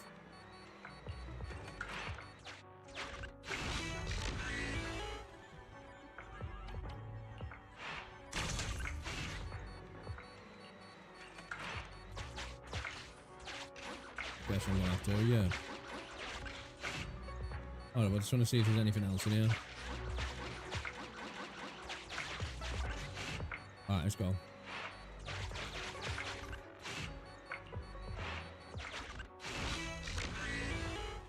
Search for the fuel! Hey, leg day, I got in my car. I had to adjust my seat just to get comfortable to drive. Dude, I'm telling you, the clutch. It's insane. You put your foot on the clutch, and it's like, oh my god, dude. Never felt like it pulled back so much. Let's make this short. Ellen seems pretty enthusiastic Oh, actually, on the today. elevator, okay. I just don't want us to get surrounded in this narrow space. Wow. Yeah, leg day's the This is devil's even more work. crowded than karaoke with Ruby. Ruby? Oh, Miss Helen's classmate?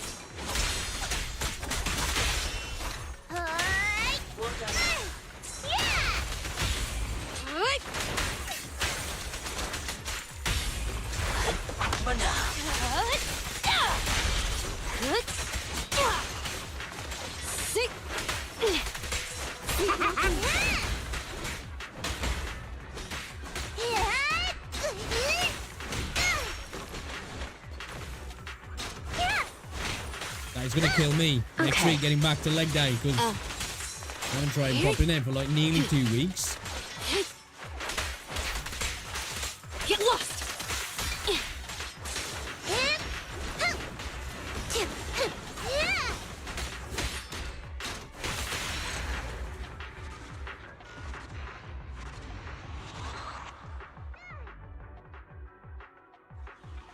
I just like sitting The there and spatial standing up, fissure man. is one Never way. Hit it hard. Identifying return It's on the route. toilet as well. This place is way darker than the rest of the building. Is Okay, we need those, yeah. ether fuel? I'll take care of moving the fuel. You're so reliable, Corin. We'll take care of navigation. Okay.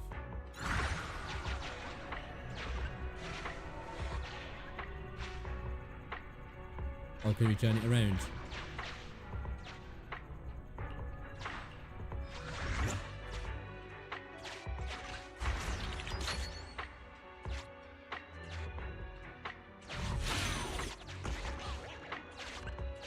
I'll leave it to you, Corin. Got it. Sure thing.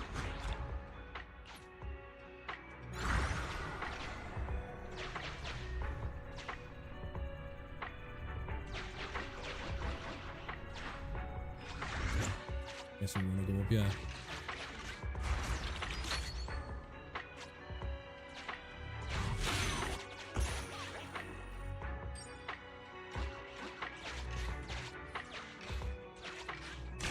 Let's use night vision mode to find a way through. Anything that's blue, we need it, don't we?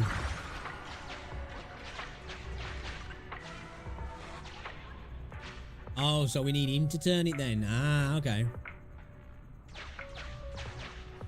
Oh no, it's turned into a normal one now. Okay.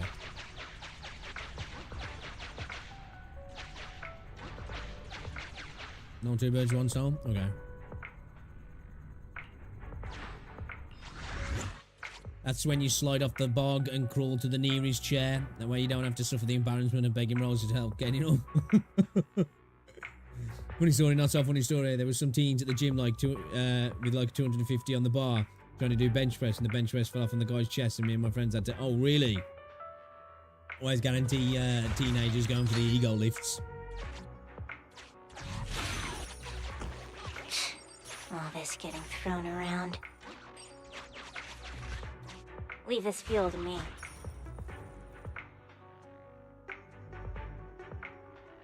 $250's no joke, because what's that in, AJ, what's that, like 125? Round about. Hey, Belle. Let's lend a hand.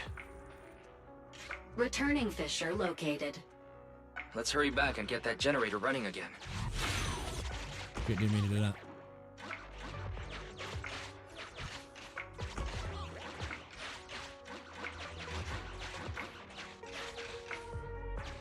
I did not mean to do that.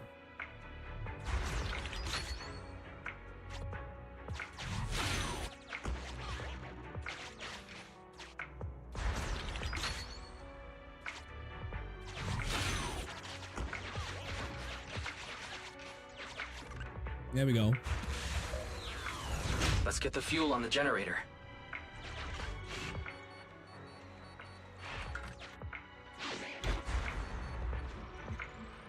Great! The generator's indication lights are on now.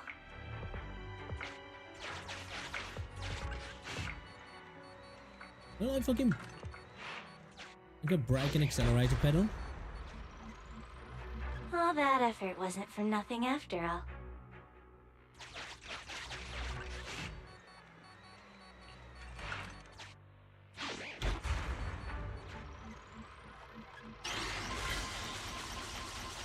Eureka! Well, let there be lights! Not Eureka, Eureka's when you come up with an idea. I ate a light bulb, like idiot. I know what I was thinking. Great job. Like me. The preparations are all done. Good work, everyone. Belle, let's contact the control room. Boys, shut the fuck up. Ah, wonderful. You've made contact. How's the situation at the generator room? It's alright. There were some slight hiccups, but we got it done. Copy that. Please press the switch.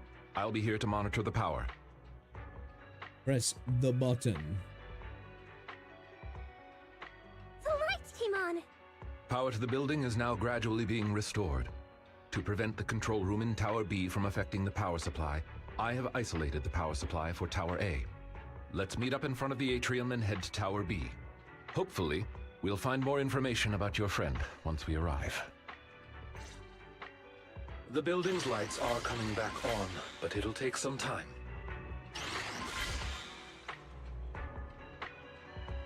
Master Proxy, the nearby gate is now open. Rena and I will head over to you at once. Night vision mode is disabled due to a switch in the power supply.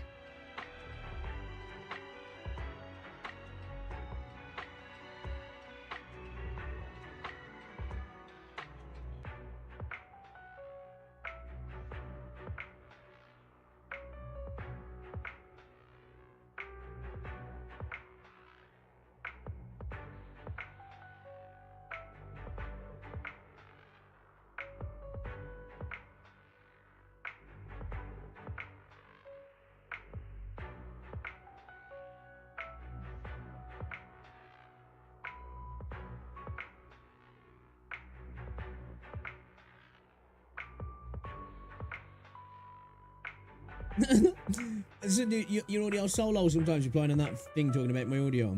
Sometimes at max, I can't even hear you trying to say. Like, bro, you must be deaf then, because, like, granted, I'll give it it's a bit higher now. My audio, on average, probably lower than some content, but if you can't hear what I'm saying at max volume, then something wrong with your ears.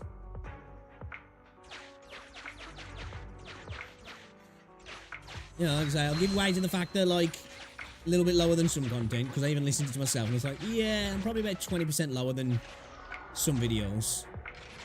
Use the lights to stop these guys.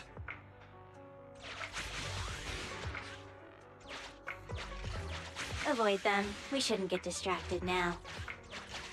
More and more But it's not that low. Lycon, has the power still not been restored?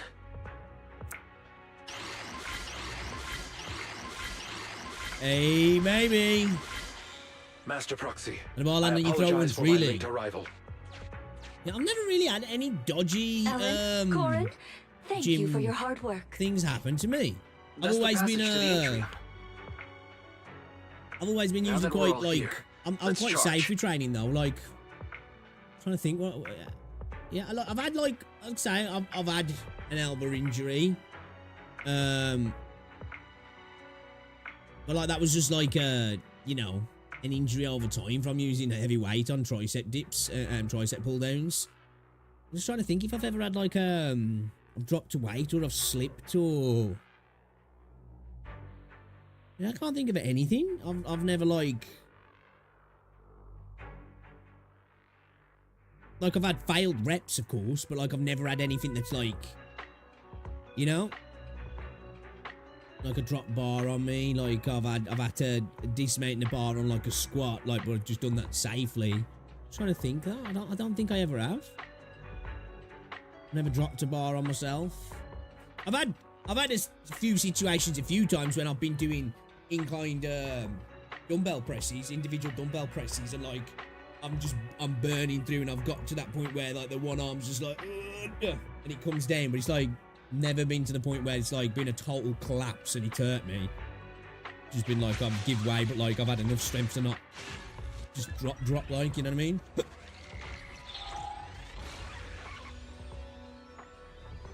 Yeah, it's gotta be like in it, because it's like granted I'll give it probably lower than some people's, but not that fucking low.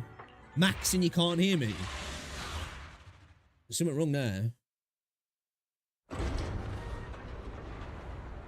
It opened. Great. It's thanks to our great guide that we could restore power so quickly. Our master will surely be grateful too. What, Huh, really? don't Just mention drop me it. like that? Yeah. Over there. What's that? Huh? That's... Do you recognize this backpack? Yeah, that definitely belongs to Rain. So she really has been here. There might be some clues inside. Huh?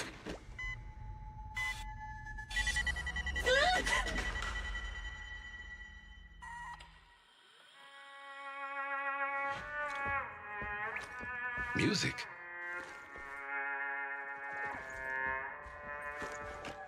It's a playback device. It seems to be on a timer. It doesn't look dangerous. Watch out!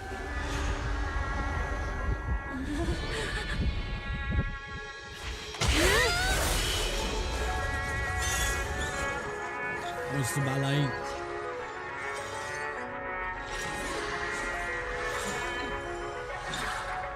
Where did that come from? Since we've been invited to dance, I suppose we should oblige. Master Proxy, please find somewhere safe to hide. Allow us to take care of this aggressive guest.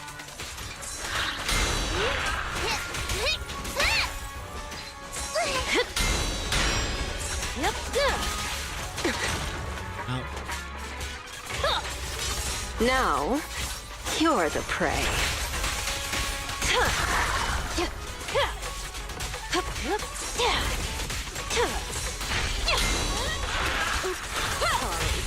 Careful. I bite. Round and around and stop! Don't look at me! I need to level up my mango actually.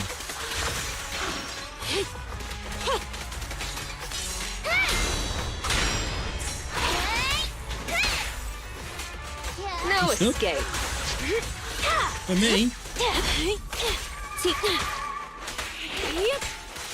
Take this. Wanna know what lurks in the dark? Though the enemy's movement has become sluggish, it has impressive stamina. Let's do our best, everyone. No aim. Get flushed!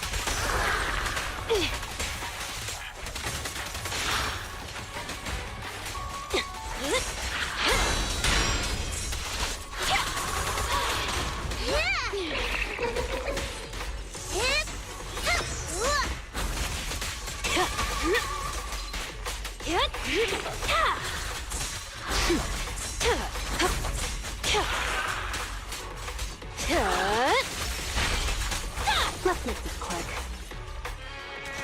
It's cool design, though. What a difficult guest. It appeared out of nowhere when the music started. Does that mean that... Hey, Ethereal! Over here!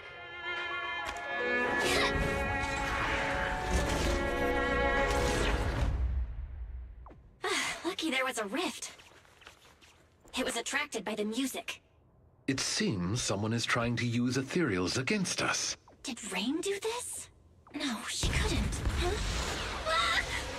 Not good. Okay, Ella's pretty badass, isn't she?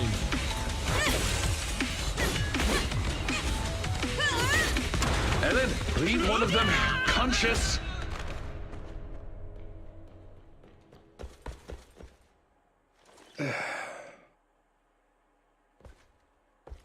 So there's people here besides us.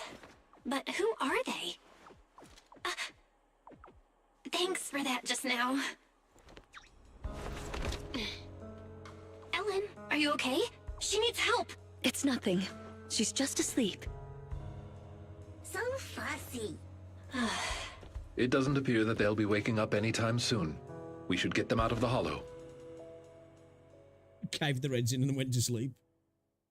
That was pretty cool, though. She freaking sliced one of them rockets in half, like. That was sick.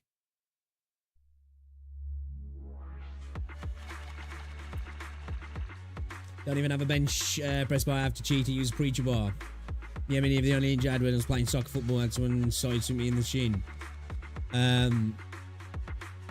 like I broke my hand a couple of times. That was just being stupid. Yeah, I haven't really suffered any like major injuries. Like I ain't. I've been quite lucky, and I used to get up to some stupid ass stuff when I was a kid. Remember when I used to play for the school? My mate Ricky, like he went in for a tackle, and like the two lads went at the ball, and he like got pinched between them, and it flung up and it hit him in the mouth and took out like 3 or 4 of his teeth. That was messed up. Like that was horrible. He's seen his teeth flying everywhere, man. Good, you're back. Are you and Eos okay? No injuries? I'm alright. Just had 2 scares in a row is all. Still kinda shaken. My apologies, Master. As I was still processing hollow data, I did not detect the approaching enemy's heat signals in time. It's not your fault, Fairy. Just keep processing. Thank you for trusting in me, Master. First an ethereal in the atrium, and then a bunch of unidentified armed individuals show up? I have a feeling they're connected. Looks like things with Rain aren't that simple. I wonder what Victoria Housekeeping thinks about all this. We only told them we were looking for our friend. So, what do we do now? We need some intel from the armed guys. The attackers we captured might know where Rain is. She's we'll have to badass. question them when they wake up.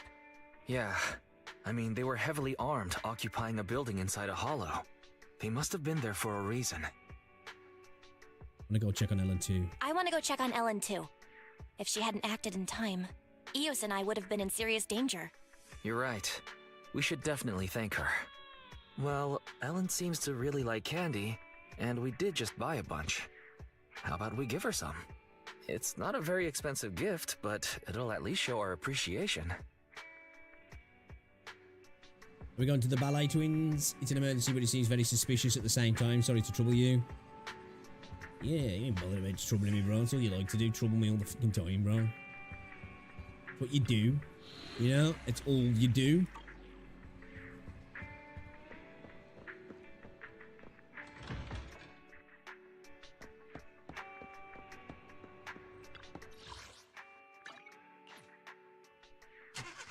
You don't care, dude. Work me to the bone if you could. You would. You'd work me to the bone.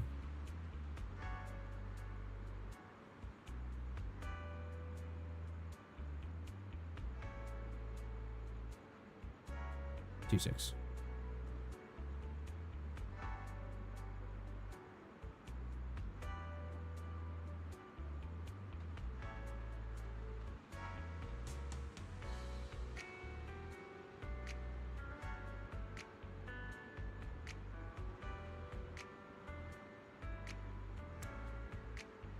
Oh yeah, as well, guys. You know, gotta get that little plug out there. If you haven't already, check out the video that I uploaded earlier on.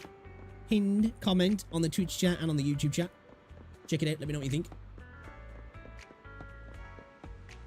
I've got him cornered.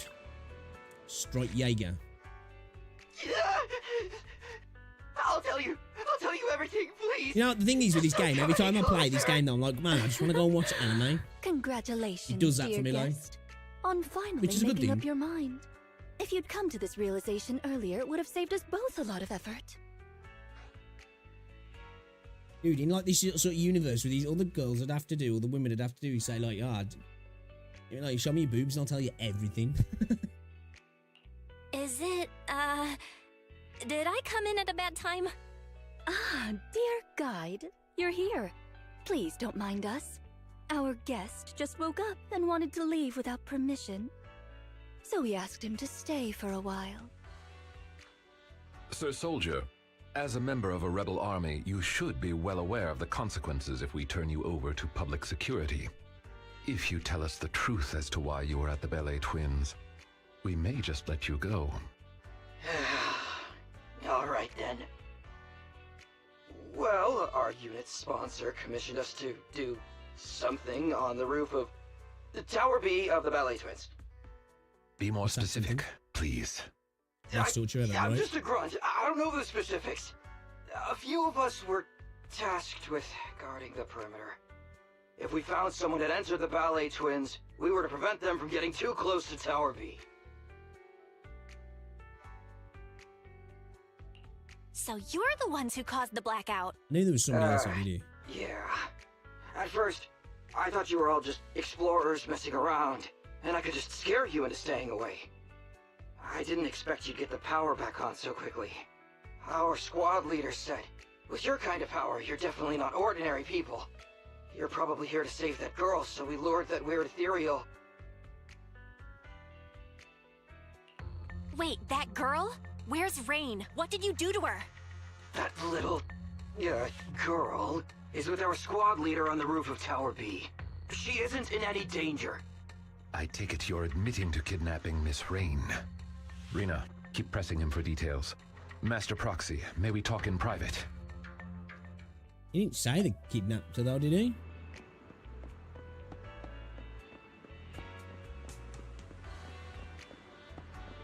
Hollows are pretty. I'm sure someone with your intellect knows what I want to ask next. You want to know who Rain really is. Precisely. Rebels have occupied the Ballet Twins, and Rain seems to be quite important to them. If you are reluctant to share information openly with us, it's likely to impact our next move. Next move? Does that mean you're still willing to work with us instead of leaving things to public security? I'm sure you understand our employer is quite well known in New Eridu. As representatives of our employer, if we depend on public security for a simple task like property maintenance, Victoria Housekeeping cannot allow such idle gossip to arise, tarnishing our master's reputation. And since we've confirmed Miss Rain has been kidnapped, Victoria Housekeeping cannot stand by and watch criminals use our master's property for such misdeeds. So, in other words, we share the same goal. As I said before, if you wish to work with us, I hope you'll be honest with us. Thanks, Lycon. I get what you mean. We wanted to keep Rain secret, but now's not the time for hiding things. Rain is actually a hacker. If you'd chosen to seek help from public security, we'd have been in real trouble. I see. If Miss Rain is a hacker, then they must have kidnapped her because they knew of her abilities. And the Ballet Twins' rooftop is the perfect location to transmit messages. Those thugs are still guarding the building, which means their mission is still ongoing. We need to save Rain as soon as possible. Otherwise, who knows what might happen. Victoria Housekeeping is of the same mind. I'll make preparations for the rescue. Please wait for further contact.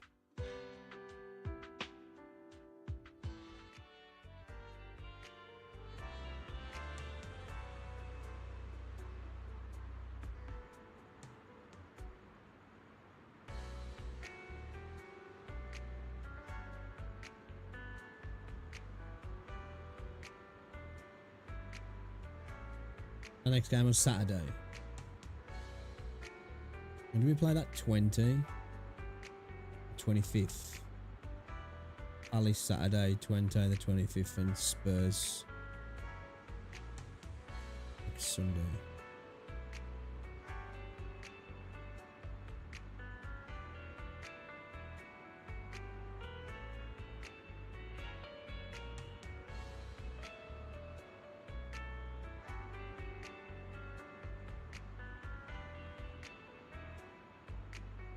I finally relax knowing the collaboration is secured. Next, go check on Ellen and Corin.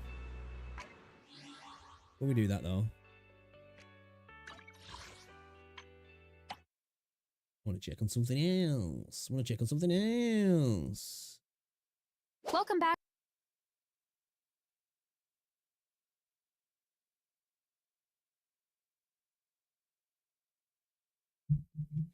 I'm almost caught up. Am I? Oh, sweet. All right, then. Let's check this out then, shall we? Shut up. Put you over here. What we're saying. All right, then. Let's check out this video from Yinlin Waves, guys. Big updated. Confirm 1.3 to 2.1 banner roadmap. Scar, Guess Your Link, Camilla, Wuthering Waves. I did watch another video from Yinlin the other day. Like I said, a lot of the stuff that's going on regarding to the banners now is kind of people just like, there's a lot of recapping going on the information that we kind of already had, and it's been tweaked a little bit here and there. I'm guessing from some of the leakers and some of the information that we're getting and stuff that's coming directly from Kuro themselves. So I haven't really been doing too much of this, but let's see what she's got to say in this video and see if anything new and interesting is coming up. Let's check it out. Welcome back, WuWa players. WuWa! Just a few minutes ago, I have received some leaks related to version 2.1. So today in this video, we will discuss the character banner roadmap from version 1.3 to version 2.1, in which we will discuss about all the upcoming new characters like the Shorekeeper, Yoo-Hoo, Camellia, Lumi, Chun, Scar, and rerun banners. The video is going to be really interesting, so make sure to watch till the end. First, we will discuss about version 1.3 character banners, then slowly making our way towards version 2.1. I'll also share my opinions in this video on how to save your A sprites to pull your favorite character. What's about this? Is like some 45-year-old dude. You know?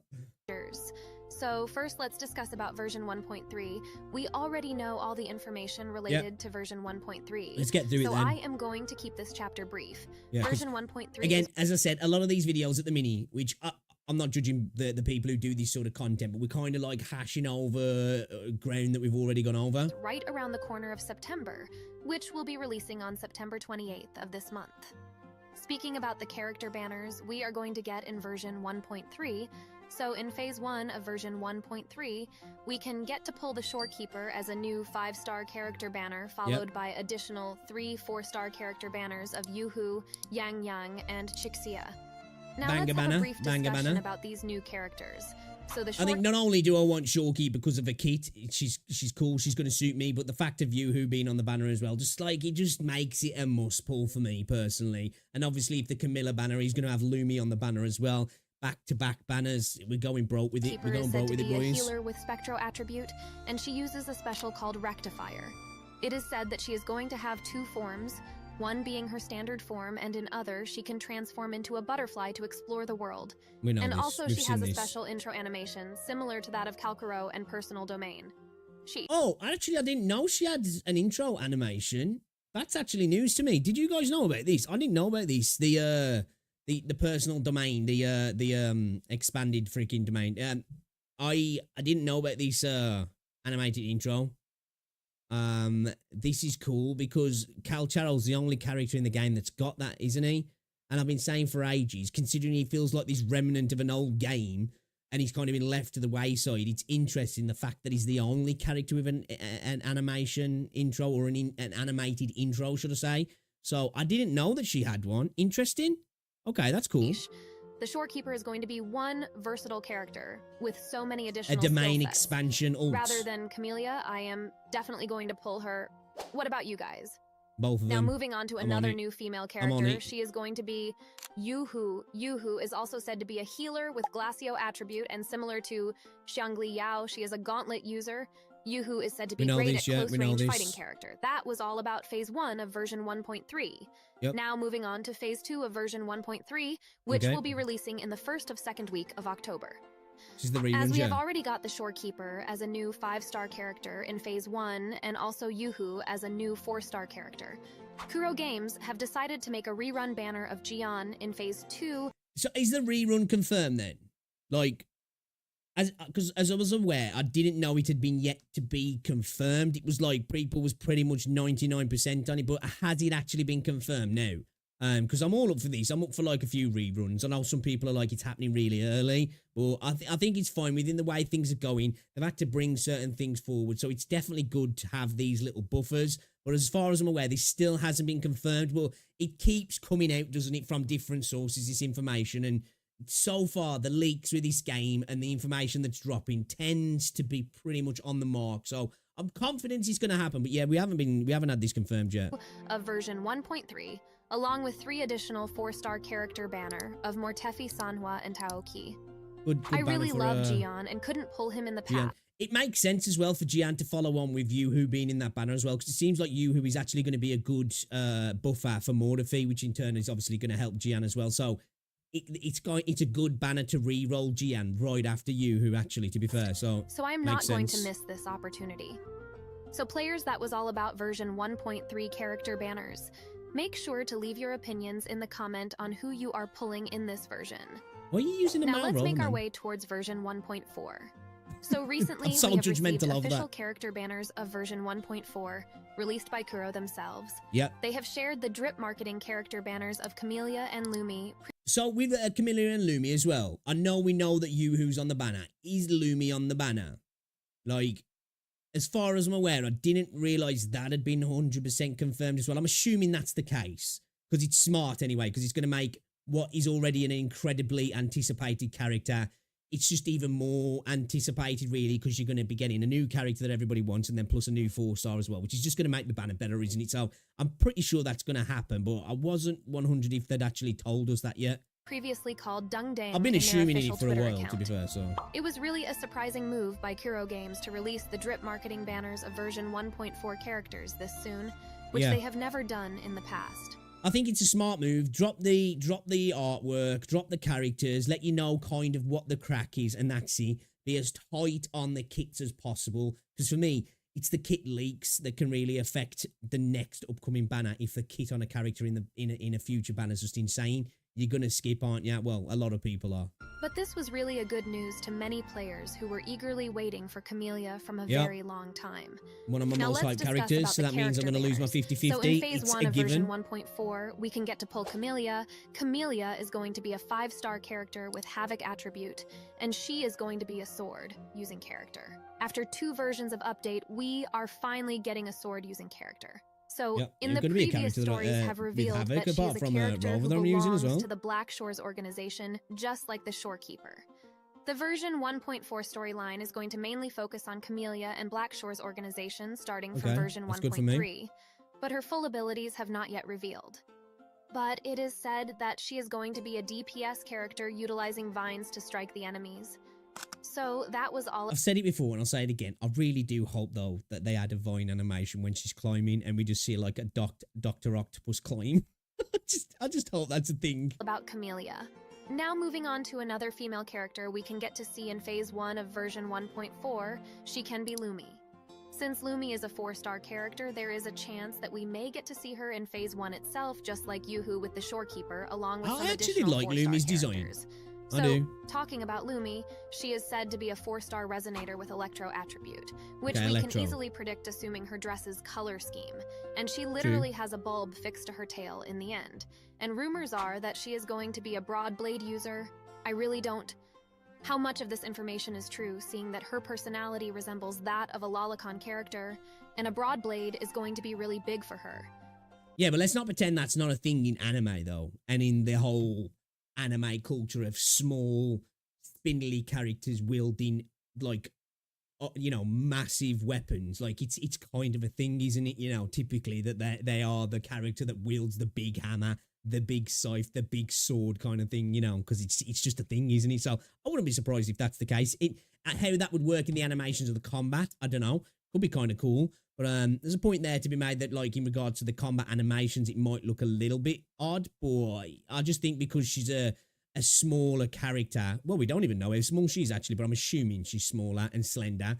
That doesn't mean that she can't be carrying a big weapon. But I think this can be partially true, as in version 1.1 we got Changli, who is a sword-using character, paired with Jinzi, who is a broad blade user. Now this fact really excited me to see an Electro attribute character using a broad blade. Now that's a badass combination. Now moving on to Phase 2 of version 1.4. Congratulations, folks! We are going to get a rerun banner of Yinlin. I know many players in the past have missed the opportunity to pull Yinlin, but Kuro games are... well, I'm assuming the signature weapons are going to come back on the reruns as well. I'll be pulling on a weapon. I've got depending on where I am after the previous banners, I've got enough asteroids. I might pull on her again just to get a copy, but I'm probably going to be pulling on a weapon. I do regret not actually getting a weapon, actually. They're so generous, they are giving us players an opportunity to pull her again. She's a really good character. Kudos to me, who has already predicted Top-tier Yinlin off-field rerun banner character. by analyzing version 1.3 as Jian to going to make his rerun in version 1.3. So, talking about Yinlin, she is a 5-star character with an electro element attribute who uses a rectifier as her weapon. Yinlin can be played... Like, I've been hearing, obviously, the talks of Jinzi rerun happening as well, and some people talking, from what I've been seeing, that potentially that's when we might get skins dropping on the Jinzi rerun. I don't know how true that is. There's been this rumour of the skins coming for a while, but there was a talk of the first skins potentially being Jinzi and Sanhua, and Sanhua's been a skin that I think you can obtain free, and Jinzi's been a premium one. So that could kind of make sense if you did get a Jinzi rerun and then skins came along with Jinzi as well, just to make, you know, add to the FOMO, I guess. Played as a main or sub-DPS character. Now moving on to the second character related to Phase 2 of version 1.4. It is being said that she can Lumi if we don't get to see Lumi in Phase 1 of version 1.4, but I think is possible as both the character... What did that sentence mean? It could be Lumi, potentially, if Lumi's not in 1.4. Is that what that she was trying to say there?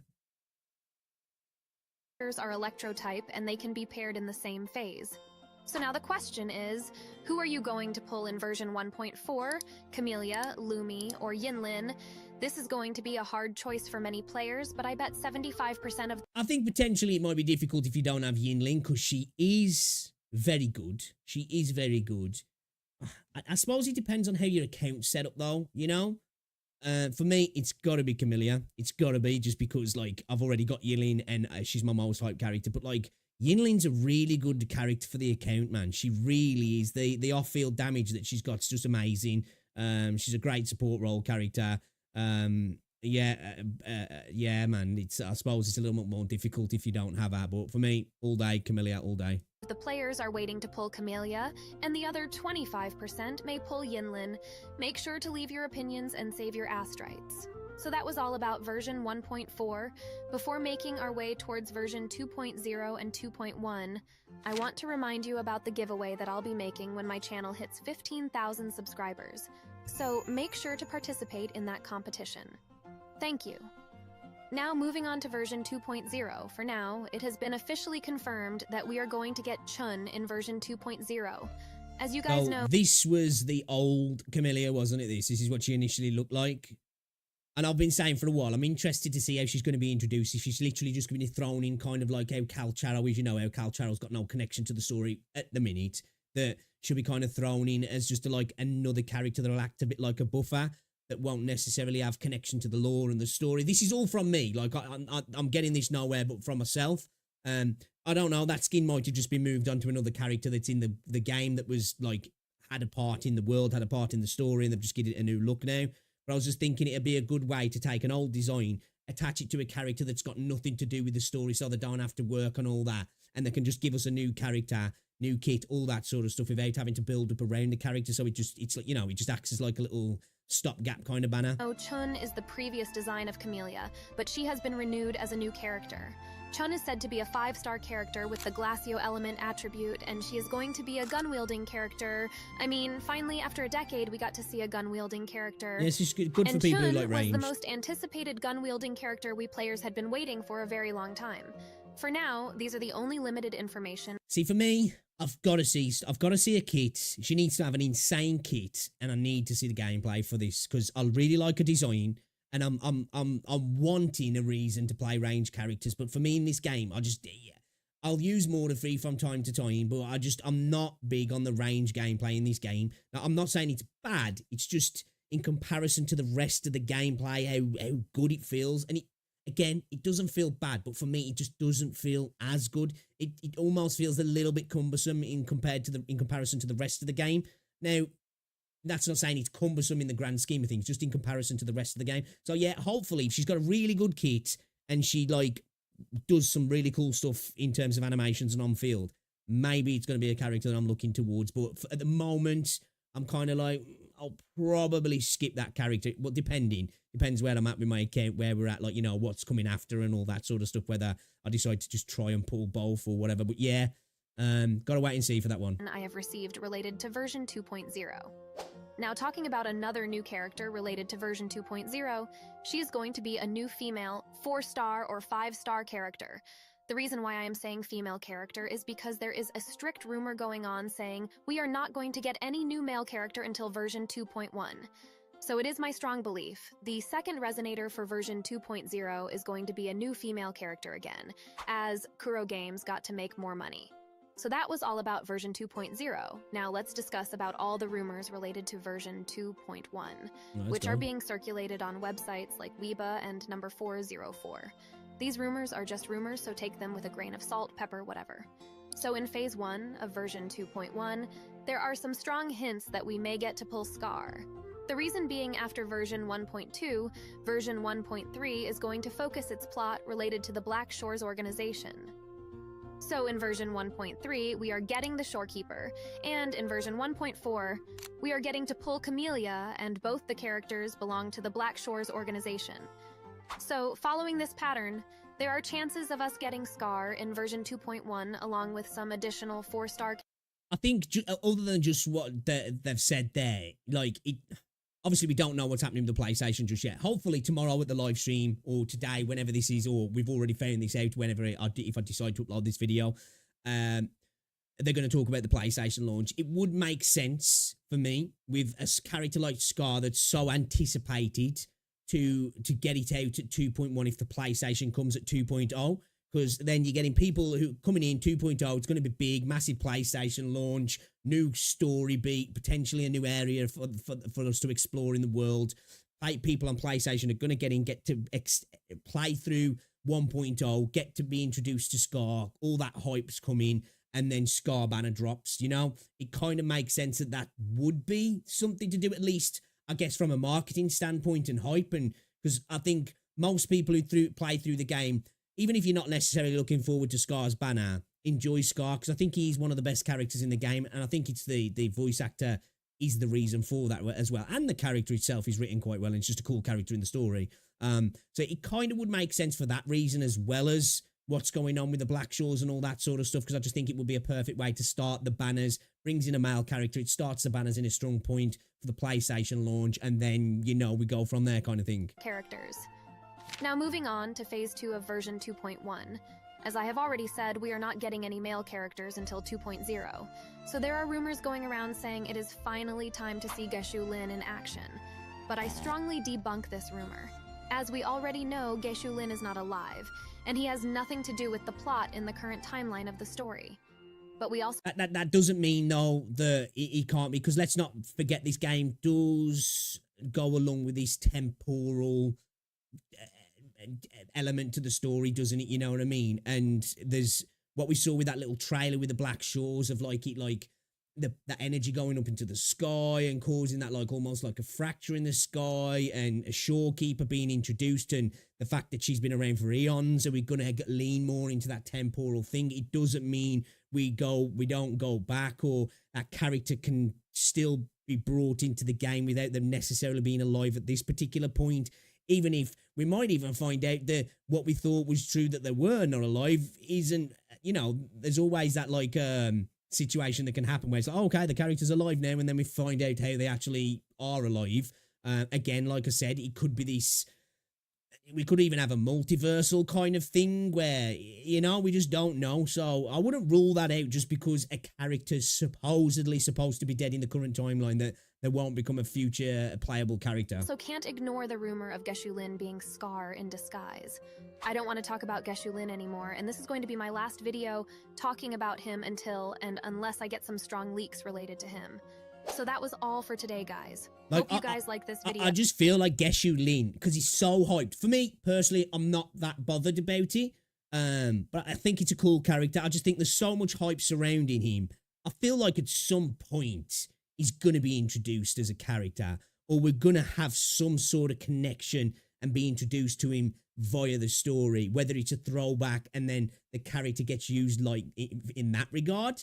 I don't know. Like I said, there's a temporal anomaly thing that's kind of attached to this game. We don't know the grander scheme of things regarding all that sort of stuff. Anyway, so it's an easy, some people don't like the trope of things like time travel and all this sort of stuff and potential multiversal stuff and pocket universes and introduce, whatever mechanic that can kind of just bring a character back.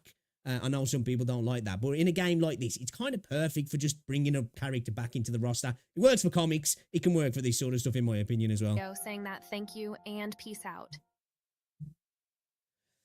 Yeah, that's true. But again, it's told in a third-person sense, isn't it? So can we really believe that he is actually dead? We don't know for fact. It's alluded to heavily that that's the case. He is, but we just don't know, do we? And like I said, again, if there's some sort of temporal thing, we could go back and maybe there's a quest where we stop that happening. We change the future. We just don't know, do we? I think having that element in the game, the potential to change things, rewrite things, it's kind of endless in a way, isn't it, as well? The rover themselves has been in a lot of these moments throughout time. So I guess we'll see. I think writing the character off as it's just not going to happen because we're led to believe he's dead. I don't think he's necessarily the best thing to say, but it's the only information we've got now, so we got to go with that. But anyway, great video from Yinlin Waves. Should go check them out if you want, guys, if you want this sort of leak information. Must admit, again, this is why I haven't really been watching too many of these videos at the minute, because everybody's kind of hashing over the same leaks at the moment, because I think a lot of the leaks have been strangled because of what Kuro have been saying. I think some people have probably accepted, look, I'm going to back off, I don't want to do this anymore, and maybe some people have been threatened with legal action as well and have just had to stop doing what they're doing, because it seems like the leaks have definitely slowed down a little bit, and we're seeing like a lot of the same stuff being rehashed again. But yeah, great video. Yeah, let me know what you guys think as well. Two things that kill a story: Destiny, trope, and time travel. I don't think they kill a story. I definitely don't think they kill a story. The tropes, you've got to use it right, though. You know what I mean? Time travel can be used in a good way. It's just that most of the time it's not. It's if you get too deep into time travel, in my opinion, which it can get a little bit problematic. I feel like characters to be released have to have some type of interaction with the story in the current patch. Yeah, I think that's the best way to do it, in my eyes, because it builds up hype for them, and it adds some context to the introduction of the character as well, doesn't it? So, yeah, I agree with that as well. Guess you could be trapped in a temporal anomaly somewhere we didn't go to. Exactly, yeah. There's almost like this game does, with the sonospheres and stuff, there's almost like these pocket universes that can exist within the game as well, isn't there? So there's nothing saying that it couldn't be something like that. Yeah, I don't think time travel kills a story. Some of my favourite stuff, Terminator, that shit heavily is based around time travel, and it's some of the most badass stuff going. It's how you do it. It's how you need to not overuse it. It needs to not be a get out of jail card, where it won't be like in these games, because at the end of the day, gacha games rarely kill off characters because they're part of your roster and stuff. But a lot of the time when time travel becomes a negative is if you build up a character and then you make a massive deal out of the death, and it's supposed to this be emotional, impactful thing, and then he's like, we'll just rewrite that now because of time travel, you know, like in a show where a character dies and then 2 or 3 episodes later the character's back because we went back in time and saved them. It kind of ruins that sort of stuff, and takes away the impact of deaths in a show or in a movie. I don't your beef is the alloy smelt, but I really enjoy it. I don't dislike it. I just think it just kind of feels like doing. I don't know what this one is like now. It just feels like doing a forgery in a way, really. I gave up on Get Shulin being released, to be honest.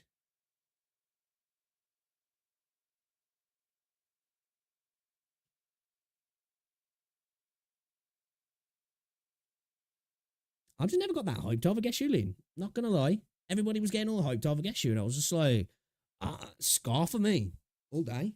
2 secs.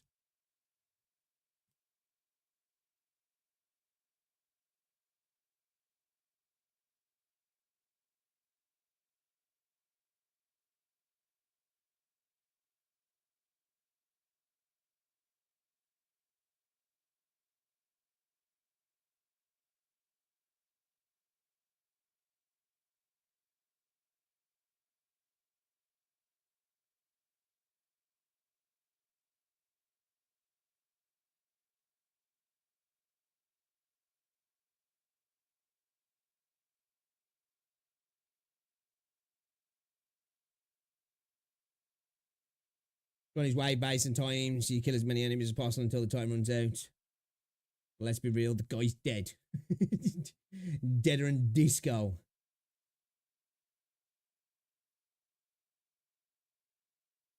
And I think sometimes that's fine as well. Like, you could still make it a playable character, but it just becomes a playable story beat character. It never becomes a pullable character, you know?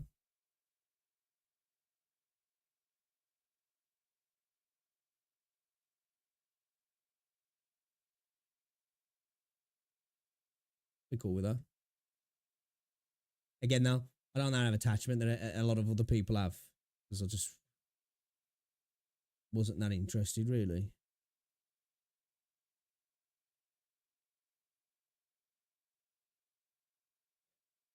Oh, mate.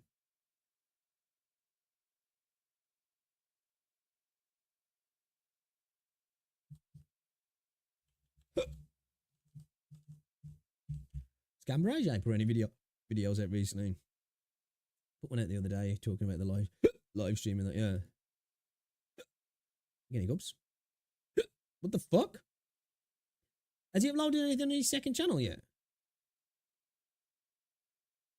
What was his channel name? Was it more Gambarage or? It's called something else, sorry. Oh, fuck, it was called now. I forgot. You obviously hasn't uploaded anything. I ain't seen anything in my sub box anyway.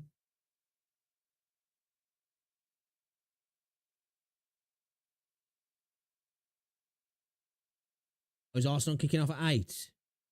Playing Atalanta, yeah. Might watch that.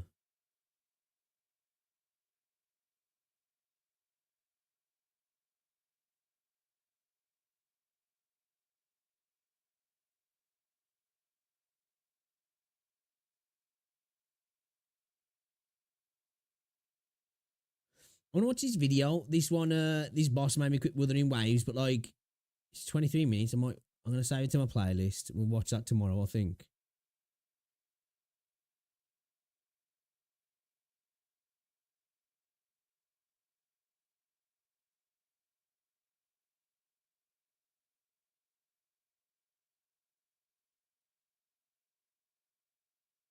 Either. What games is he playing? Oh, Nico.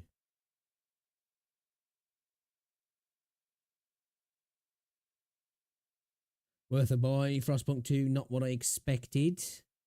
They say the end is coming. Kind of tempted to watch this Foxhole video, you know.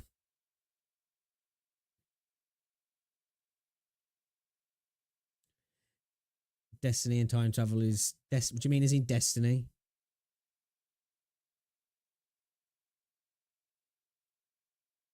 How did he revive time travel? How did you accomplish all this? Destiny, no explanation needed.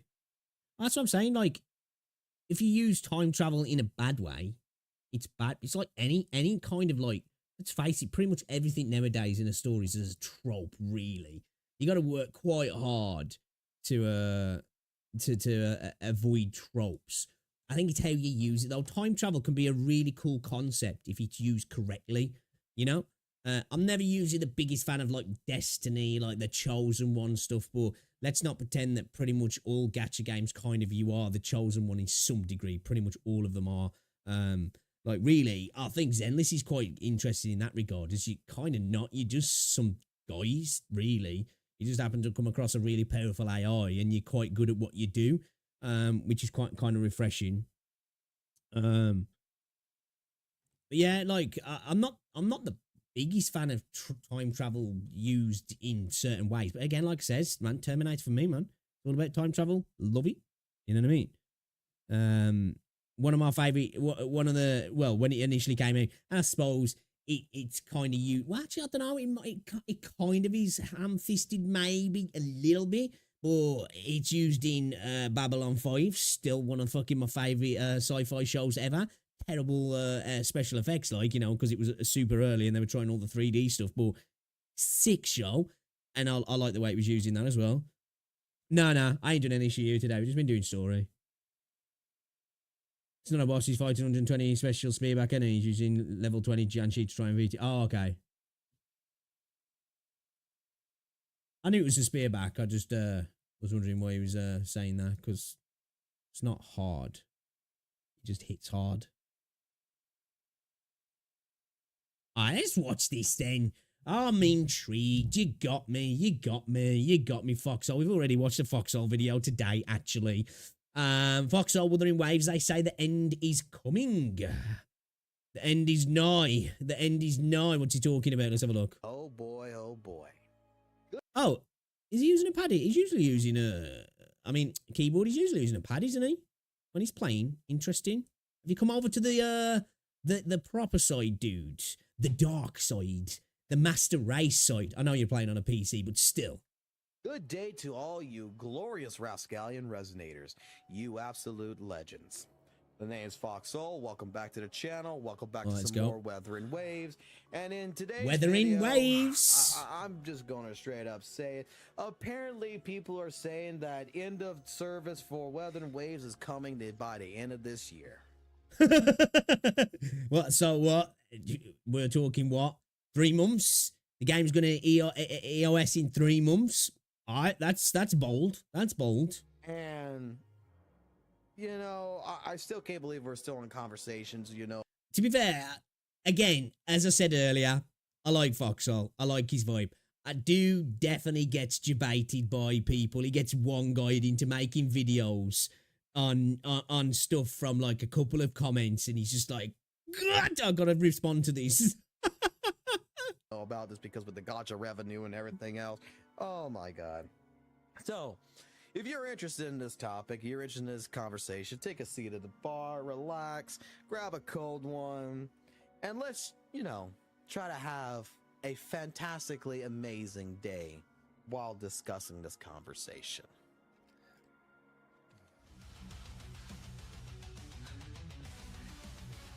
Let's go. That could potentially mean, guys, the game's going to end the service before PlayStation launch. It's over. Trolls, call them pack it up. It's done. Call them, you know, drama starters, whatever you want to call them. But there is some people out there that still believe that Weathering Waves is a game that is dying. Okay, that the game is going to come to end of service by the end of the year, and that we should get the tombstone ready, pop it down, and drop the game and move on to something else like ZZZ, Genshin, go back to Genshin Impact, or just wait for another game to come in that's, you know, going to be replaced. One thing I will say, though, is that when Azure Premier comes, there's going to be a lot of competition in this space. It's going to be interesting to see what happens. Of course, Genshin's still going to do numbers because Genshin's going to do numbers. It's got a fan base that would like it's like, you know, until that game EOS's itself, it's going to be hard to pry certain people away from that game. They'll dabble, but like that'll be the main game. But yeah, it's definitely going to be, the competition is going to be hotting up when Enfield drops as well. And potentially, obviously, when Evernist drops. It's going to be a good time, man. Especially if you like action, open world gacha games. It's gonna be a good time. Place I'm in looking forward to it. I have seen a lot more of these comments come around because in more recent weeks, you know, it appears that Weathering Waves player base may have dropped, not significantly, but you know, a little bit here, a little bit there, and it's a little bit noticeable because people are like, oh, I used to know that people used to play this game all the time, and then now all of a sudden they're not playing the game no more, so the game's dead. But not realizing, you know, like, hey, dude, we're waiting for like 1.3 to show up, and you're already fucking saying the game's fucking dead, you know?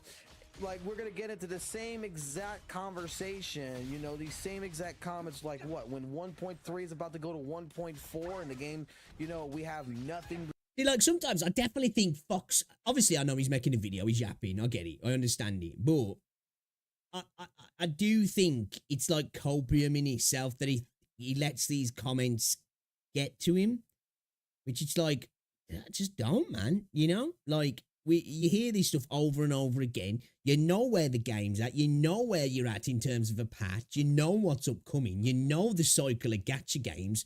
You don't need to, you know, there's no need to feel that you've got to express or vent on these comments. It's the same comments that are made over and over again. You know, it's the same old thing.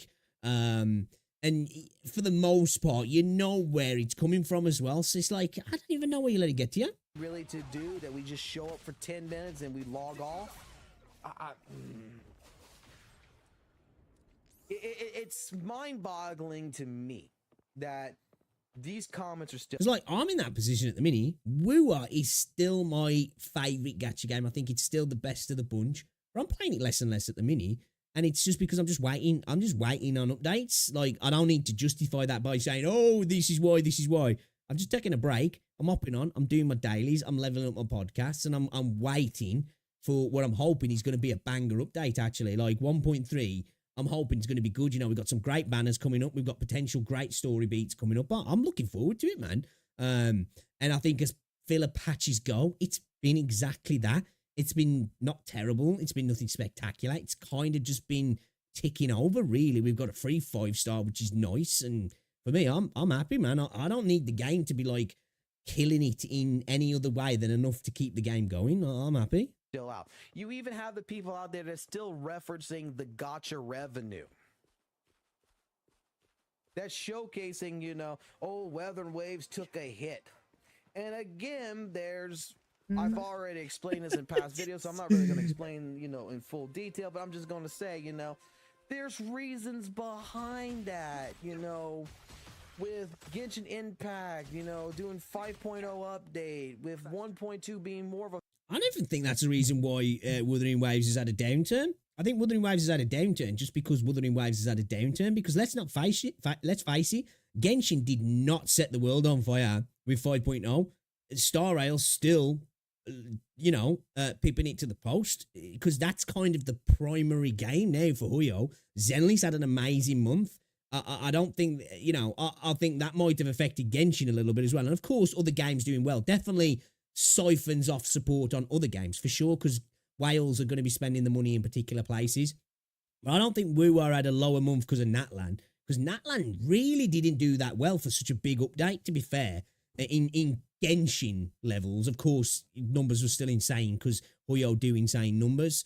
But yeah, let's face it, Natlan didn't set the world on fire. I think most people who went back to Genshin now, who don't play Genshin all the time, have kind of just hopped back off Genshin now and are just probably back on Star Rail, if I'm honest, and just playing other stuff as well. A filler update to get other things situated. It wasn't that hype. And you're using this information to try to put a nail in a coffin for Weathering Waves, because clearly you don't like the game, you don't play the game, and you know what? Why are you going out of your way? This is how I... See, for me, you know what as well? I don't think most people who were saying that sort of stuff about WuWa don't like it.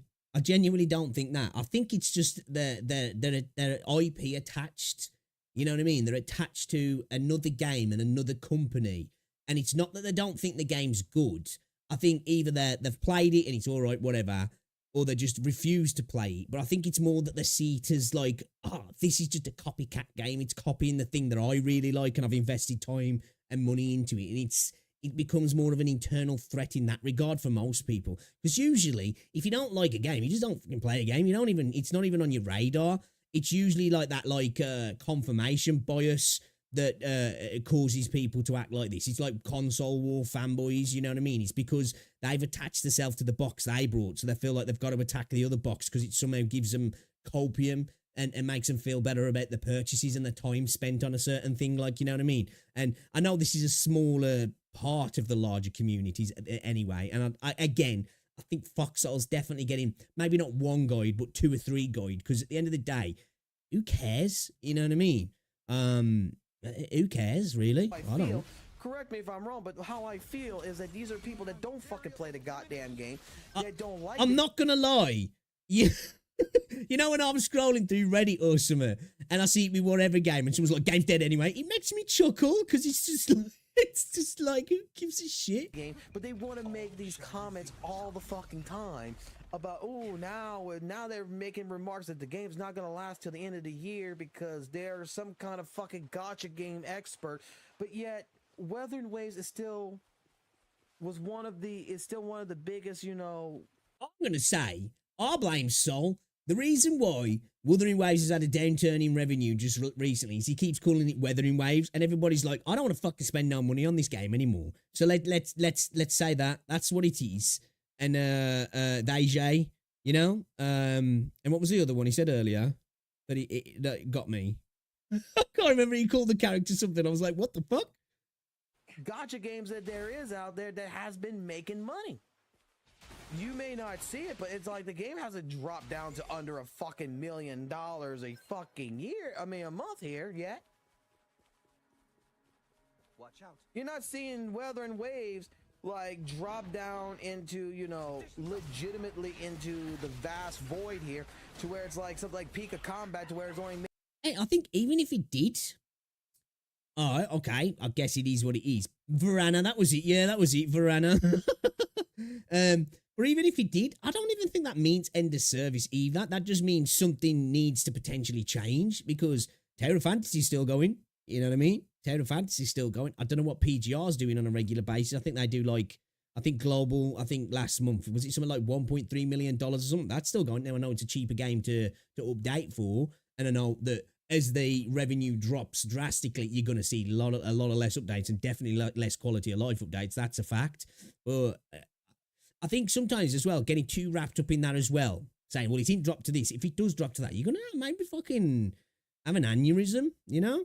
Making, you know, 180,000 a month, which, you know, you're not going to be able to sustain a developer team on that. Like, Wuthering Waves is still making, in my personal fucking opinion, and if you disagree, you may disagree, but I still see it as a good thing, they're still making bank on this game. It might not be as much bank as it was, you know, on release day, but it's still making an affordable profit. Yeah, but Christ, let's say, like, what was it, 30 million last month, something like that, right, altogether. Double that because it's on PC. That's still 26 million a month. That's more than enough for a company to get by on a month on development, that for sure. That is still determining, you know, development for this game. You still have developers unlike others, okay? I'm sorry, you can say what you want about if you're a Genshin player or whatever, but I feel like if you tell this guy his shoes are ugly, he would start crying. True. He definitely does seem to see the lot of comments that really don't matter. Now I get it, it's content, but like you can tell it definitely genuinely bothers him as well. Hey, I like passion. I like people to be passionate about things, but this dude definitely lets people get under his skin. And I think sometimes there's some commenters who don't even believe the stuff they're saying. They just know it's going to piss him off, so they say it anyway. You know what I mean? See Hoyo actually sitting down and justifying, you know, changes in their game based on true player feedback. One of my biggest complaints that was in this game, when it wasn't really a complaint, it was just a, you know, off-topic conversation that I was having, was, you know, hey, the new shooting utility, right, was a weapon that I said, like, that's not really a quality of life experience. Like, that's just, you know, for laziness. But you know what? Kuro Games listen to people and say, you know what, I don't like switching a character out to a gunslinger to do these fucking puzzles. I would like to have, the ability to use GN. It's definitely a quality of life. These puzzles, and guess what? Kuro Games went out of their way and made it fucking happen. Whether I believe it's just pure laziness and it's not really. Oh, that's a dumb take to say that it's just laziness to not want to switch to a ranged character when you literally want to do a puzzle that's going to take you 5 seconds. That's definitely a quality of life update. That's like saying, oh, it's laziness if you don't want to click through 3 sub-menus to get to this thing that could be done in 1 button click. Ah, you're just lazy, bro. It's just that is the quintessential example of a quality of life update, in my opinion. A quality of life change does not mean shit. What it means is that the company itself is still doing stuff like that showcases their love, and they're not going to do something like that and go ahead and put this game in service. I mean, look, Punching Gray Raven, their game that they produced there, is still more than alive, and it makes a lot less money than that of, That's to playing PGR. I think it is a crying shame that well, I guess it's not really, because the game's still getting content, so that's good. But I think in terms of let's look at it as a work of art, because games are a work of art, it is a crying shame that it doesn't get more respect than it deserves, because it does, within this space, it deserves a lot more than what it gets, I think, PGR. Because it's a good game, it is a good game. It's got great combat, the story's enjoyable, the character design's great, it gets lots of updates as well. It does deserve some respect. I can understand now. I used to get lots of comments of people saying you should try PGR, and oh man, I wish PGR got the same sort of respect that Wuthering Waves as other games do, because it's a great game. And I was just like, man, these people are coping hard. And then I played it and I was like, holy shit, they're all right. They're all right. The game's fire, and it definitely does deserve a bit more than what it gets. But at the end of the day, the market's the market and the consumer decides, don't they? Wuthering Waves right now. Wuthering Waves is their moneymaker. Okay, they're not going to just drop this. Who should you pull for, Camilla or Gian? Depends, dude. Depends. I've got Gian, so I'm going Camilla all day long. Or whatever. But I think even if I didn't have Gian, I might go for Camilla, just because she's one of my most anticipated characters. But Gian's really good. My opinion here either. Like straight up. You're wrong. Great for overworld. He's great for farming. He's great for things like tacit fields and simulation. I'm going to tell you, you're going to see that revenue change back to where it's going to go up. I'm pretty sure that like by Camellia, it's going to go back up. You're going to see people spend money because that is what they. All right, let's play a little game. Even though it doesn't matter and it doesn't represent the entirety of the revenue anyway. What do we reckon the revenue is going to be at after the freaking Shorekeeper banner? What do we reckon? What do you reckon? I think last banner, Jeji, it was like around about 15, wasn't it? It was like 8 in China and was it 8 and 5? Something like 30, whatever anyway. What we're thinking for Shorekeeper? I think a good number, personally, which I think could be good for the game, which would show that, like, the trend is not going directly and linearly in one way. It's just ebbing and flowing. I think anything over, let's say China does 18, global does 10. So on mobile, we're looking at like 25 to 28 million. I think that'd be a really good month for them. It would be a really good month. Like, I know people will look at that and go, that's trash. But people forget because they look at the other numbers of other games. That's an insane amount of money. I think that would be a really good month. And then obviously you're looking at potentially doubling that with PC. So you're talking $50 to $54 million, which is ridiculous. And then potentially for Camellia, I'm thinking maybe a little bit more. So we may be looking at something around about 30 to 35, maybe. So we're looking at like 60, potentially 70 million. Maybe I'm being a little bit over expectant there. I think that's maybe what we'll see. I guess we'll see though. We might not. It might be fucking dire. It might not move. It might not move the dial at all. But yeah, I'm thinking that seems like a kind of conservative number for me personally, because obviously, again, as I say, I think it's safe to say, and this is an assumption, but I think it's safe to say you can double whatever you see on the revenue chart for Wuthering Waves, because I think that a lot more people, or at least equal people, are spending on PC than on mobile. You know? So yeah, $11 billion. They're waiting for. Zayshay Small and such was loan. not characters that was really that hype. And I've already talked about that several fucking times. But it's just that I'm not sure about you guys, but even for someone like myself, it's a little bit annoying to keep seeing people that I might put up a community post out about that later. Just to, you know, just as a game, fun light odd game. What's the revenue numbers going to be on the banners? They're making these comments just to try to upset people. Yeah, but it's worked though, bro. It's worked on you. It's worked on you. They're making these comments to upset people. You see it, and you're still seeing red. And you know what? You could say by me making this video that at least he's cognizant I'm of it. feeding into it. And yeah, I am feeding into it. You know what? That's a job of a content creator. I'm supposed to feed That's into true. it. That's you know true. what? That is my job. But you know what? I want to make sure that, you know, for newer players who, you know, hasn't experienced wavering waves, that is, you know, on the fence, that may be like, you know what, I'm looking at my first gacha game, or I'm looking for a new gacha game, maybe I should try Weathering Waves. Bro. You know, I don't want them to go ahead and see.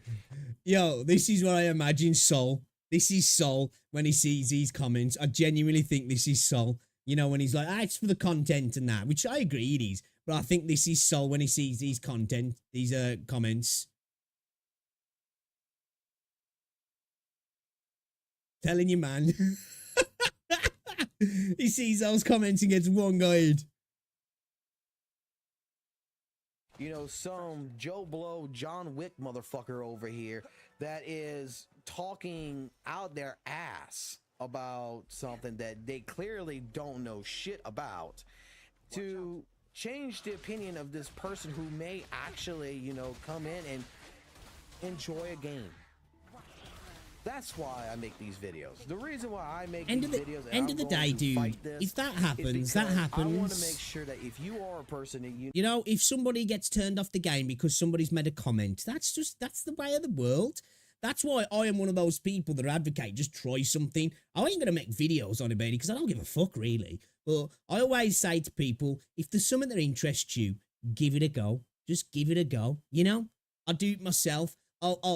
The amount of times I'm like, oh, this game kind of seems interesting. I'll go to a video. I'll go to a stream. I'll look at some of the gameplay. Somebody might be even bad-mouthing the game, but I'll be like, dude, this looks kind of cool. Boom, I'm downloading it. I'll try it out. I might like it. I might not. You know, all that you've wasted is a little bit of time, I guess. If it's free at the end of the day, it doesn't even fucking matter, really, does it? You know, you're researching, you're looking at information on Weathering Waves, and you're trying to come up with the idea whether or not you want to play it. That I could tell you, this game is not coming in a service. This game is a beautiful game. Give it a shot. If you don't like it, you don't like it, but at least give it a shot. Don't listen to Tom, the Dick, and Harry naysayers, over here, the doom callers. They fucking know the fucking world, to these other content creators that's also spewing this kind of shit. The thing is, though, I see him say that quite a lot in his videos. He references content creators. Who are these content creators? Maybe there are some. And maybe some dude with like 3 subscribers who's just chatting shit because he wants to. I don't really think there's any genuine, serious content creators out there that are really saying that, like, Wuthering Waves is going to EOS. I just don't. Like, I think a lot of the times, now, I could be totally wrong here. And again, I like Sol. You could disagree with people and still be like, you know, I think the dude's kind of chill. And he definitely lets things get to him far too much, if I'm honest. But I definitely do think he sees some comments and he uses this, well, content creators, I'm saying it. I don't think they are. And the ones that might be, they're just the same as a person who might be leaving a comment on the video and a video anyway. You really shouldn't give a shit about it, really. Listen to someone who actually sits here and plays the game every single day. Okay? And I think as well, the worst people to listen to about playing a video game are people who play a video game every single day. I do. I think because they don't get the average person's perception of a video game and the average experience, especially a free-to-play gacha game, because they're using all their time that they can spend, so they avoid a lot of the bottlenecks you might get to if you're just playing sort of semi-casually or casually. I think the best people to listen to when it comes to video games, in my opinion, is nobody for a starter. But if you are gonna, is somebody who plays kind of casually, in my opinion. And then, like, you know, because I think if you listen to people who play all the time, I just think you get a skewed view of what the game is anyway, whether that's on a really positive side or a really negative side, because a lot of the small features of a game start to get to you the more you play a game anyway.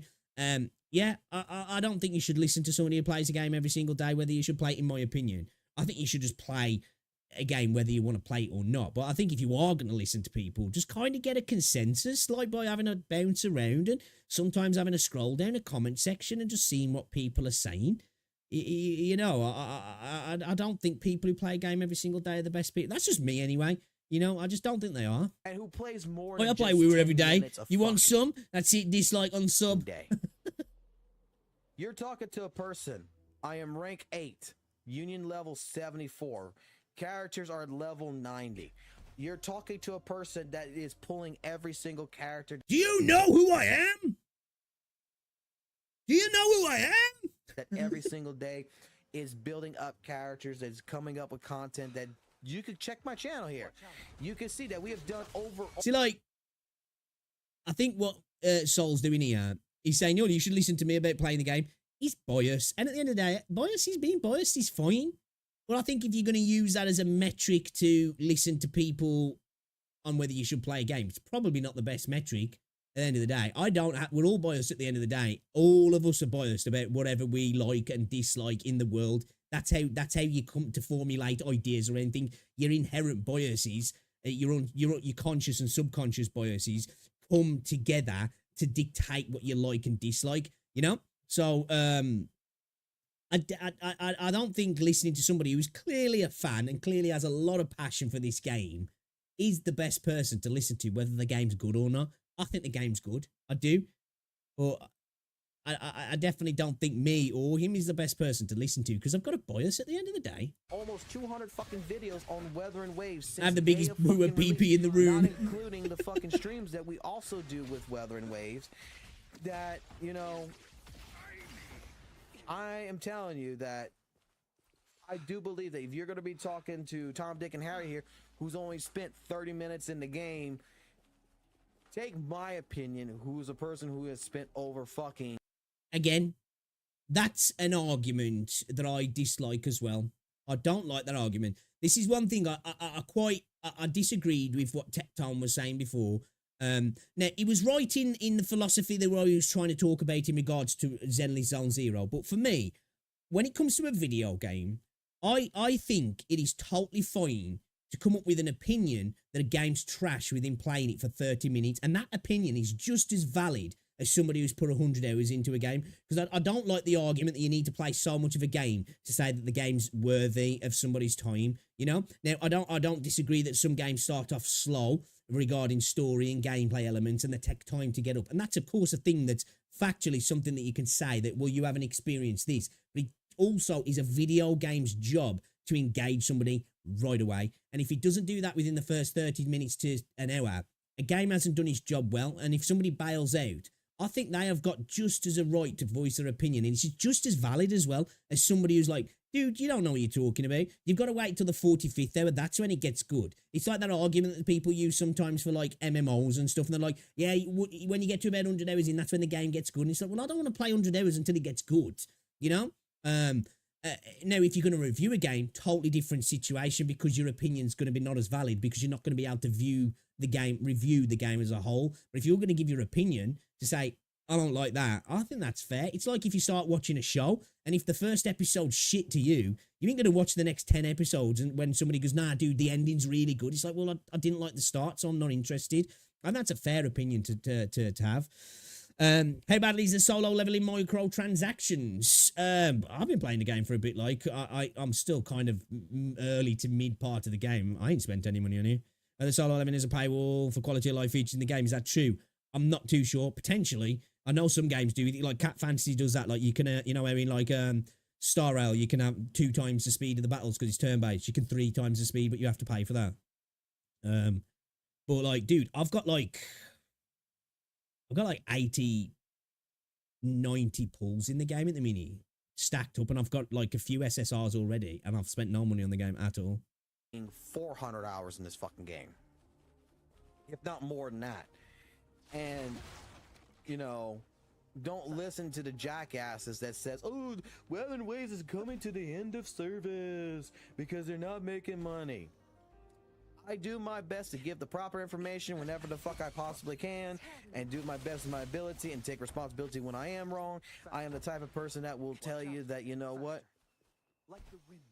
this game 100%, unless something devastatingly, you know, destructive happens, we're going to be seeing this game stay here for a good solid couple of years, if not longer than that. Hope so. I actually give the lifespan of Weather and Waves. I'll be confident to say that within 12 months, Wuthering Waves will still be here. Now, beyond that, I don't know, man. A game to, like, things like Genshin and some other gacha games, PGR in this as well, because it's been going for 5 years. They're kind of anomalies to stay going that long in the live service space. And this goes outside gacha games. Most games just don't last that long, you know, especially online live service games. You look at it usually 12 to 18 months, and then everybody forgets about it. Of course, there's the unicorns that go on for decades, like WoW and CSGO and things like Rainbow Six Siege, which has been going now for 9 years or something like that. You know, there are those games that exist, GTA, but they're few and far between. So I think, like, let's say the game lasted 2 years. For me, I'd be fine with that. You know, I'd be totally fine with that, because I'll look at games in a different way. Some people be like, well, I've spent 200 quid on this game and it's only lasted 2 years. Fuck this game. Where to me, if I've spent 200 quid and I've got something that I've enjoyed daily or at least a couple of times a week for 2 years, that's a great investment. Waves in general, a good 5 fucking years to 7 years. And then by that time, I'm sure that Kuro Games will have something else in works to either, you know, continue the game in a different format, in a different version. I tell you what I'd like to see now from Kuro. I'd like to see a spiritual successor to PGR. I'd like to see something like a bit more modern in regards to graphics and all that sort of stuff. Voice acted, cool story with PGR type combat. Could be fire. Maybe they'll make like Weather Waves 2 or something. But by that time, the game itself will give you a truly glorious lifespan. So don't listen to people who says that in 3 fucking months from now the game's gonna fucking be closed. They don't know shit. All right. And I'm not gonna lie as well, without like time demanding and the fact that game, you know, they want you to be logging in every day as well. I'm not even sure I want to be playing gacha games for 5 to 7 years. I'll happily play a gacha game for 6, 12, 2 years time, and then be on another gacha game or be on another fad altogether in gaming. For me personally, I've got a short attention span sometimes, you know what I mean? There's only a few games throughout my life that I've stuck with, brands or series of games that have kind of like stuck with me, you know. Final Fantasy, Call of Duty, they're games that I've been playing for years and are still playing now, you know. There's very few games that I'll be playing in 5 years time. There just is. I'll have been through multiple dozens of other games in that space of time personally. That's pretty much all I wanted to fucking talk about. And to you guys out there that, you know, that may be on the same path of my mind, how many of these comments have y'all been, was it, 22 like, or 23? Like, you know, I think it was 23, I see this wasn't it? almost like 2 or 3 times a fucking day, it seems like, when you go browse around Reddit or YouTube, these people just keep doing this. You need to stop browsing around these places, bro, man. You're gonna get high blood pressure. I mean, it's getting a little bit annoying, isn't it? Tell me that down below in the comment section. Not for me. And otherwise, in that, I'd say it's getting a bit annoying, your reactions, but I don't mind them. I honestly, I don't. I like Saul, and I think the reactions are kind of funny, if I'm honest. Guys, I'll leave you at it. You have a glorious day. You take it easy. Do what you do best. Play some Weather and Waves. Have a good one. And I catch you in the next videos that we do on this channel, wherever that's going to be, and all that great, amazing jazz. So keep it classy, keep it real. Alright, I like Sol. I do. I know most of my videos, I kind of laugh at him and I rag on him a little bit, but I like the dude. I think he'd be a chill dude to potentially hang around with in small doses. I do. I just think that the dude lets stuff get to him a lot more than he should. And I get it, it's content. I'm not that naive. I understand he's making content out of stuff. But I do genuinely think there's a genuine angst and anger that he gets from this sort of stuff. End of the day, it's fine. It's passion. I just think it's funny. I think it's funny. Also, I hate that people act like we was exactly, dude, exactly. So yeah, like Solo Leveling Arise, I think's a cool little game. I tell you one thing, that my biggest issue with Solo Leveling Arise, it's got this smart lock-on system, which obviously is designed for mobile. There's no tab lock-on, as far as I'm aware. I haven't been able to find it anyway. So you can either have no lock-on and your camera you can aim your camera at who you're fighting, or it like has a smart, soft lock-on system that's kind of dictated by where you're looking.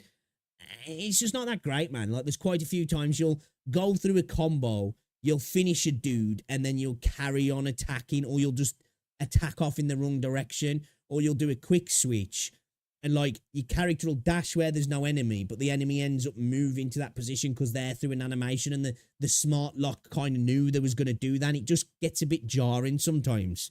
But I like Solo Leveling Arise. I think I'm biased because I like the anime.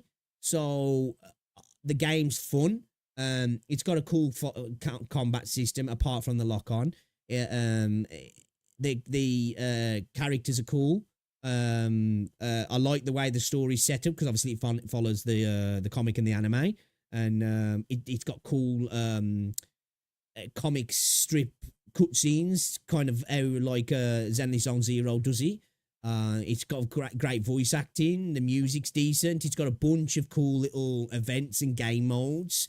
It's definitely heavily monetized, and obviously gacha games are, but like there's multiple different, like, you know, you've got like your battle passes. There's like 2 tiers. There's multiple different things to buy, but like the game will actively now and again be like, hey, like, I forgot what they're called now. Let's just call them freaking Prima Gems because it's easy. It'll be like, hey, you want 5 Prima Gems? Just come and have a look in the shop. And it'll give you 5 of them for just looking in the shop, which for me, I'm like, okay, all right, I ain't buying nothing. But if you want to give me 5, I'll do that every now and again, because the game does do that every now and again. But you get plenty of login rewards in regards to like pulling currency. You know, the game, it's quite generous to a degree. But again, it's hard to say because I'm not at endgame. I haven't really done a massive amount of farming. I'm just getting to the point now when I'm starting to get gear. Like there's a thing at the minute where like I was able to log in today and I was able to get a free piece of gear and select the main stat and then have like a roll every I did like select a sub stat, but you could roll it again and then roll it again, which was kind of cool on some gear. I like the game, man. I do. I like the game. But I think I'm quite easily pleased as well, because, like, Wuthering Waves is kind of my main gacha game. Zenless and PGR are kind of like my secondary games at the minute. Like, I've stopped playing Zenless a little bit. I'm back on it now. But, like, those sort of games, I just kind of hop on. I get my dailies done, and I play for an hour, and then I bounce. So, like, I haven't really got to the point in a lot of these games where I'm like, okay, all right, I'm hitting a brick wall now. This is getting a little bit stupid, which usually takes you a while in a lot of these games to get to, doesn't it? Where you're like, right, yeah, this game's shit, man. The systems are shit. The monetization's ridiculous. I'm DPS checked out my ass. I'm not at that point in it, so I've been enjoying it, man. Game's all right. Actually, do you know what? Let's just hop on a second. You can have a look for yourself if you haven't already played it. Let's hop on actually. And have a little look-see. Let's have a little look-see, because I actually want to get my logins.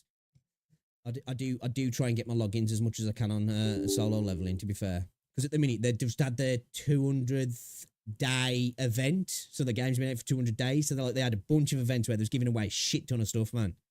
Like, I got 50 pulls the other day just for logging in. Like I say, I think I'm sitting at like 70, 80 standard banner pulls. I think I've got like 10 weapon pulls, and I've got like 3 pulls on the premium banner, plus probably like another, I don't know, 10 pulls on top of that maybe.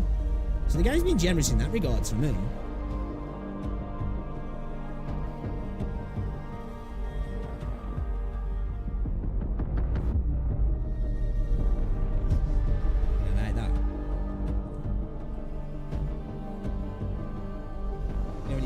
like the area where you put your passport or your password or your email, and it just doesn't register that you've clicked on it. You start typing, you look up, and you're like, fucking hell, I ain't type shit.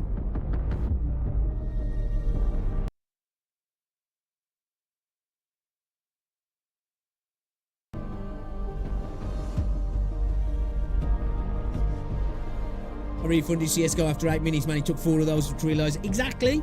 That's what I'm saying.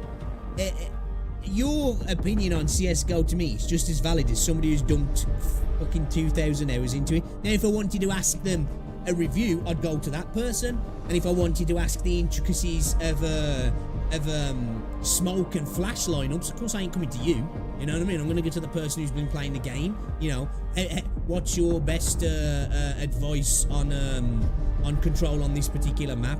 Where do you push? What's your angles? I ain't coming to you, but I'd definitely come to you to be like, well, why couldn't you get into it then? Because I think your opinion is maybe even more valid, because those first impressions for me are the really important things in a game, I think. Standard banner. I don't know if you get them now.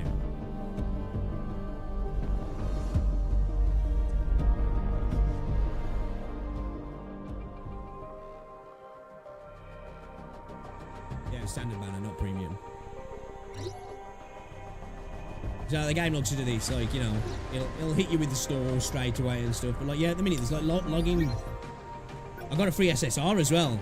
So look, 1,000 of these, but they're 250, so that's 4 pulls. Yeah, that's 4 pulls, isn't it? Like I got a SSR weapon, I think. I got 10 pulls. 10 pulls here. Where was the one where I got like it wasn't in the mailbox, it was like here somewhere, like I don't know where it was. In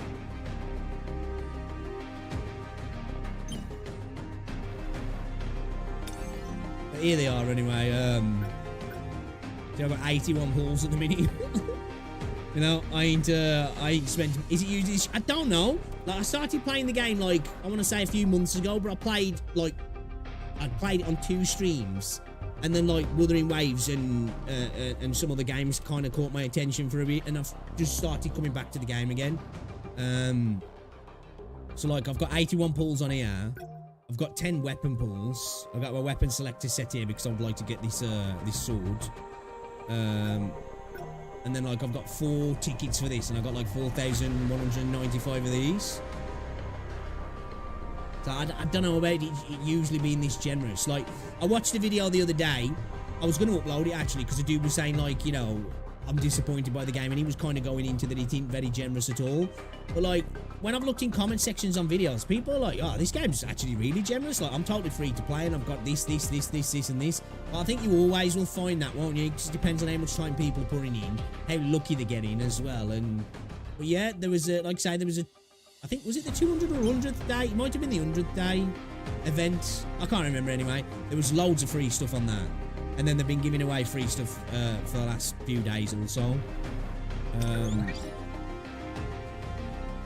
But I don't know if there's any events. I don't know where you go to get to the events actually.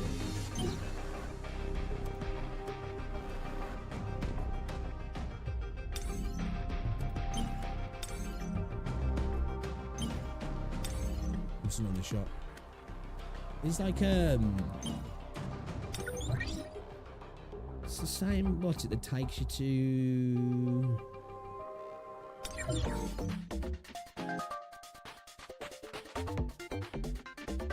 Yeah, like at the minute. This is the what's it? So like you can craft. I built one of these, the Burning Greed. So you can go in, you can select your main stats, which I chose attack early because like my character's heavy on strength crits. Pretty much strength and crit. I kind of went like how he does in the anime. So we got the helmet earlier actually, so we can go additional attack gloves potentially, or percentage attack. Crit damage though would be nice, not gonna lie. Yeah, I think I'm gonna get the boots, get crit. So like we can use 10 of these now to go for a substat. So we got additional MP, damage reduction, critical hit rate. That's actually kind of good. So what we could do here, I can confirm the crafting result, but I can readjust the stats as well. I'm not going to do that though. And then we can use one of these. Crafting it. So I got two items out of this set now. Would I recommend the game? I personally, I think when a game's free to play, I think it's always worth trying it out, you know? I think the combat's kind of fun. It's not as good as, like... Actually, I don't know, like... I think if it had a lock on it, it'd be a lot better. I'd say... I'd compare it to things like PGR, Zenless, Honkai Impact 3rd, even though I haven't played that, Snowbreak in that regards, because it's obviously instant combat and stuff. I'd say just try it out. I think at the end of the day, it's free, so it's worth trying it out, you know? I definitely think I'd say, yeah, I could recommend you try it out. I hate recommending stuff, though, for me, personally, because I always think, look, you know, everybody's different, isn't they? Somebody might come back and, yeah, you wanker. Fucking wasting my money, or I spent 4 hours the other day playing that shite. It's garbage. Oh, cool. 1. Nice.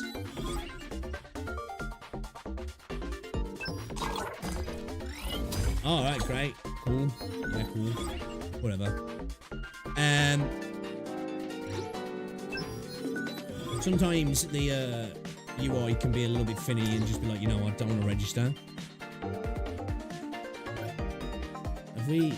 Has the rock, paper, scissors gone? Rock, paper, scissors is kind of cool. I like that in the game. There's some cool stuff in the last event, actually.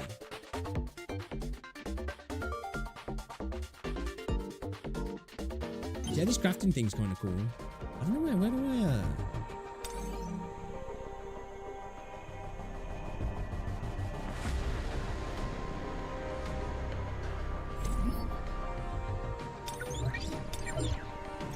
Fuck, spawn. If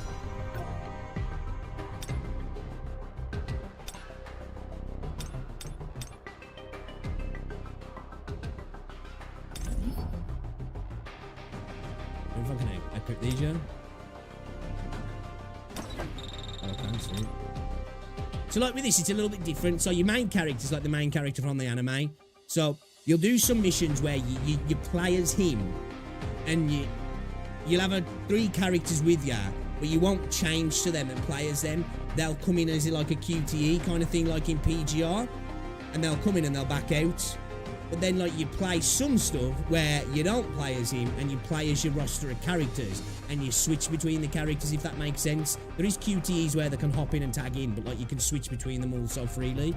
So like it's kind of got a little bit of a different thing, and you level him up traditionally like you do in an RPG, where you actually, like, every time you level up you get 5 attribute points, which you can select into like strength, fucking crits, I think MP, defense, and HP, I want to say. Don't quote me on that though.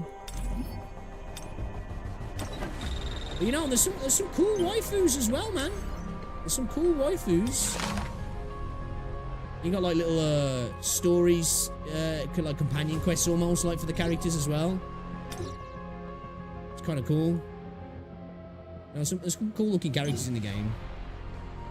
The interface is not the best. It's definitely not the best. I think like with any gacha game though, it's a little bit overwhelming at the start, but I do find myself going down dead ends a lot in the UI in this. So I can't praise the UI really. It's not great. It's not the worst, but it's not great. You know, waifu material. We got a little titty jiggle. It's always good, you know, good titty jiggle. I've got like 4 SSRs already. I ain't spent a penny on the game. Got a couple of SRs. Got a healer. I don't really use these characters, to be fair. At the minute, I'm using her and him. He's like a tank. I think he's a tank as well. I think he's a... Yeah, he's a shield user. I think he's different. I don't know what he actually is, actually. I don't know. She's dope, though. I've really been enjoying her.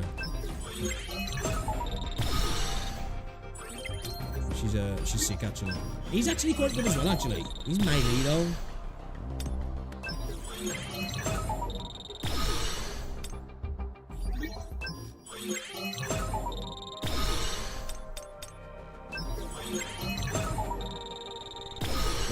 we use them quite regularly, actually, as well. You know what? Oh, shit, I haven't leveled her up at all. Ooh, she's been clutched for me. We haven't really been using her much recently, though, but you know what? We're leveling her up. She's a healer. Always good to have a healer in it. Always good to have a healer. I've got a nice set on her as well.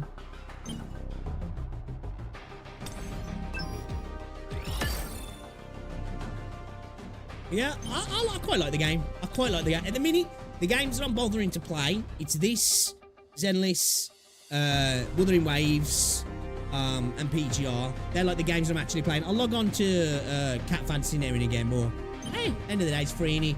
You know, even if you spend just a couple of hours, I guess you're wasting a little bit of your time, which is, at the end of the day, is the most priceless currency, the most important currency, should we say? So, that's how you look at things, innit? Me.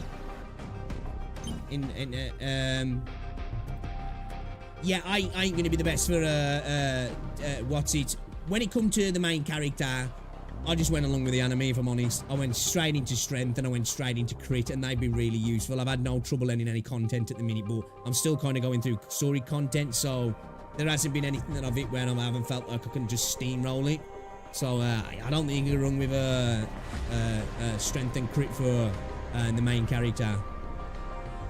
Now, obviously, like certain characters, the other characters, you know, things will scale off like HP, whether the healing scales off HP, their attack scales off their HP, defense, attack, all that sort of stuff. So you just need to look at the individual characters and build them like that, really. But I haven't played it enough to get into the nuts and bolts and be like, right, this is how you want to build this character, like, you know. I ain't really got into it that deep, to be fair.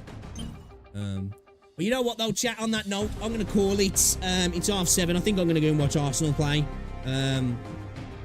See if they get beat. They probably won't, but, you know, we can dream.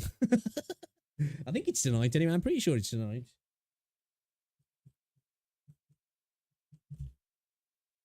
Yeah. 8 o'clock tonight, Atalanta v Arsenal. Yeah. All right. Yeah, I'll be back tomorrow, though, guys. It's Friday tomorrow. We're going to be live and ready to stream the Wuthering Waves live stream. That goes live at 12 GMT. We'll get live about 45 minutes before it goes live. And we'll just hang out. Come and hang out and watch it with me if you want. Go and watch it over on there. Chance up to you. We'll check that out. See if it's a W update. See if it's an L update. You know me. I'll be honest. If it's shit, I'll tell you it's shit. If it's a W, I'll tell you it's a W. And then we'll probably play some PGR. That's what we'll do. We'll play that and we'll play some PGR. And then maybe we'll come on this, because we've got a bunch of pulls. Maybe we'll come on and we'll pull all our pulls, because I've got like 150 fucking pulls to pull on Cat Fantasy as well. So, you know, maybe we'll do that tomorrow. We'll play PGR and we'll just gamba. Yeah, we'll gamba. We'll waste all our free pulls. That's about that. But yeah, no worries, lads. No worries. I'll catch you later. I won't be alive. It's 4 AM. Yeah. I don't mind, dude. I'll happily watch it back when you come into the stream. I know you'll probably want to go and watch it yourself, but I'll happily watch it back and we'll shoot the shit over it. It's only a 30-minute live stream anyway, so it's no big deal to sit and watch it again with people. Might want to do that anyway, just to, you know, see if there's anything I missed. They might show off some stuff where it's like, ooh, you know, City versus Arsenal, real game. Yeah, it pains me as a Man United fan to say it does. And hopefully things will change soon. But yeah, you know, they are the two best in the country at the minute. All right, boys, I appreciate ya. It's no fun without you there. Come into my stream then, man. Let me know when you're in and we'll sit and watch it again. I'm happy to do that.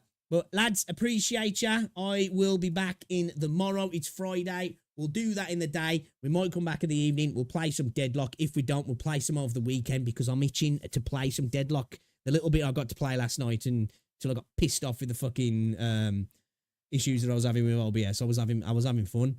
But when there's issues in my stream, I just can't concentrate. In the back of my head the whole time, I was like, fucking fix it. So I had to get off. All right, boys. I love your faces. I'll catch you later. Enjoy the rest of your day. If I don't see you tomorrow, have an amazing Friday. Have an amazing weekend. Stay safe. All that good stuff. I'll catch you later. Ta-ra.